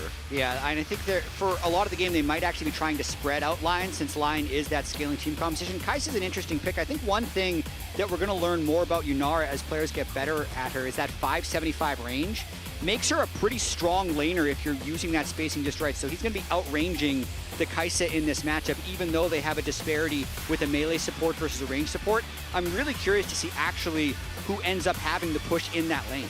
Yeah, level 1, definitely, Yunara is super strong because Q is so good. But then like levels 2 and 3, you don't feel as great about your level ups because W and E definitely a lot weaker. So we'll see about the opening here. Inspired on the Wukong.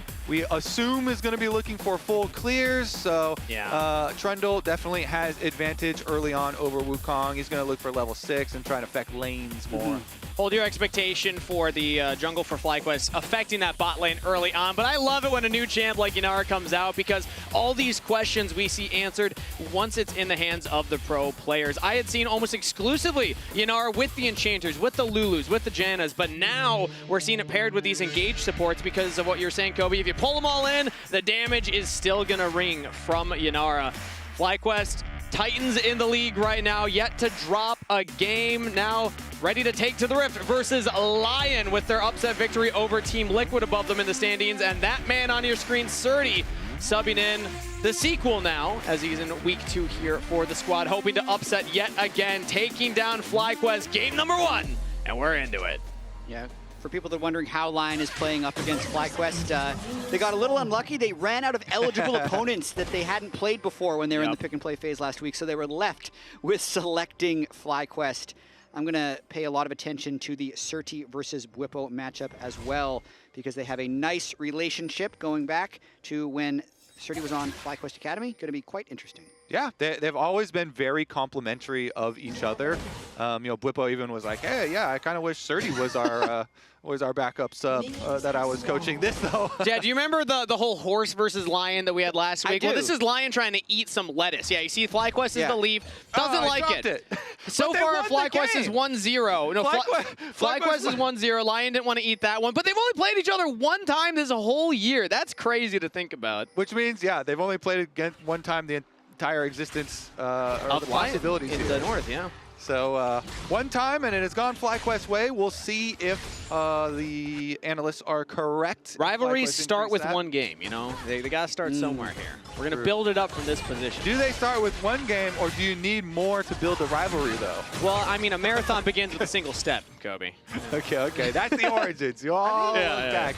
You'll remember that game. To call back to the start of the day, as we do see a fight in the bot lane. Really heal use. Henna's getting aggressive on Amatsu, but Busio's trying to play goalie right now. We're just trying to get some damage early on, but now the crash down from Busio means that damage is traded back in favor of FlyQuest currently, but Henna answers it right back. So just some health bar trades. Yeah, Busio was trying to trade some of his health back for Henna, but they're still not going to get the level 2 first, so they're going to have to wait for that wave to crash. But to call back to the start of the day, Raz was talking about how he thinks Lyon is the 3rd best team in the league, actually. Ooh. So they are against the unanimous 1st best team in the league pick, but it's definitely a call to Surty coming in has helped them, and then they have shown glimpses throughout the year of being a really strong team. When Saint and Henna are on, and when Lions and Audieland have good synergy, they can make some noise. And I mean, even the players respecting as Surty getting that wave shot. Ooh, 2 turret shots is rough. Now that means Bwipo might actually get aggressive. If the Harpoon slow lands, it does.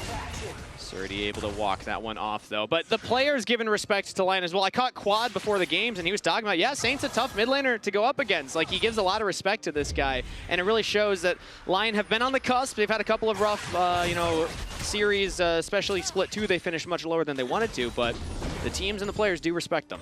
Yeah, it's a team where people talk about their potential a lot. Yeah. A lot. Especially, when they first joined the league. Up here, everyone's talking about, oh man, the communication problems are going to be so crazy with this team, with all the different languages that they speak, and when are we going to see the synergy come together for them? Top lane, though, I see a Trundle that has just finished full clearing up to top side, and Bwipo is pretty low up there, but so is Surty.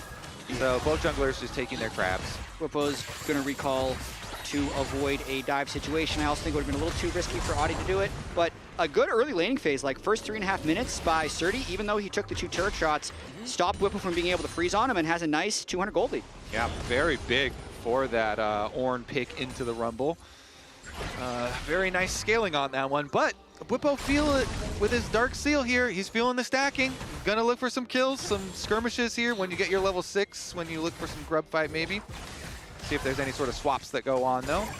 Surdy was able to deny a lot of the wave from Bwipo. When he backed off of that wave, he was very far back, and now down about a wave and a half over Surdy. So early game top side going pretty well for Lyon, all things considered. You also wanted to focus on the bottom half of the map, Jab, because of what Henna was able to do last weekend versus Team Liquid. And we see he won player of the series, now up against Masu, the Wonder Kid, who has just been crushing this league kind of since he joined in. Very impressed with how Masu's grown over the year. For sure. Masu is either obviously really good or quietly really good. Those are his two states of being. I'd say last week he was just quietly really good because Busio had all these Bard highlights, but if he has a good game here, it's kind of hard to not look really good on Yunara with how she can pop off late in team fights. So really looking forward to see what he can do on this new pick. Now we see on the top side here again, Surdy now getting pushed in himself, but junglers will be passing towards the bottom half, I have to imagine. Dragon is on the Rift now, and we see currently Inspired is down there. Adilan actually clearing out his top camp, so a short window where FlyQuest could look at that, as we actually had Henna. Oh no, it was Lions. Ah, the minimap got me. The classic Nico. Yeah, Lions on the Nico was hovering on the top half of the map for a moment. Yeah, gonna come on back down here just in time as FlyQuest are going to push up the rest of the wave. Busio's taking position on the forward brush here though. Doesn't look like he's gonna lose any minions as it pushes forward. Lions gets back down to lane now. So Henna played that very safe, very cautiously, saying, all right, I cannot walk up as Busio goes in. The aggressive on the Lions, misses the Shattering Strike. So Lion will just catch this next wave. So it's important, though, that as he was coming down, Lions placed the control ward in this brush leading up to the Dragon, though. This is such a critical brush for any of these river fights towards the Dragon. And so Adilan has been able to rotate back over. The Trundle is here as well, and they can look to push them back. But Inspired went for a base. Yeah. And he's right back out here with some fresh items. Yeah, he's going to have a little bit of tempo here to make plays on the map as the mid laners train ultimates, and Inspired moves into river. Okay, Arcane Storm goes down, Saint gets away, and now Busio trying to catch out Adilan, flashes the wall, as Inspired will now go around. Busio continuing the chase, Lions walking in, only level 4 on the Nico, as the Gravity Well is buying some space here, but Busio has to flash to safety. Lion not going to pick up a kill. It looked like a little bit of miscommunication there by Lion with the Orianna ult flying what looked to be post-flash over the wall from Audi, but that was a nice pincer maneuver there by FlyQuest in the river. Kind of expected to be able to burn the flash there, even though Audi is the one that comes away with the crab. Yeah, meanwhile, back on the bottom side, should just be able to catch that. Nice little dodges there from Masu, avoiding any extra damage from the Nico as he tries to get back to his minion wave. So we just continue farming, boys. Might as well. Inspired wants to hit that level 6 before they actually go for a full-on fight around any kind of objective. And Adilan actually hits it first, so we do have Subjugate available on Trundle right now. What happens when both teams want to go late game? Then this game! We get this game! You get, strap in, then, everybody. Yeah, when you're confident in your scaling. I will say, to me, kind of the coolest thing was how Surdy had started out this game, and there's a lot of minions up there right now for him to collect as well. So the Ornn having a really good time. We talked about it already, but Surdy getting this like second lease on life here on Lyon back into the league has been nice to see. And of course, he's playing Ornn for the team. He'll be playing to scale and get those items. So Adilan is on the bomb side. I don't think he was already. I don't know if he was spotted. They're going to try and get this wave in. Ooh, Lion's taking a little bit of damage already. Adi now committing in. Masu dodging out on the damage, but cannot dodge the autos. Henna picks up first blood. Inspired is over the wall, though. Looking has level 6. Cyclone's available. This could clean up everything. Insta pops Adilan. Henna can't get out either. A double kill to Inspired. Ooh, that's a good feeling as a jungler when the other team just kind of lines up and in the cycle of your full clear, you can pick up a double kill bottom lane. Inspired is off to the races. He got right back to that camp. Now, Call of Forge got from Surdy, lands onto Bwipo, flashes away. Saint now walks all the way from mid lane. Bwipo's gonna have to try and trade something back. The shot lane, he gets it! Bwipo with the 1-for-1 trade! And it gets them the third kill for their feats of warfare as well for them. So Robo, he knows I'm not getting out of this one after they both use their flashes, and he just turns and he's able to melt Surdy. He still gets the counter kill. Okay, so this one though, Masu, he uses his speed boost here to just outrange the snare. And that makes the dive take quite a bit longer here. And so Trundle gets very low. A turret shot here onto Henna as well gets him low. And so Inspired, as you say, Jad, he's coming in, he's like, juicy, juicy, juicy. So I easy. can just clean up this dive. And a Wukong getting early gold like this is so insane for their team fight. Really funds that Trinity Force spike super early, which is going to be very, very big for the next like 5-10 minutes of the game. And then here's the burn. Yeah, so close. One overheated auto attack is what ends up finishing it off. I'd say maybe Surdy got a little ambitious with that flash follow for auto. I think Saint could have probably finished the kill too and avoided some damage. So big, small outplay there by Whippo, but big in terms of the overall state of the game. Okay, I see Kobe reacts to the coach cam right there. Also, it's Boba with first strike, not something like the Conqueror. So that's even more gold in his pocket now. Off to a good start, all things considered. Adiland, though, as we get into live, is on the Dragon. It's going to be the first Dragon picked up. The 3 grubs were picked up by FlyQuest, so a trade of the objectives across the rift. Okay, Dragon stacking going nicely for them, but my eyeball is still on this Trinity Force. So remember those 2 kills, the spike for Wukong, it's really nice and early. And he's got Flash and Ultimate. When you're an early spiking Trinity Force Wukong with those 2 tools, you definitely want to use them. Currently, he's being very efficient. He wants to finish up his camps here. But then I do expect him to go for some sort of play. I mean, Adiland's Trundle Flash will come back up fairly soon, so it's not like anyone's going to be without Flash that's super vulnerable, except for the Ornn, and he's very tanky. But we'll definitely see Inspired try and use that little boost. There's a chance he just goes for Ornn because it's the lowest hanging fruit, but they're going for Saint here. Yeah, has flash available, but and uses the Shockwave defensively. Saves the Summoner spell. Great usage there. Yeah, really good. Down at the bottom lane, Inspired walks over the ward. We might be seeing an all-in here. Surdy's trying to run away. Surdy is able to get back towards the safety of the turret, and Inspired with that item, big power spike, was looking for his first play after that. Teleport topside now as Lions and Adiland are hanging around. Busio spots Adiland walking in because of the deep ward, but Saint's just running straight at quad. No Shockwave, but command attack. Command dissonance should have it. That's flash out of quad. Turret will not kill Saint, but not too shabby. Lions mid laner just shows up and forces out another summoner spell. Yeah, nice punishment there. Able to get a critical one. Radovage is finished, so it's going to start stacking now, but teleporting right back to try and push the other way. Looks like Inspired actually is going to traverse his way all the way up to the top side of the map as well. So maybe they want to make some sort of play on the next wave that is coming towards top. He is going to be at least able to grab the Scuttle Crab. They're really trying to put a lot of attention into Saint here, but he was able to repel that first gank with his ultimate, gets Quad's flash, also does a good job delaying these recalls. So Saint really creating a lot of tempo for Lion right now, who's still staying in this game against FlyQuest 12 minutes in. End of the day, though, Quad does TP back into lane and has a bit of a freeze topside. We'll see if he tries to break that because Saint doesn't have the teleport anymore. Yes, Saint forced that flash out, but he took a lot of damage. Now he has to back go bot side here. So the wave will get shoved in top. And FlyQuest currently with a 1.5 thousand gold lead and racing towards the feats of strength. They already have the first 3 kills for feats of warfare. They got one of the neutral objectives. Either getting that turret or 2 more neutral objectives will get them there. All right, so it looks like we're going to have Masu going the pretty standard Kraken Slayer into regular crit Yunara build. Not the start on Blade of the Ruin King Yunara build. Those kind of have been the 2 most popular ones. And we'll see. This one with the Kraken procs definitely can feel very good as well, especially on the squishier, juicier targets.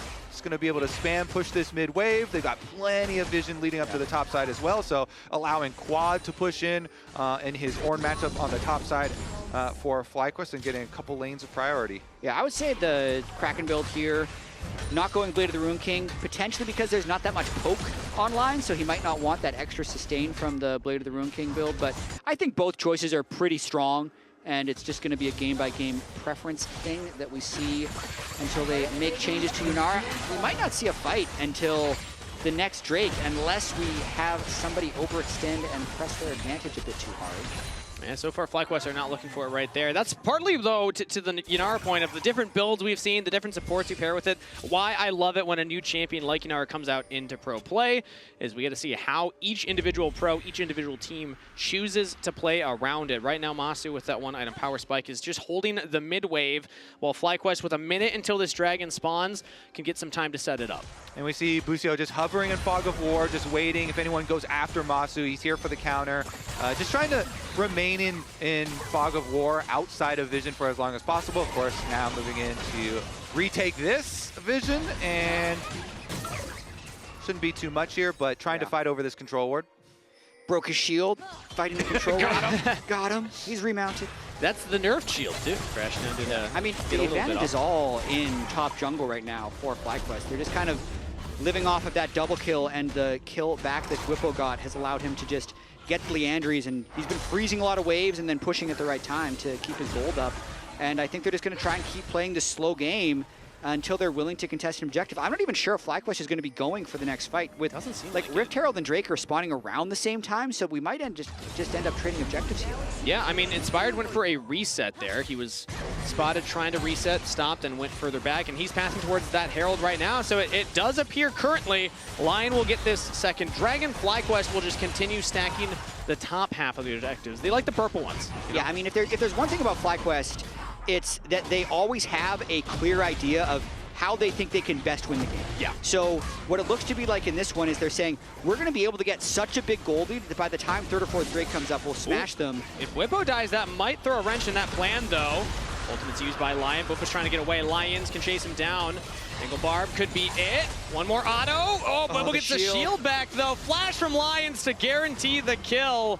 And Lyon with the pickup on the bottom side. FlyQuest now pouncing top half of the map. Surdy's gonna have to try and get out of here. Shattering Strike used by Busio, buffered by Surdy, and he's out, but the turret will fall. FlyQuest get more gold in their pocket. Yeah, Ornn quite a bit tankier on that weak side, so Surdy gonna be fine walking it out. He's still be able to collect the wave, and both of the towers are evened up, but FlyQuest got theirs first, so they got their boots upgrade. Yeah, potentially that was another factor of trying to go for the Rift Herald, is that they could probably get that top turret first. You could see Inspired, rather than chasing the kill, just decided to clone on the turret, double Q the turret, and just make sure he bursts it down as fast as possible. So he increases his individual advantage, even though Lyon does have a nice start towards Soul with the 2 Drakes. One of the things I love to watch when FlyQuest plays League of Legends is what the shot call is. Because yes, you can go onto Surdy, but instead you can just get that turret while the bot turret was almost falling. They win that race. That ability to pivot in the moment is incredible here. We see Quad versus Saint, though we already talked about that mid lane matchup earlier.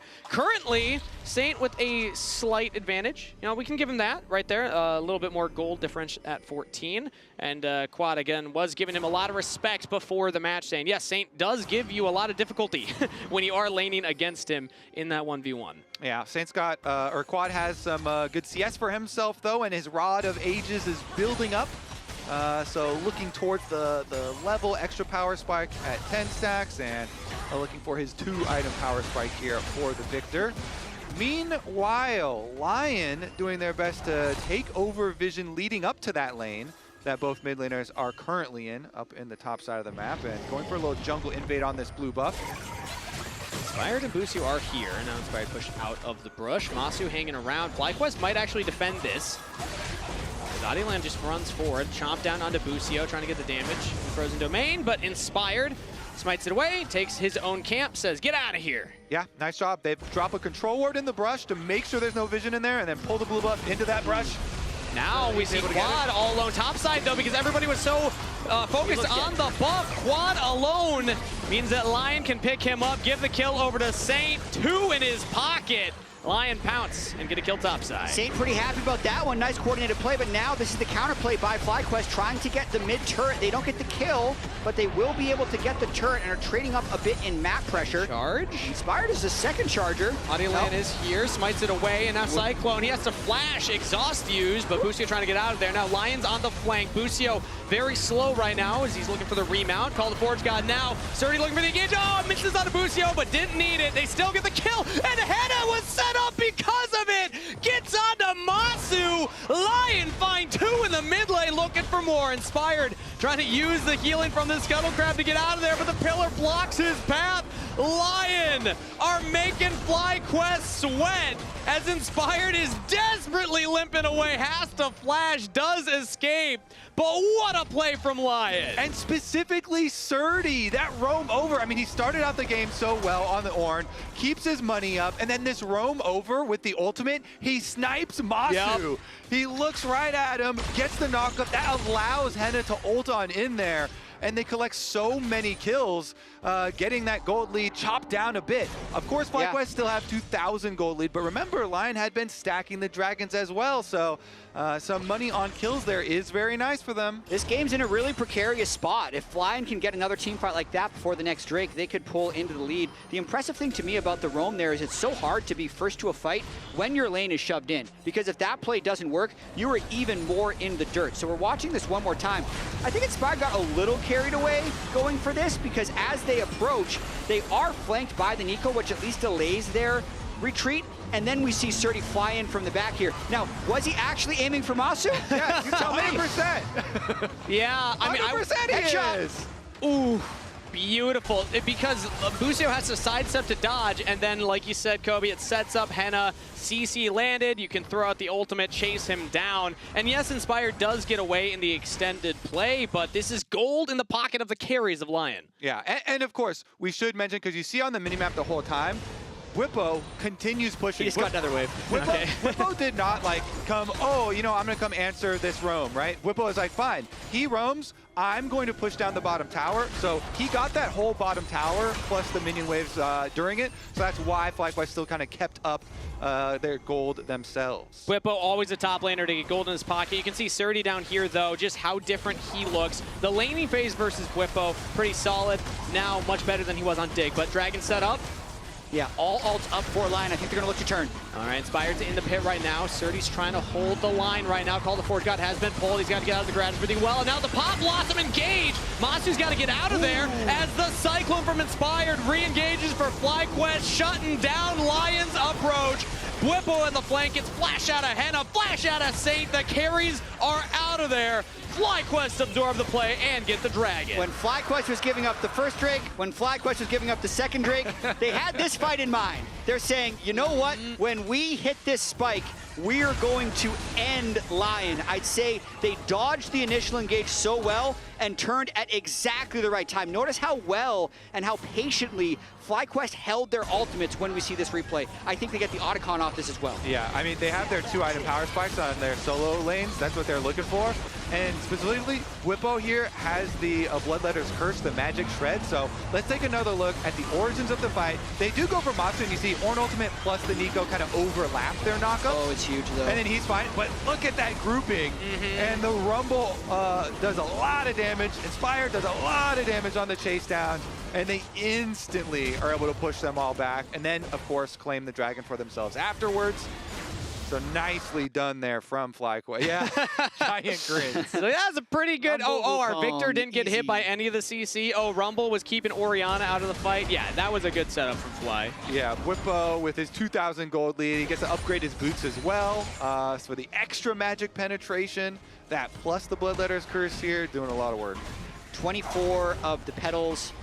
Adding that 4,000 gold lead into probably more of a 6,000 or 7,000 gold lead. So they're actually widely in the advantage right now. Quad very tanky at this point in the game with his build. So they've really been patient, been scaling, and are in a comfortable spot in the game right now. I think for Lyon, they're just going to start overloading and trying to force fights. Yeah, grouped up in the mid lane right here. All members to take the turret. They're losing their bot wave. Their top wave's getting pushed in as well. So this is just a concerted effort to say, we got to get gold somewhere. We got to start opening up the map where we can. One thing that went wrong for Lyon in that fight is they never got a good angle for Saint Shockwave. So even though that fight was totally one-sided for FlyQuest, the combo wasn't ideal for Lyon. So they still have a wombo combo in them if they can find the right window to do it. And FlyQuest are just doing the exact same thing. Say, all right, you want to group up? We'll group up. We got a 4,500 gold lead right now. We can actually win this Shockwave onto Boost here right there. Pulled back. Adilane now has to use the subjugate flash to get to safety. Surdy cannot find the flank because Whippo is just soloing him. Flash out from Surdy.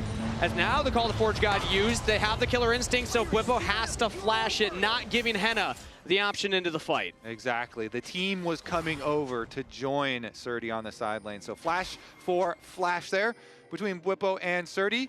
And I also want to mention, like, that was a pretty good Trundle pillar from Adiland on Busio to try and trap him under tower. But in the end, that was also still just a flash for flash. And guess what? In the end, Rel runs Hex Flash. So it actually was detrimental for them because then Adiland had to flash out too. But we'll see if Lyon are able to mount any sort of miracle comeback for themselves. You can say, well, at least Orna's like upgrading items now. And they can look for their like dream wombo combo onto somebody.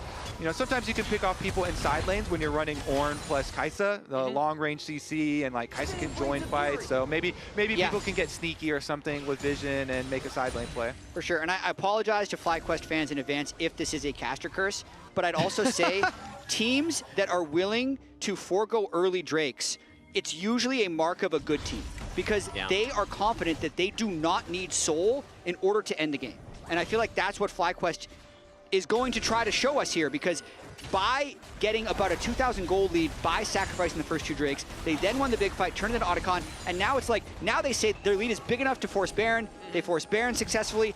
That's powerful enough to let them end the game without the Dragon Soul win condition. I will say, if you're trying to cast or curse a team, FlyQuest is like the most resistant to cast or curse. They're burning incense, they got sticks, they got crystals, all the things. Bwipo, just absorbs a shockwave and walks away just fine. Has teleport as well, as Inspired is hovering. Busio 2. Line up multiple members on the top half of the map. The Baron is on the table now, and that's a teleport coming in here. Inspired would love to find the right angle. They can't really all in until the Trundle ult has been burned, because if one guy goes in too quick, there is a quick one-shot angle that Lyon has, so FlyQuest still have to play on the edges here. Lyon using Surdy's teleport to come over, but FlyQuest hold on to Bwipo's. And now Lyon are in an interesting position here. Masu actually on the flank, just approaching Adiland. Flash pop blossom, but Masu gets away. Lions thought he could find the enemy AD carry and just gets punished for the attempt. That was so smooth from Masu right there. That was Didn't even flash. Smooth. Cleanse, pretty buttery smooth, and they're gonna just burn down this Baron. Let's see, Adiland doesn't have flash, so skills are really hard. Shockwave's coming up soon, but there's just not many tools for Lyon right now as FlyQuest have Busio to hold the line. They get the Baron. Lyon now have to retreat. FlyQuest with a 7,000 gold lead at 26 minutes. So controlled. I mean, they're just going to walk this straight through mid lane, push the wave in, start the next Drake as well to make sure Lyon stays off soul point. Bwipo maximizing experience, pushing the top wave, can teleport down whenever he needs. They're in full control. Busio, the pillar to save Saint's life. Busio was trying to slow him down, but all alone. He's good. He's out of there. Bwipo, meanwhile, in the top half of the map is pushing in a turret with that Baron buff while the team is on the Dragon. Lions and Henna are here. We have Killer Instinct available, but they need to land some kind of CC, and Lions so far has not hit it. Nope. Tangle Barb is a nice little route, but Bwipo walks away. Yeah, minor danger there by Bwipo. If they had landed all CC perfectly, they might have been able to kill him. Although with level 16 and all those Magic Quinn items, he might have just turned on to Kai'Sa if he flew in anyway. So FlyQuest in big control right now.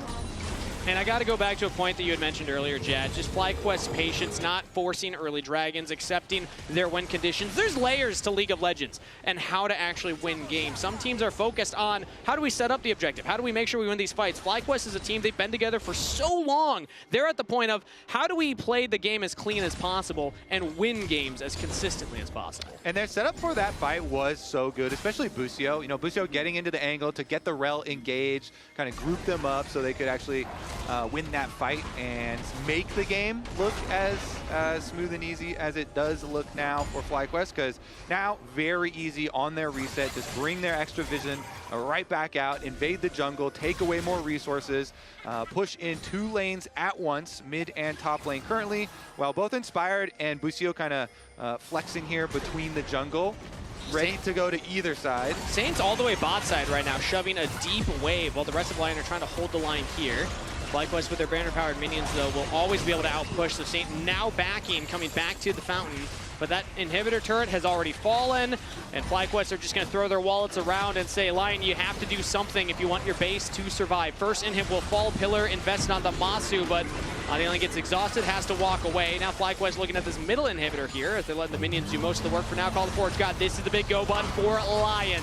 30 only lands it onto 1, but Busio with the counter engage. Now Lion's pop lost him onto 3, but it's only the front line. The damage dealers were not threatened. Shockwave almost turns it on to Busio, but Lyon just cannot kill him. Henna throws himself into the back line, hoping for a miracle. Nothing to be found. FlyQuest cleanly executed.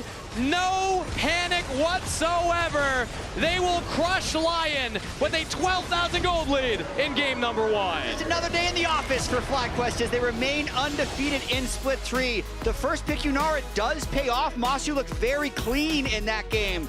Are you even surprised, Lounge? No. FlyQuest looking good. I mean, Raz is the only one that had Lyon taking a game. I still have a chance. Yeah, you do. You do. I mean, I think we did see. We got one more game.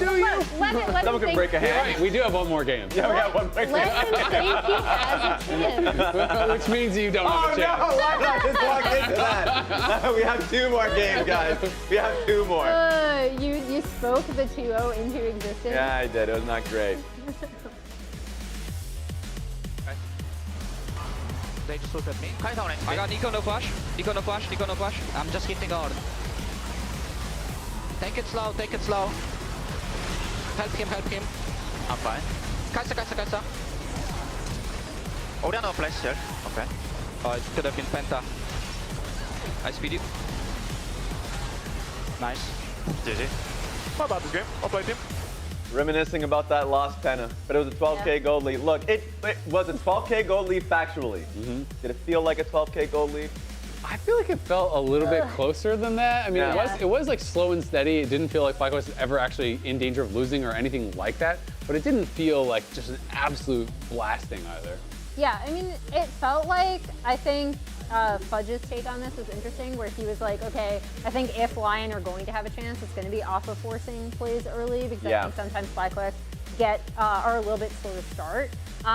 He pointed out C9 as a team that's really good at that too. But I actually thought you could see Lyon trying to make these moves, right? Like the first instance was that bot lane dive that unfortunately didn't really end up going their way because Masu played it really well, and then Inspired is going to come around the back of this to clean up a double kill. Well, spoiler alert, because at first I was like, wait, Lyon's doing pretty well here. They got the dive off, 3 people are making the getaway. Here comes the monkey though, that's the problem.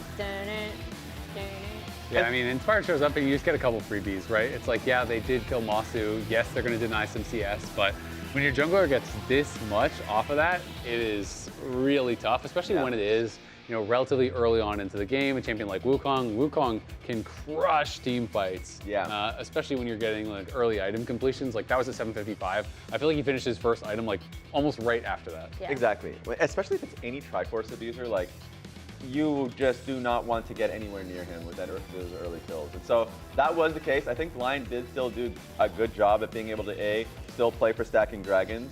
And the play that they made through mid lane, I really enjoyed. This was basically the Herald push that FlyQuest was going for, and they're like, okay, we're collapsing you on both sides. Lyon is taking you from the top side, and then you see the Ornn horn being sounded from the bot side of the map. And even though, yes, you missed one member, you still got the knock up on Masu, and they were able to at least get Henna ulting onto it. So it looked really good from Lyon at this stage of the game. That's what I started to believe in Lyon.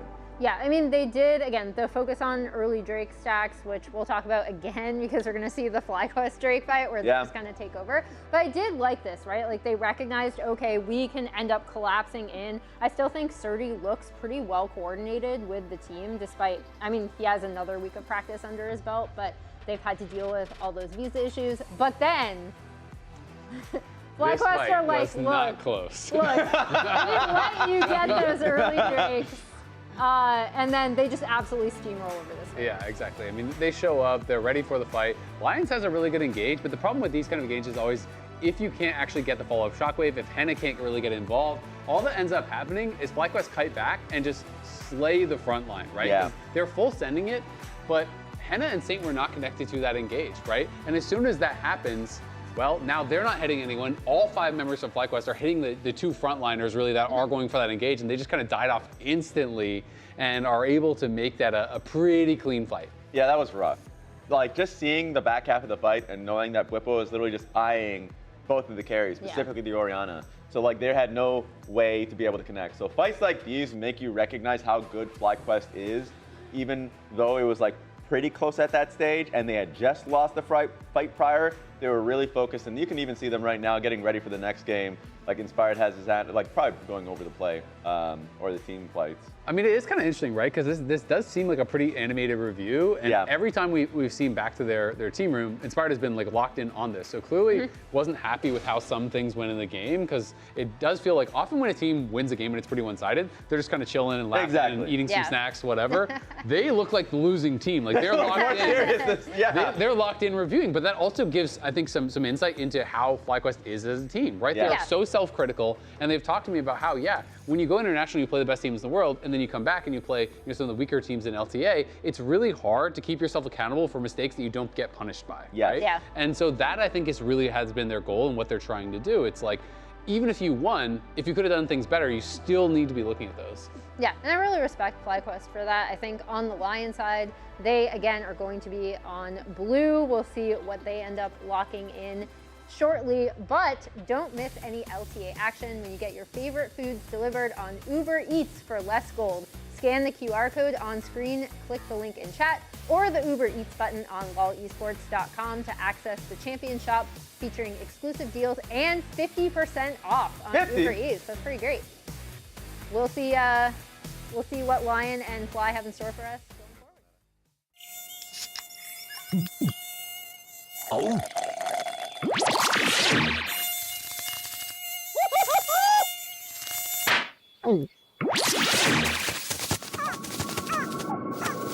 Huh, nature sure is full of wonders. Red Bull gives you wings.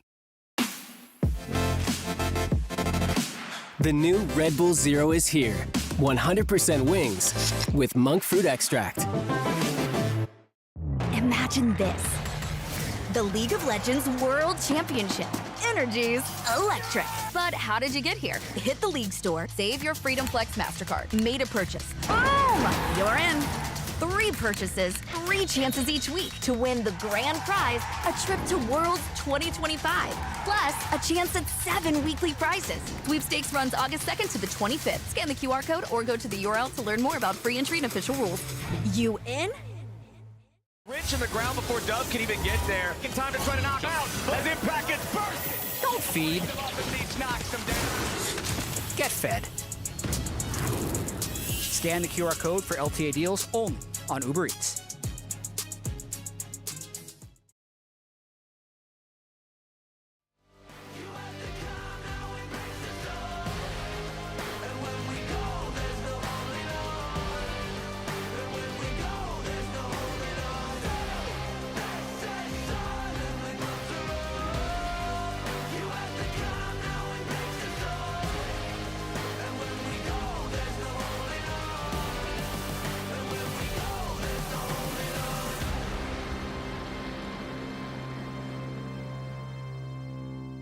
Oriana's getting okay. Nico's flashing in behind us. I will go with Kai'Sa when she goes. I hold the front. Nico. Or They're no, fucking him. Trundle no flash. Oriana can't hit, okay? Yeah, it's looking great. Kai'Sa has everything still. I slowed her. I'm not chasing. No, but you guys no, get the yeah, chance. I can't reach. That's all Okay, you guys. that's it. Kai'Sa flashed or someone flashed. Oriana Okay, we go flashed. undercut. We should try. They will send it soon. Yeah, but I want to send Maybe our on this items show to they will pretty send good. it. I'll bait here, guys. They just look at me. Kai'Sa on it. I got Nico no flash. Nico no flash. Nico no flash. I'm just hitting hard. Take it slow, take it slow. Help him, help him. I'm fine. Kai'Sa. Oriana no flash here. Okay. Oh, it could have been Penta.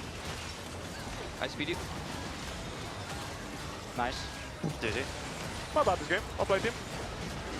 GG. GG.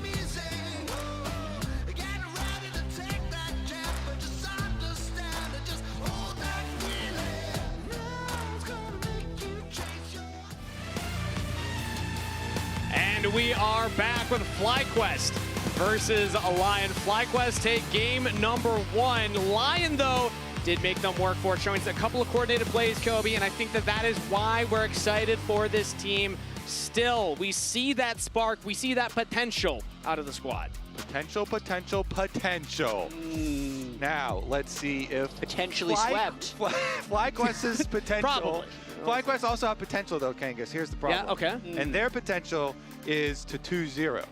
Yes. And it's that's a pretty high potential. Yeah, they do have that. One of my favorite things as the Lounge was doing their post-game and they're giving us shots of the teams in the back room, is just Inspired's the one at the PC doing the review as well. Everybody knows this guy's so locked in. Everybody knows it. This guy is the leader of the team. He does so much for getting everyone on the same page of how to play the game. The coaches and the players always talk about him. Basically, I think anybody related to North American League of Legends at this point has at some point glazed Inspired. Exactly. And not only do other people talk about it, but he talks about it. You put a microphone in front of him. He will not hold his opinions. Self-glazed. Exactly. He really believes in how he wants to play League of Legends, gets the team on the same page, and you can't argue with the results. Undefeated so far. You could try. You could. You know what? Fair enough. It would be really hard. Never say never. If you want to, probably go to Reddit. I feel like that might be the best place to try and do that. Or Twitter. Like no, it has. You can't do Reddit. The downvotes will crush you. You have to go, okay. Wait, that's a good point. You gotta go Twitter or something. If you could find like video old essay, forums, YouTube? if forums still existed where it was just linear posting, that's when you can really be a hater. Go to MySpace. There we go. Yeah. Huh? Uncle? Hey, I never even used MySpace. I'm just pulling that one out for the memory banks. Lyon versus FlyQuest, though, for game number 2. Lyon now on the blue side. Let's see if that changes things around, because FlyQuest on the blue side with the Yanara blue 1. Really investing into that one. Not pickable anymore through Fearless, of course, but I think that was a really cool strategy coming in to a best of 3 Fearless. Yeah, Yanara's cool. Masu was good on her, and we'll see what we get into next. Gwen up and available here. Talia, it's the same as last time, though. Both Talia and Gwen up and available still. And this time around, Vi's not banned. So maybe the Talia is even more important with no Vi ban. But doesn't Saint just want to play Ryze with the Casio ban eventually? Yeah, Vi first pick. But the Casio ban could definitely be something like Ryze. But yeah, to your point, Talia being open is one of the strongest champions. I would think that they would pick it now, but we'll see. It's been lower priority. Vi either way, though, I think if you're going to choose either one of those, the Talia or the Vi, still happy for that, because Adilan often is one of the engines for Engage, one of the tools that Lyon likes to play through to find How many those engines picks. they got, bro? I would say 3. It used to be 2. It used to be Adilan Lions. I actually have a couple things written down for the players. I have Adilan is the creator of chaos or cause of chaos. Lions buys into the chaos. Henna's the spectator of the chaos. And I call Saint commissioner of chaos, because usually he shows up late and tries to like clean up after. These are all kind of good. What's Surdy? Well, he's new to the team. I haven't come up with one. Let's come up with one from together. I mean, this is your thing. Yeah, you work on that one. Okay, I'll work on that one. You talk about the draft. We'll come back to you. Ruminating. We'll come back to you on that one. So far, I just have everyone love the sequel under his name. But we have the pretty common answer here that we were talking about. You break up the Vi and Talia, which means, some other good pairings here. Aurora possibilities with it. Very strong dive possibilities from Lyon. They had strong dive last time around, and it looks like they still like that strategy. And it worked well for them. I feel like if they just want to turn that up a little bit in this game, if they're going to throw that Aurora mid lane, it is actually a flex pick. Aurora top lane is pretty powerful for them as well. So let's see if they can get some type of strong pushing bot lane, because that's going to be the easiest lane, I feel like, for them to set up and dive. I got it, by the way. Nice. Surdy is recruited by Chaos. There we go. That's actually the most accurate one. Yeah, he's brought on. He's brought Visa, on. Chaos. Connoisseur, you know. That's good. He's been dabbling in chaos here, dabbling in chaos there. Currently on Lyon. He was the victim of chaos on Dignitas. Okay, that's another one. Yeah, that was last chapter though. That was chapter 1. Now we're on chapter 2. Alistair locked in here for Lions though, as that will be more engage tools between Alistair and the Vi. Interesting here. So much engage. The opportunity for a response from FlyQuest. Let's see. What are they feeling now? Oh, they're going to go for their blind pick. People love doing this. Okay, so if they don't care either way, they don't care either way. Just pick the Scion, stack your health, be your meatball front Whippo line. says with Vi Aurora, you're already committed to burst. Yeah, you're going to be diving. I'm just going to be a tank, and you're never going to be able to kill me. That's his idea. Because if they're going to try and put a tank shredder as the AD carry with this full dive comp, it's just going to be a dis-synergy. So I like Whippo daring them to try and mess up their team comp to kill Scion. I will say that you can play Vi to break armor of frontliners. You don't always have to ult in for pure dive. You know, you can play the champion a little bit more conservatively, although everyone always focuses on the ultimate and diving towards the enemy carries. You can try and break some of that armor and soften them up, but let's take a look at how the rest of it comes through here. Again, Busio's Bard demands respect. Always in the second round of bans here, especially if you're running an all-in, dive comp here. If you're running Vi, usually you're worried about Bard ults stopping your engages. So if you play in my games, you're worried about the Vi on the Bard's team stopping your own team. Well, thankfully, go both ways. Thankfully, we're not in your games, and we're also not watching yours. Yes, thankfully for everybody involved. You don't want to do any of that. All right, but Braum also banned away from Lion's side, so Busio not going to have access to some of the more defensive supports for this draft. Now, let's see if they go for AD carry, if they want a Red 5 support here, because Red 5 support has its position in some drafts. Instead, they're going to go for the Recon. Yeah, I mean, it might just be a Zyricon angle if Lion is going full dive anyway. It's going to be a nice mobile anti-dive team that they can throw out. I would feel like I was thinking Kalista Renata, but they realized Kalista never wins any League of Legends games anymore, so they're going to end up going with Zyricon. Now let's see, into the Scion here. Okay. Aatrox. Classic. Yeah, it is a classic. I honestly feel so fine about it though on the Scion side. Like we've seen a decent amount of even after the Aatrox buffs and stuff. People trying to take over. It's not as easy as it sounds. You're like, oh yeah, let's play Aatrox into tanks. You can just always perma-leech off them and stuff. But haven't yet seen like some crazy good Aatrox games. So we'll see. Maybe this is the one. But they rounded out with the Jinx. So they've got some real carry potential here in the hands of Senna, looking for the reset. Sometimes you can just burst down Recons. They are speedy, but if you CC them, you can just burst down the Recon sometimes because they're very squishy and get a reset for Jinx. Like, if you just focus on, to the earlier point, stopping the front line, you ult this Recon and lock them up instead of diving the enemy backline as Lion, and you get Jinx to reset off that, then that could be a way for them to go through. Yeah, I feel like it was the best choice available, but it's still a weird team comp. Like, it'll work okay because they can maybe burst that first guy and get Jinx going. I still think they're going to have a really hard time. I think they are kind of screwed. Oh! Well, you're going to take it a step further. Baby, though! Hey, wait for the camera! Yeah! That's awesome. That's the next generation of gamers right there. What is that baby going to main? Tell me what that baby's going to be a main. I will allow Yumi for a year to learn the game. I think that's a good one to learn. Babies are allowed to play Babies are allowed to play Yumi. We're starting them out on support, and you're playing Yumi. Yep. Great. Exactly. But then after that, let's graduate. Maybe like a Lulu. I think that's the next step for baby. That's some natural progression. Are we getting that baby out to a different lane? I'm going Katarina, just eventually. Like, you may as well. Yeah, I guess start them off hard. Though that baby also could play in Kangus's game. Jat's going to be the type of dad that throws the baby into the deep end and just be like, you're going to figure out how to swim, okay? Good luck. You're just going to do it. All right. FlyQuest versus Lyon for game number 2. FlyQuest up 1-0 in the series, looking to continue an undefeated split 3. Lyon, meanwhile, hoping to put the brakes on that momentum and pick up their first win of the series, maybe go for the reverse sweep themselves and maintain their name in the conversation for a top team in the league. Game 2, we're on to the Rift.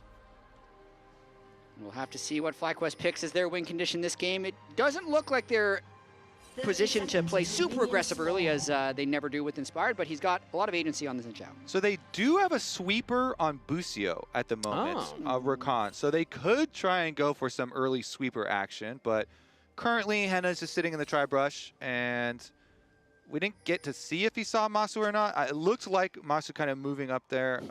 Kobe, you're always paying attention to Masu on this half of the map. I wonder why. You're very focused on which brushes he's in. Always traumatized. Which brush is he or is he not? And they are going to go for the sweeper play. Okay, looks like Henna does spot them, starts to run away, and the Quill will land, but he gets out just fine. Now Saint actually in the mid lane, taking some damage here from Inspired. Lands the Electrocute though, and Inspired shouldn't have time to back. I mean, Inspired's generally fine with that trade if he can trade mid laner health for his own health, since he's going to be healthy clearing anyway. That's going to help out Quad. So he actually even held his sweeper charge. Yeah. They just bluffed it, and then they used Masu's Trinket Ward in on Krugs. I actually really like that information gathering from FlyQuest bottom lane. They bluff their sweeper activation, and then you invest it in here onto Krugs. And now they get to clear this ward in the bush. Very good use of the early game. Level 1, often you don't see that many interactions happening, but Masu and Busio found a couple of really fun ones right there. Currently, though, Henna and Lions do have a bigger push on the bottom wave, so should hit level 2 first. We'll see if Masu and Busio really contest them there. The junglers pathing on the top half towards the bottom half here. We'll see if Adilan is spotted on that Krug ward, or if he doesn't. But Inspired currently on the top half, and we did see earlier Bwipo talking about Surdy. Kobe, he had really good words to say about Surdy. Yeah, I mean, he always has, and Surdy's always been really close with Bwipo. They've talked about it a lot, but that was very close because Gakkos is right there in the other room, like, huh? Really? Yeah, Surdy, oftentimes you can even find him in Bwipo's stream, chatting with him, asking questions and stuff. Meanwhile, bottom side, little scuffle here. Yeah, nothing actually going to come of that one, though, so Masu and Busio get back to the wave. But it tells the story of Surdy versus Bwipo even more, because Surdy has played so many different champions already on Lyon. 5 games, 5 different champs. Playing a carry into Bwipo really speaks to Surdy's confidence as well. And back to the point on the ward on the Krugs. So even though the ward isn't going to last that long to see it, you know, because you have your ward on Krugs long enough to see after 3 camps. If they have not come down to do that, you know that he is just doing a very normal top to bottom clear. And so Masu and Busio, even without having direct vision of him, can definitely assume the proper route. They're going to keep on pushing in, and Adilan will cross backwards up to the top side Scuttle Crab. So should just be 1 for 1. All's even for the junglers with a tiny Adi's thinking about it. Okay, actually, Adi's going to skip for gank. Yeah, he's actually looking at Bwipo right now, who's playing around with it, because Surdy wants that wave, so Vaultbreaker will land. Bwipo hit by the deadening blows as well. There's that armor going away. He still has the flash, has the W shield. Surdy going forward. Bwipo holding the flash to the last second. Surdy tries to follow. Bwipo throws up the question mark and gets out just fine. Bwipo's happy with that one. He gets the flash trade after he was able to catch the last of the minions. He can just teleport back. He's going to be in a good position as he played that very patiently with his final flash. Yeah, I mean, if he died to that, well, we're going to get a little chase over here. If he had died to that, though, that would be the second time where someone had just walked straight over the ward right into the Adilan sticks around, though. Hold on. Busio does spot him. Masu's nearby as well. We have the lane swap from FlyQuest bot lane as Saint gets away from the Unraveled Earth. As now Henna has to flash, but does not have the team around him.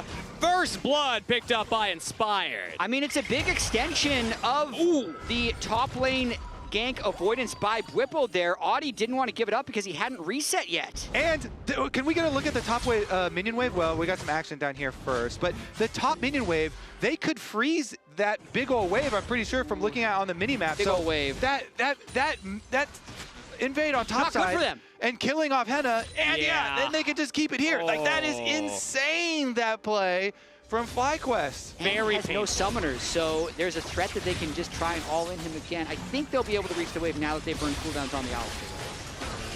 The recall does not actually root up Henna there, but damage onto Lion. He lost a hold, no whole other wave. Yeah, Henna has no fly. Like, that value is so good for FlyQuest. Oh, he's just leaving. He has no other choice. Well, I mean, they don't, it seems like they're not sure if they want to leave, if they want to stay here, because FlyQuest have such a devastating freeze. I mean, Surdy already reset. I thought with Surdy's recall, they were just going to match it. Now Surdy has to walk back bot lane. So they're going to go for an engage right now. Lions flashes away from the Feather recall, as Henna has to run as well. That's heal used. Busio might look to chase down Masu, just peppering them up. And now I think Henna will back. How do you retain your mental if you are the bottom laners and you're receiving this punishment? Like, that is so so bad for Lyon. Not to mention, off that invade, Inspired also feeling quite good. Inspired going for his second recall here. Audioland crossing and showing once again, but finally, okay, they can collect this one. Whew. He didn't back. But around. They have no, sums there for Lyon. There's still no flash for Henna. So the pain and the focus could continue. Honestly, I'm looking at it now. Broke the freeze. The teleport from Alistair really saved the day. They took just enough damage. Yeah. Henna would have been diveable if Alistair didn't have the teleport to get back, but they caught the whole wave after breaking the freeze. Oh, and now a TP coming up top side here. It looks like that's Quad coming in straight into everybody. It was Busio, actually, the teleport on the Rakan, but he's able to get back to Masu. There's just no damage. Lions headbutted him into the brush, and now Masu with Inspired are actually looking like they're confident enough to fight. Inspired level 6, Crest Guard was available, but Lyon back off. Ooh, that was so close. Okay, you saved my mental. Yeah, there, yeah, saved. Although, it's in danger again, because they're doing the same play that started this whole sequence again. Inspired's level 6, he's got the level 6 advantage. Busio's just sticking around because he wants to ward and be annoying. So at this point, Henna says, I'm not helping out the jungler whatsoever. You can just give away the blue buff, because Henna just wanted to catch that last wave. Saint's just going to pepper up Inspired a little bit on the way out, but I mean, Inspired got what he came for. That's a blue buff down, still level 5 for Audioland, as he will now take this Krug. I believe that should put him to level 6, but this is a rough start for Lyon in the early game. Already 1,000 gold lead for Fly. Masu missed the cannon. Okay. We're talking about mental, like Henna. There we go. Yeah, you gotta Masu, what you can get. Might be even now. Uncontested cannon miss. You know what? Of all the things you control players for, that's one of the things I love to do. Let's not drop that one. Let's not move past that one. Always -1. Always -1. Surdy, meanwhile, has not been able to really maintain the hype coming into this top lane matchup, as he has struggled into Bwipo so far, taking rough trades here and there. We'll see. Reminder to get your LTA Championship tickets, but once we come back from that, we'll also get to see the CS differential here. Yeah, I mean, as Kobe was alluding to in Champ Select, even though the Aatrox is a classic pick into the Scion, there's a reason you don't see it that often. It's really hard to actually get an advantage on the Scion. He grasps, he gets the early Bramble Vest, and he has really strong early wave clear anyway, so Bwipo is just kind of playing the matchup as intended. He's sitting on biscuits, he's sitting on a call. Like, he is just scaling here into the triple longsword. And Aatrox playing into the Unraveled Earth from the Talia, playing into the Xayah, who can just ult away anytime you try and get onto her. It's going to be difficult for Surdy to have like really impactful moments. Yeah, maybe with the extra CC on the rest of his team, he'll be able to live that Aatrox dream, though. Sometimes it can happen. Meanwhile, though, I just have to say, Inspired, it's a pretty easy job for him for the progression of this game. Yep. You know, just finish up the grubs on the top side of the map, come on down, keep collecting objective after objective after objective. You don't expect Lyon to fight you anytime soon because, you know, Surdy is half health under tower. He's actually running the risk of getting dove at the moment with the duo lane heading over. Pops a World Ender to try and help him clear out this wave because Masu and Busio are both there. Surdy is in danger. Lands a one knockup onto Bwipo. And FlyQuest are just dancing around here. They can wait for the next wave. Masu's actually catching this one.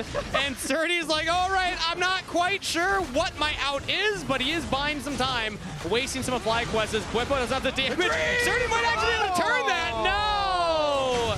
Ultimate's committed from FlyQuest, but now Quad's in some trouble. Hey! Lyon!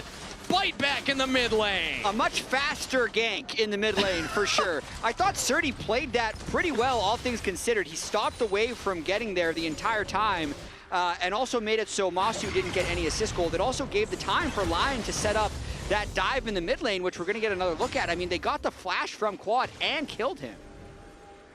If we show the okay, thank goodness we're showing the mid replay. Okay, so the teleport in, and Lions is coming over with a Hex Flash. Meanwhile, Audioland also comes over with a real flash, and then he's able to ult right on through, too, to follow it, and a flash for the extra kill.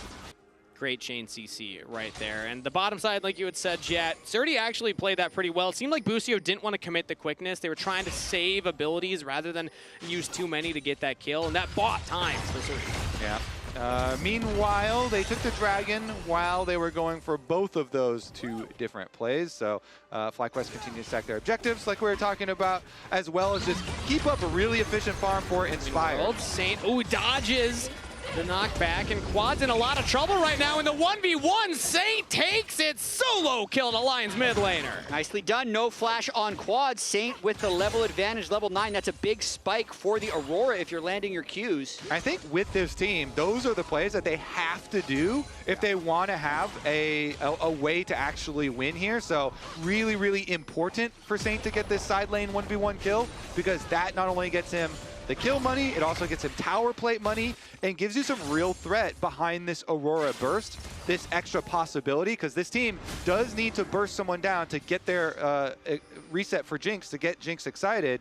And so if the Aurora has the extra money to do that, then they actually have a way that they can see here through FlyQuest. Yeah, I agree, as Inspired is moving top towards Surdy, hoping Surdy engages.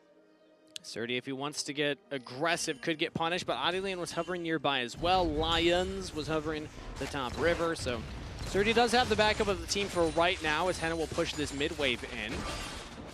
12 minutes on the clock, though, and already we've had a lot of action here in this game. It's crazy to think that we're just now cresting into what you could start to consider the mid game, despite how much has actually happened in the game.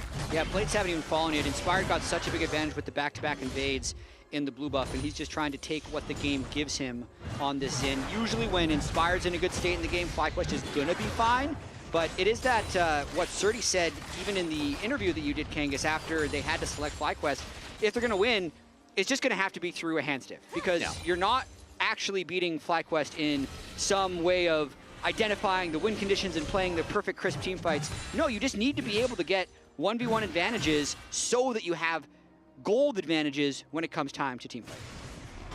So far it is slight gold advantage to FlyQuest, but not as much as we saw in that game number 1. And it even was bigger earlier in this game. So Lion yet again holding their own right now. It's 2-2 in the kill score.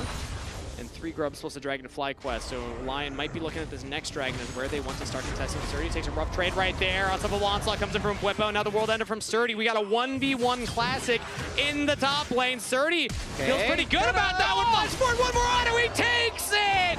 Feat of Warfare claim for Lion. Surdy will die to the turret, but mission accomplished. 1-for-1 trade on the top side, slight lead to Lion. The feed is going to be the big thing there. He's still literally got, the feed is the big thing. Yeah. Because he still literally got all the minions and still got the counter kill. Yes. So the feet, there you go, Jet. That's it. That's all you need. I was trying to pull out where was that positive. Flash disadvantage, gold's the same. I was like, I'll take what I can get. You know, oh, Lions with a fancy little headbutt into the flash bolt rise. Quad now in some trouble again under the turret. He has just been focused all day by Lion. Another kill for the mid laner of Lion and another death for Quad. Saint here, I feel like Saint is going to be the real champion if Lion are able to push us to a game 3. He's got 4 stacks on his Darksteel. He's obviously feeling very confident in his individual play. So maybe this Aurora is going to be the way in for them. It kind of has to be. Bwipo just completed his call though, so he's also a very big player. I'm just thinking, like, what's this Aurora gonna do to a 9,000 health Scion when he eventually gets Here's what the Aurora's gonna do. Go past him and kill someone else. Evade. Yeah, but he also does have the Leandry. So like, you do some like splash damage, you touch the Scion and get him burning. Well, currently Scion is hovering near Saint right now. The rest of Lion are walking in towards the dragon. They force out the Featherstorm from Masu, and now they commit everything onto the AD carry. Masu in trouble, flashes with the Blade Caller, still alive, but not for long. Henna with the snipe will take him down. The dragon, the focus, it is taken by Inspired, but the fight is won by Lion. That's it. That's the team fight that Lion needs to be able to orchestrate. Henna gets the first reset and then can run through the rest of the team. And what did Saint do? He walked right by that time. He walked right past him. Melee range of him. Watch. he literally walks. Ignore. You pretend he's not there. He walked right by him. Okay, so I'm watching. Here we go. He's looking right out. He's got one up. All right, I'm walking by him. See ya. Let me go find these squishier champs. Where is Masu? Masu just got ulted by Audilian. Gets bumped there. So nice little combo there. He does flash the little bit of original burst damage, but Henna's like, you know what? I got this one. And Henna actually threads his ultimate right past there. This is so big for Lion's hopes of pushing us to a game 3. Now with this very big gold lead, they could chain that into the other side of the map and go Herald 2. We can win. Yeah, we can win. Thinks they can, yeah. Yeah, and there we go. Sundered Sky, Aatrox is going to be doing a lot of healing in team fights as well, as they're also first onto the Rift Herald here, so taking the tempo from that last fight and trying to pay it forward into more plays. Lyon find themselves with a gold lead for the first time this series. 1.5 thousand in their favor after that fight, as now they also take the Herald, which means more gold potential in the future here. And a lot of it has been Saint versus Quad, who's died 3 times already in this game. Yeah, Saint looking very, very good. Henna as well, by the way. You know, he also threw a Jinx ult up at the Bwipo and Surdy 1v1. That had already been decided, though, by the time we all got there. But that Jinx getting the extra money here.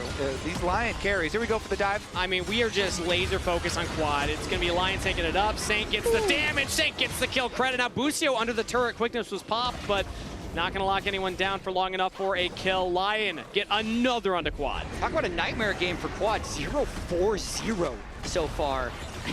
He just hopped in for fun there. He's popping wheelies in the parking lot. He's doing donuts. They're going to go for 2 turrets here. They have the Jinx, so they should be able to shred this turret fairly quickly. Surdy's all alone in the bottom side now. Pops a World Ender yet again. Inspired is here. They could look for the dive. Surdy, does he go for the wave or does he try and go for an outplay? It's going to be Bwipo taking up the turret to start things off, which means Inspired gets so much time to just beat down the Aatrox. He's healing up. Drain tanking it, but not enough. FlyQuest get their man. Tried to maximize his Sundered Sky and Aatrox passive procs. Gets Bwipo for a big heal at the end, but it is not enough, as Inspired and Bwipo do have a nicely executed dive to take him down, but that doesn't help the rest of the map. The carries of FlyQuest still need to find a way to exist, and at the moment, they're just getting dove on repeat by the Vi and Aurora. And the huge issue in this game is now going to be, how do FlyQuest exist anywhere on the side lanes of this map? When Saint is running around with 9 stacks on his Dark Seal, 303 Aurora, nobody can be in a side lane, maybe like no even 2 people. So FlyQuest are going to have to play as a team, and Lyon are going to have a lot of options as far as playing these side lanes. I guess with like Talia Wall, you can just try and push your lanes quickly, and then as long as you have good vision and you're quick about it, then you actually don't have to put yourself in danger. But Aurora's a very mobile champion, so I expect picks. Seismic lands on the Lions right there. Has ultimate available, doesn't want to use it. Flashes. Ooh, Lyon almost lose their support. Did save his ult though, because they're going to want that for the next fight. But they continue the fight. Might just be able to TP in, but now, yeah, Lyon got to be worried here. Now the Alistair ultimate as Bwipo teleports in very far from the rest of FlyQuest, but now he takes so long to die, it just bops Lions over the head. Lyon lose their support. They're going to lose their top laner. Surdy out of sorts as well. And FlyQuest find 2. FlyQuest controlling the access points at the top river. Again, it's so smart because they don't even go play side. They're like, all right, we are going to play as a team right up through the river into the jungle. They find their scrap here. They use the Talia Wall, and they find their kills. That is 2 more. So how much money, how big are the rewards for those kills, though? It seems pretty decent. You know, you get to push in a couple of waves. You grab your extra little bit of flowers as well. Every little bit of experience and damage from those petals is really going to help.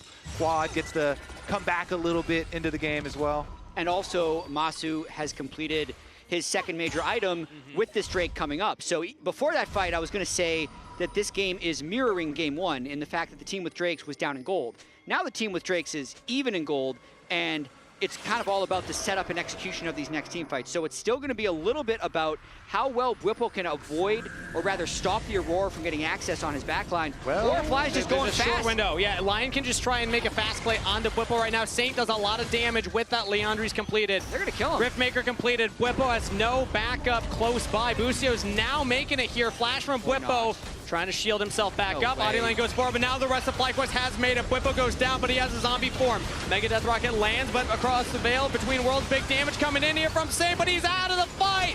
FlyQuest found the player with all the gold, all the damage. They're taking down Henna as well, but no, he actually survives. Surdy playing the hero for Lyon, and they actually give it right back to FlyQuest. Their front line's down. It's just Masu, Quad, and Busio. And they got to play very respectfully here till Lions is engaged. Do they want to play around with it?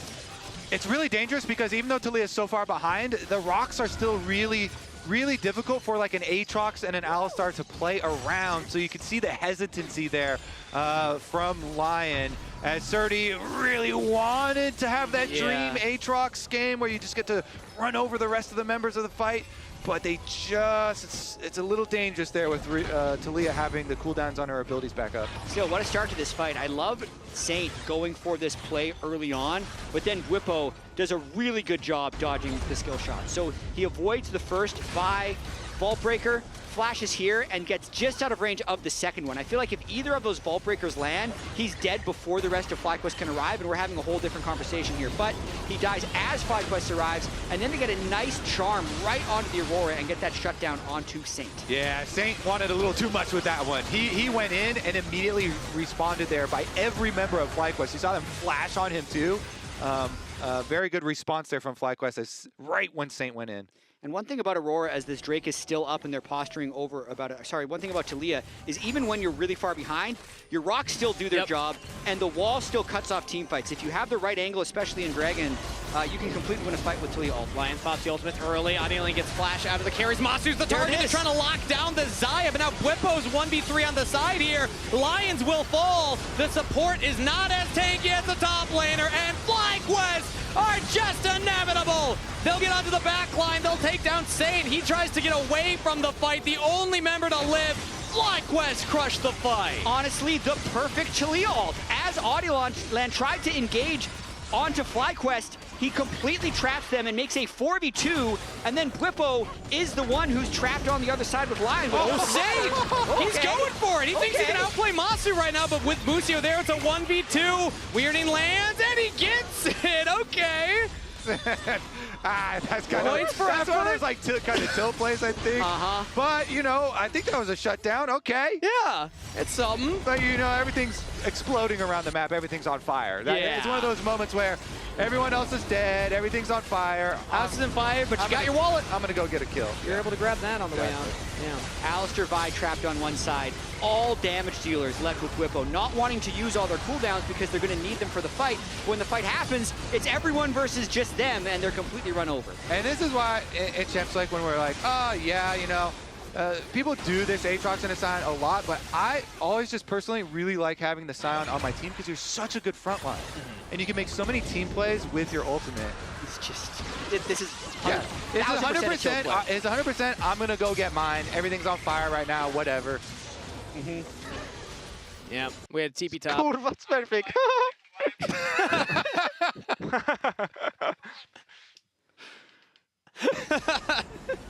That was a giggle right there from Inspired. They're having a good time. Dude, he still just loves the game so much.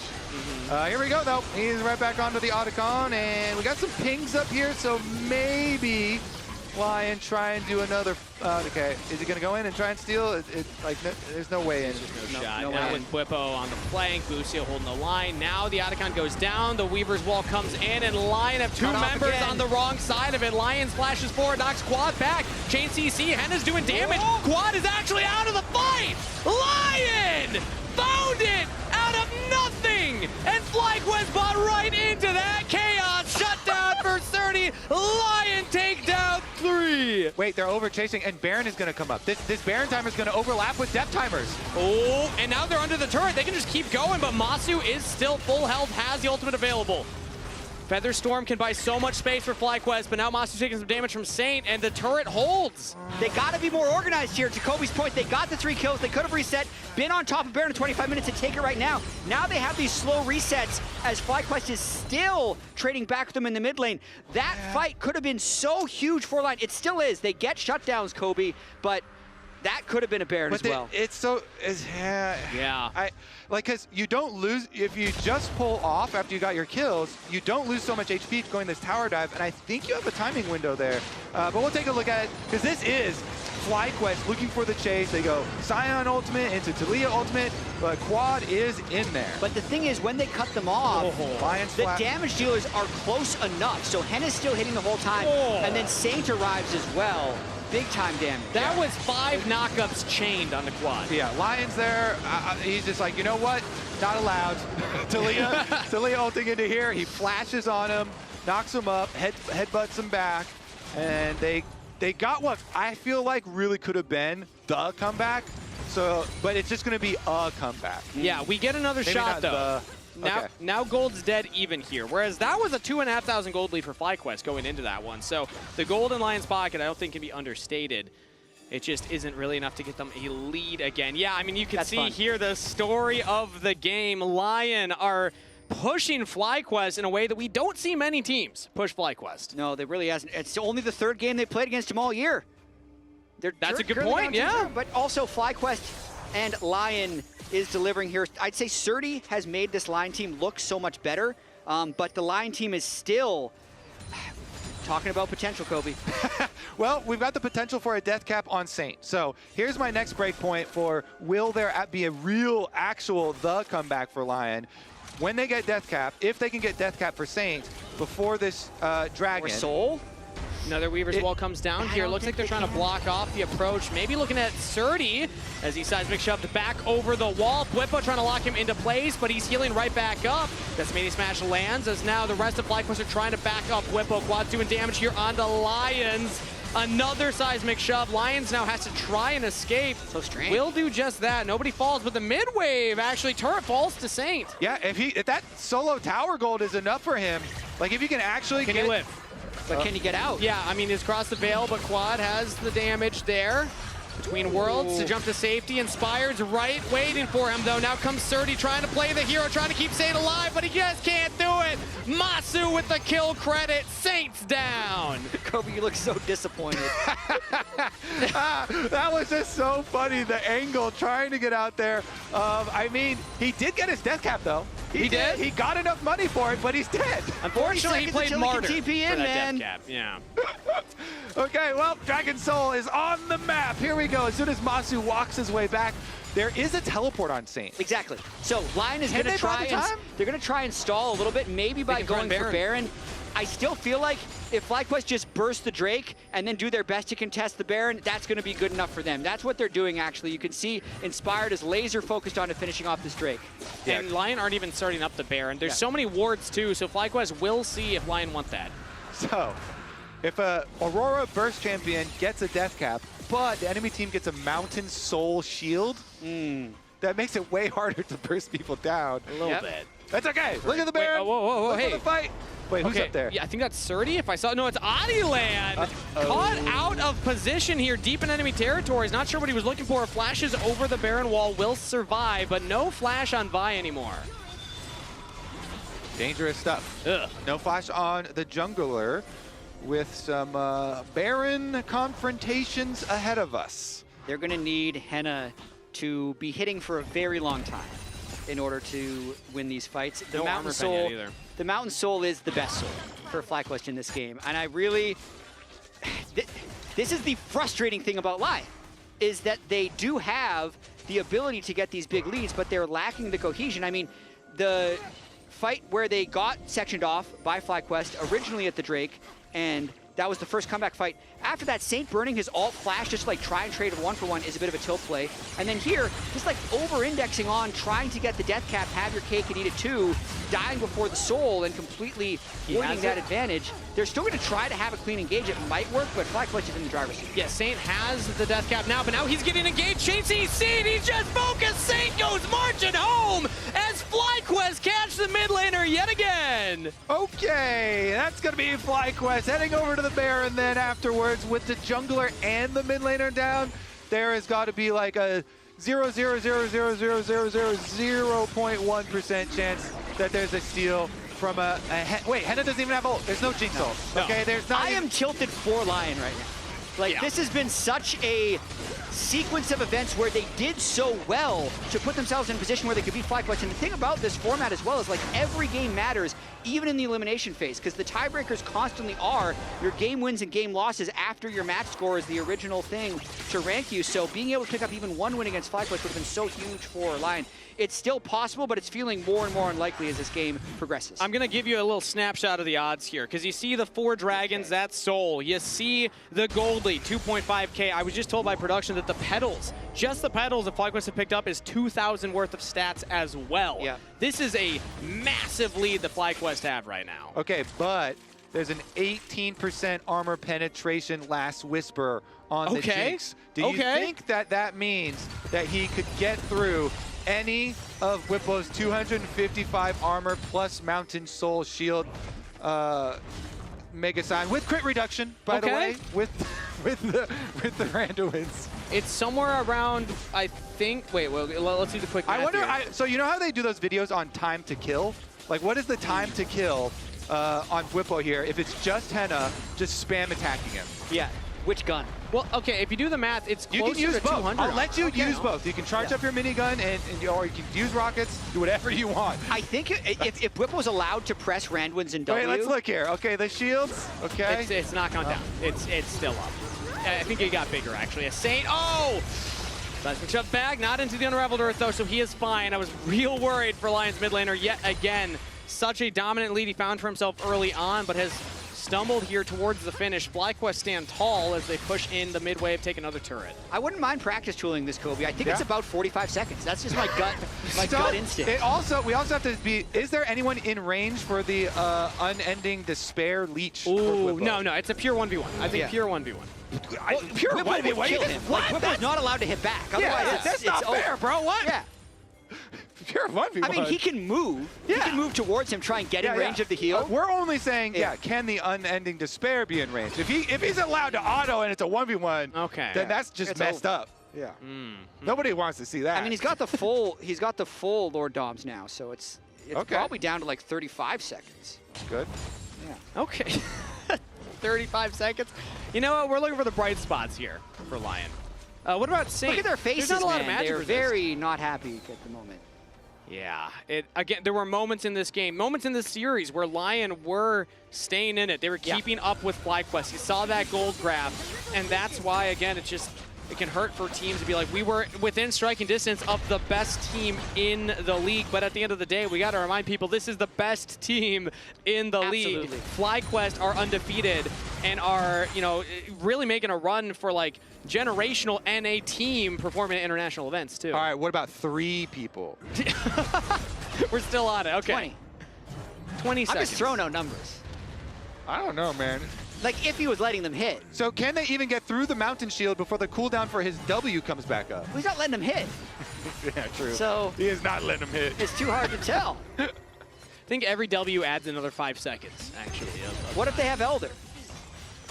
Dude, okay. We're going to start giving them extra buffs here. Wait, that's a good angle. 40 seconds on Elder. Let's look at it. I was going to say, as memey as we have been, that is a legit win condition. If Adilan's able to find a steal, if they're able to pick off a member of FlyQuest. Do they even win if they get that, though? I think it's like I think that's like, it gives you more time. Okay. If Lion wins this fight it's like gotta be a multi-step program. I didn't realize this was still part of that previous conversation.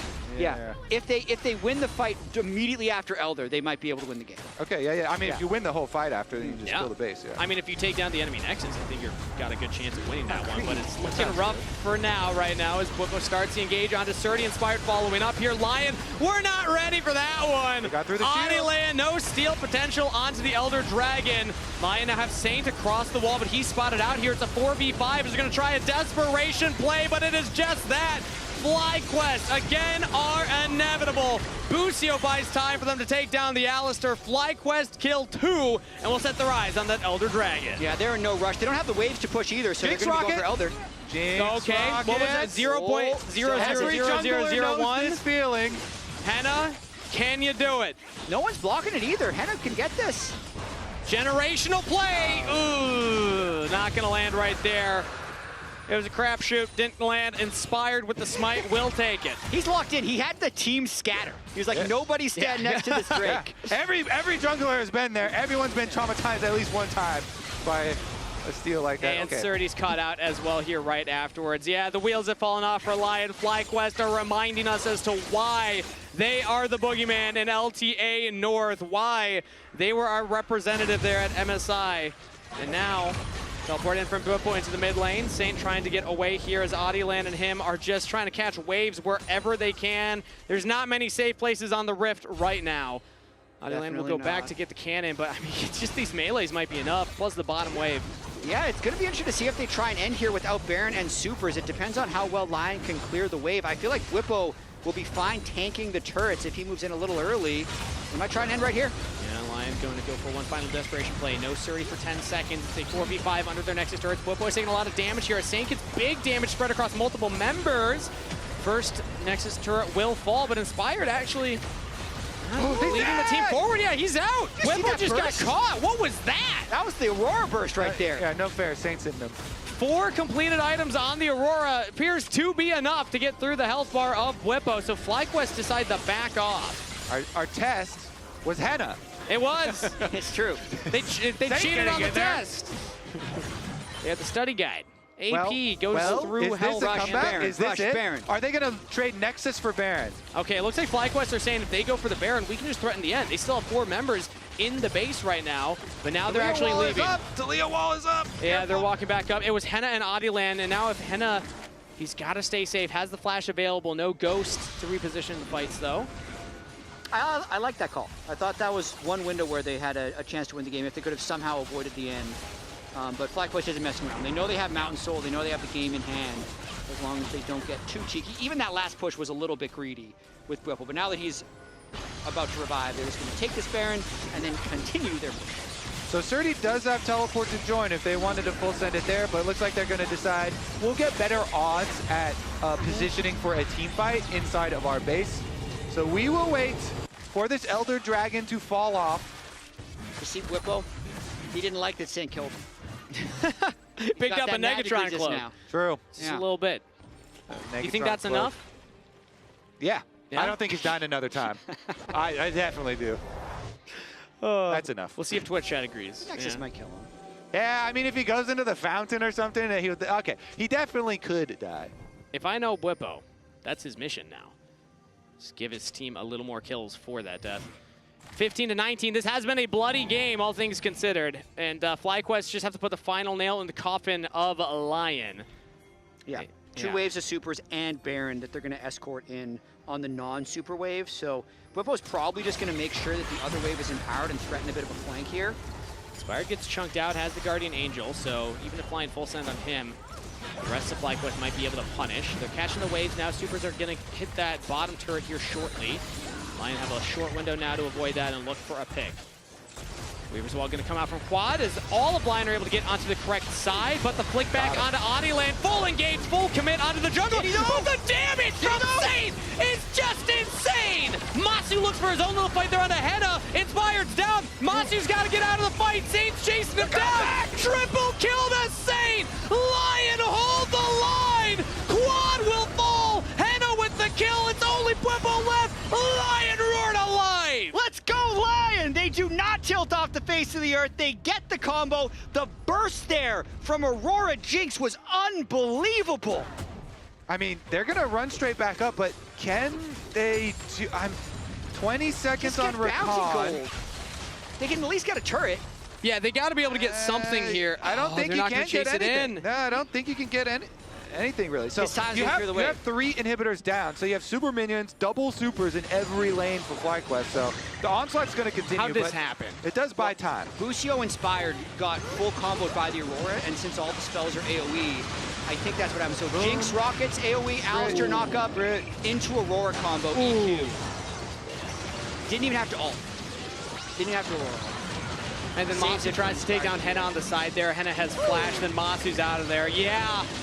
I think that's going to be one of those ones where FlyQuest are in VOD view, or they're going to have a lot of points. It's got 6 items now. I mean, sometimes you like bait yourself into going to, when you get a pick, right? You're like, ooh, we got a pick. So then you kind of chase on that pick and you group up a little bit. Yeah, you could just play it super duper duper slow. Maybe they look back at that, but with all the bounty gold Saint just got, he's 6,500 gold ahead of him. So I will That's great. say, that's more gold than FlyQuest is ahead of Lyon. Sometimes when you get super late into games, you're like, oh, gold doesn't matter anymore. But it matters a lot for Quad because he's been so far behind this whole game. He's still got a full another item slot to fill, and he needs to upgrade his broken arm guard into an actual Zonia. So, like, Quad is been so far behind at the moment. He's going to go kill Gromp. Look at that. They're like, yeah, feed Quad everything. Give him the Gromp. Oh, this is such a hard Elder to contest, though, with the 3 waves of supers and 2 teleports and a Talia wall. and a Spellbook Rakan, who could switch to teleport being there, there's no way that Lyon should even think about contesting this, I would think. I mean, the cornered animal is the scariest, but as soon as Lyon leave their den, it gets scarier for them. FlyQuest have control of the access to the river. They're already on that Elder Dragon. But now Bwipo throws out the unstoppable onslaught. He's going to look for the engage. Bushi over the wall as well. Big knockups, big damage. Bwipo might be taken out, but he flashes to safety. Massive Steric shield as the dragon is secured. Elder to FlyQuest. Nicely done by FlyQuest there, but they need to laugh a little less to actually close this game. It's become serious since Henna and Saint hit 6 items because you're just comparing carry to carry. Like a 6-item Jinx, stronger than a 6-item Xayah, and a 6-item Aurora is definitely stronger than a 4-item, well, 5-item quad. Yeah, I mean, at least he's able to upgrade to the actual Zhonya, so he gets now he gets to activate it again, so can have some sort of survival and out for himself. With the Elder Dragon buff, though, I think that will be enough for FlyQuest. You kind of just want to group up and force down mid and get inside to these inhibitors so you can retake the inhibitors. They can play it nice and slow. They've got the Elder. You can just throw out poke, slowly take the inhibitors. Then once you have all inhibitors, you have so much extra super minions pushing power, and you can just rely on the poke from the Elder and the super minions to basically win for you. Right now, the mid wave is pushing in. They're on that bottom inhibitor. Now all inhibitors have fallen again. Lyon have one Nexus turret left alive. Weaver's Wall coming out. Saint's on the wrong side across the Veil to try and save himself for right now.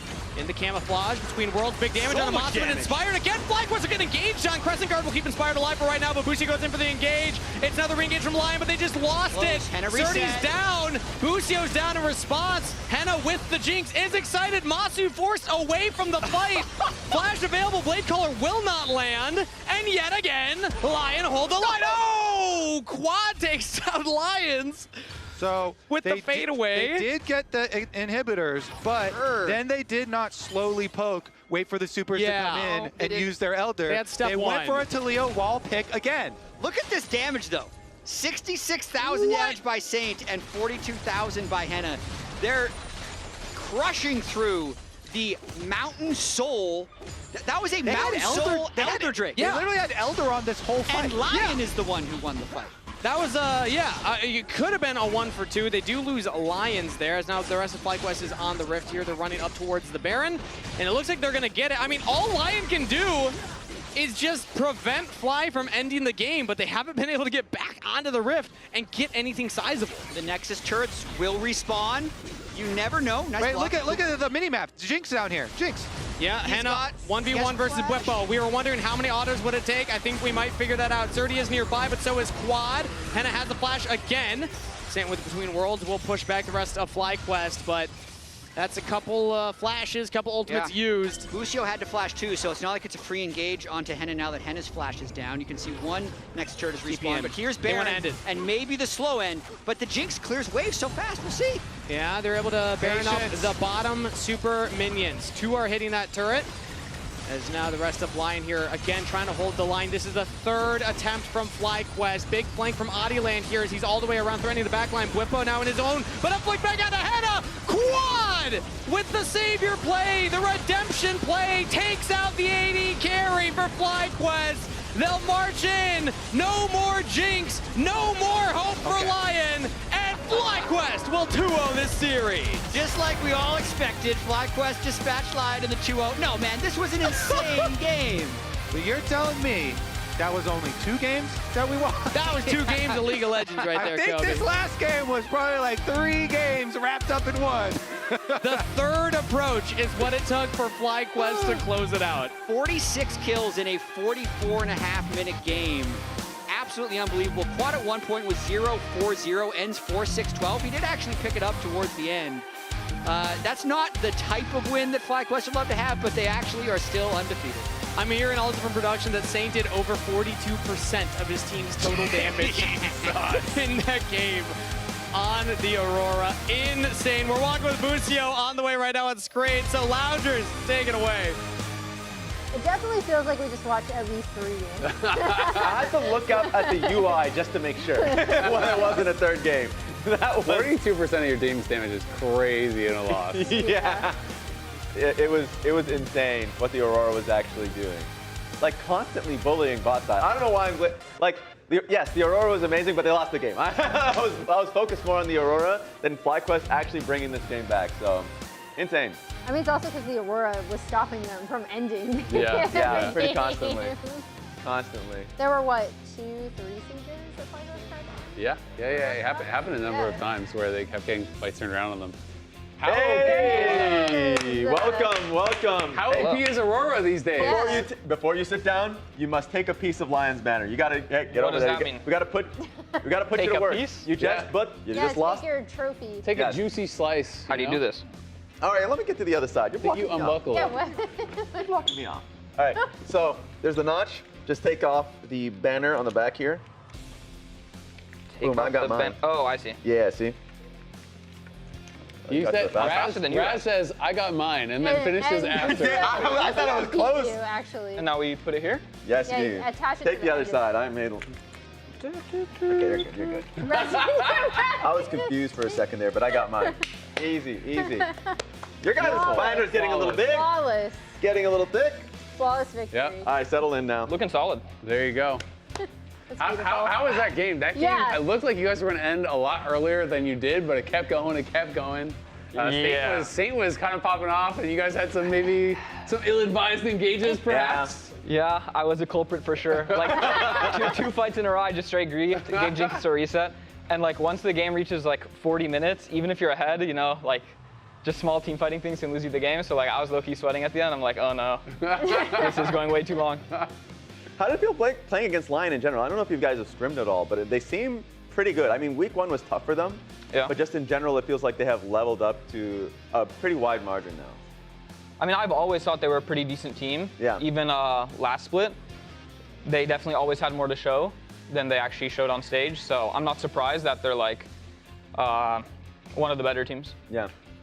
We keep seeing like peaks into your like practice room right in between, and even after winning a game, you guys are like super intense. I know you've talked about really trying to keep momentum up even while facing less tougher opponents than you do internationally. But like, what are those mini review sessions like? Because there's only so much you can pack in between games. Fired was looking pretty locked in. He was like really intense in front of the PC. Like you guys looked more intense than Lyon did, and they lost. Yeah, I mean, I was pretty locked in on the watermelon, so I didn't know what he was talking about. But probably just watching a specific point. I think they were watching like the bot dive and then maybe saying, is this because of draft or because of how we played? So it's going to be a different point every single game. We don't focus on one thing in specific. So last week, you won Player of the Week. You performed insanely well, especially on your Bard. Like, Bard Busio hits pretty hard. Okay. But I like that. Yeah. Where are we going from here? So like, I would say, keep going. Reflecting on your performance, because you have been very consistent. And if you look back at the beginning of the year, or even just like beginning of last year or something, right? What would you say is the biggest contributor to your growth, but like, what has been something that you've prided yourself on? I mean, I think it's honestly like every international, I feel like I improve a lot because just all the scrims against the Eastern teams kind of make you have to clean up your play. Like you can't really make silly mistakes. And every time I go through an international, I feel like I come out learning a lot, and I just have to apply those things, and I just keep improving that way. Nice.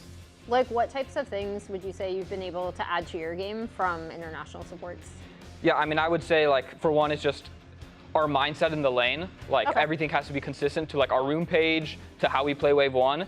Like, it has to have a goal in mind, and if that has to do with a swap or just what our win condition in the lane is, like, it's very important that everything you do contributes to that. And then me and Masu just have the same picture in mind, and then, like, we're going to be on the same page because we're not thinking about random things that could be good. We're just focused on our main goal. Nice. Out of all the stats, all super contextual, do you know what stat you're topping of all supports? You'll love this one. Because I'm not sure. CSD, the most important Yes, of course. Absolutely no. It's wards killed per minute. I know you're a freak when it comes to vision clearing. I remember the Pike game where you were talking about, what about all the wards I killed? Yeah, I mean, guys, that's important. Come on. I've been on that. How much of a focus has it been for you to be able to, like, in terms of denying vision as a team? I mean, it's not really like a... He does it for the stats mostly. Yeah, okay, I'm just farming stats, guys. Yeah, like, the wards aren't very important. It's just That's good. Let's take a look at actually the player of the series for this one, because we've got two player of the series contracts, and I mean, I don't know if you read that. Yeah. Whippo. I was about to ask, was there someone you thought should get player of the series? But then it was spoiled for you. I mean, Whippo makes sense. Like, he was playing Battle Scion, you know? Yeah. He had Titanic Hydra, Sterax. He was doing a lot of damage. Yeah, and also taking none. So that was pretty broken. So I can see it for sure. Anyone else that you probably want to give like an honorable mention? You can even just say Honorable yourself. mention? Yeah. I mean, based off that series. All my teammates played great. I think Inspired was trying really hard today. I could tell in the comms. Like, one fight, he was even speaking some Polish. He was that locked in. Nice. So, yeah. How often does that happen? That was the first time I've ever heard him speak Polish, so this must have been the most important game. He was locked in. Yeah. I'm dead. Okay. Do you understand a little bit, of course? A little bit. I can understand actually decently, but like I can't even speak. Like, my brain just doesn't work when I try to speak. Yeah, fair enough. Yeah. I'm the same when it comes to going back home. Let's actually check the end of day standings. I'm interested in where we all shake up after this one. Boom! 6-0. So I know you guys have had like a pretty messy one for today, like a really scrappy series. But looking at the standings so far, how have you kind of felt about your split so far? I mean, I think for us, we're not too focused on like standings right now. We just want to play well as a team. Yeah. And we all have pretty high expectations of ourselves as a team and individually. And it's like never enough, you know? You can always do better. So I think nobody's satisfied and we just need to do better. Tomorrow's series, we got C9 versus Team Liquid, DSG versus Dig. Another question. Do you think DSG gets their first win of the year? Can they beat Can they do it? Single series the whole year. Can they beat it? And they got this. They got Nice. They're due, right? I did not hear the confidence in your voice. They're due. It's a lose improve angle. And they did improve a lot. They've been saving up for the tokens, for sure. All right, guys, that's going to be it for us. We will be back tomorrow at 4 p.m. Eastern, 1 p.m. Pacific with Team Liquid versus Cloud9. That's going to be it for us. Take it easy, guys. I can ulti as there if you want I'm some. on ulti. Yeah, ulti is there. Yeah. Okay, he's slowly now. He's slowly. Play slowly now on front line. Jen set. Andre, go flash. Yeah, Azir is set. Nice. Kill him. Give me Dokla. Can I get? Ah, gimme.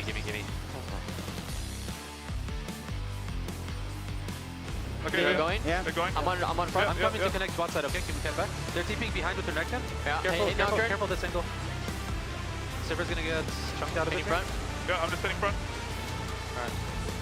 Good job, guys. Yoink. Yeah, go flash. Thank you. Part of it. Go flash to this guy. Nobody left alive. A triple kill for the victor of Palafox. A clean ace for Shopify Rebellion. And that's your game-winning team fight right there. They're going to take down 100 Thieves.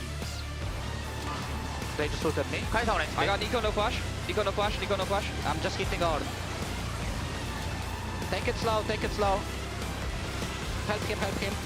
I'm fine. Kai'Sa. Oh, no flash here.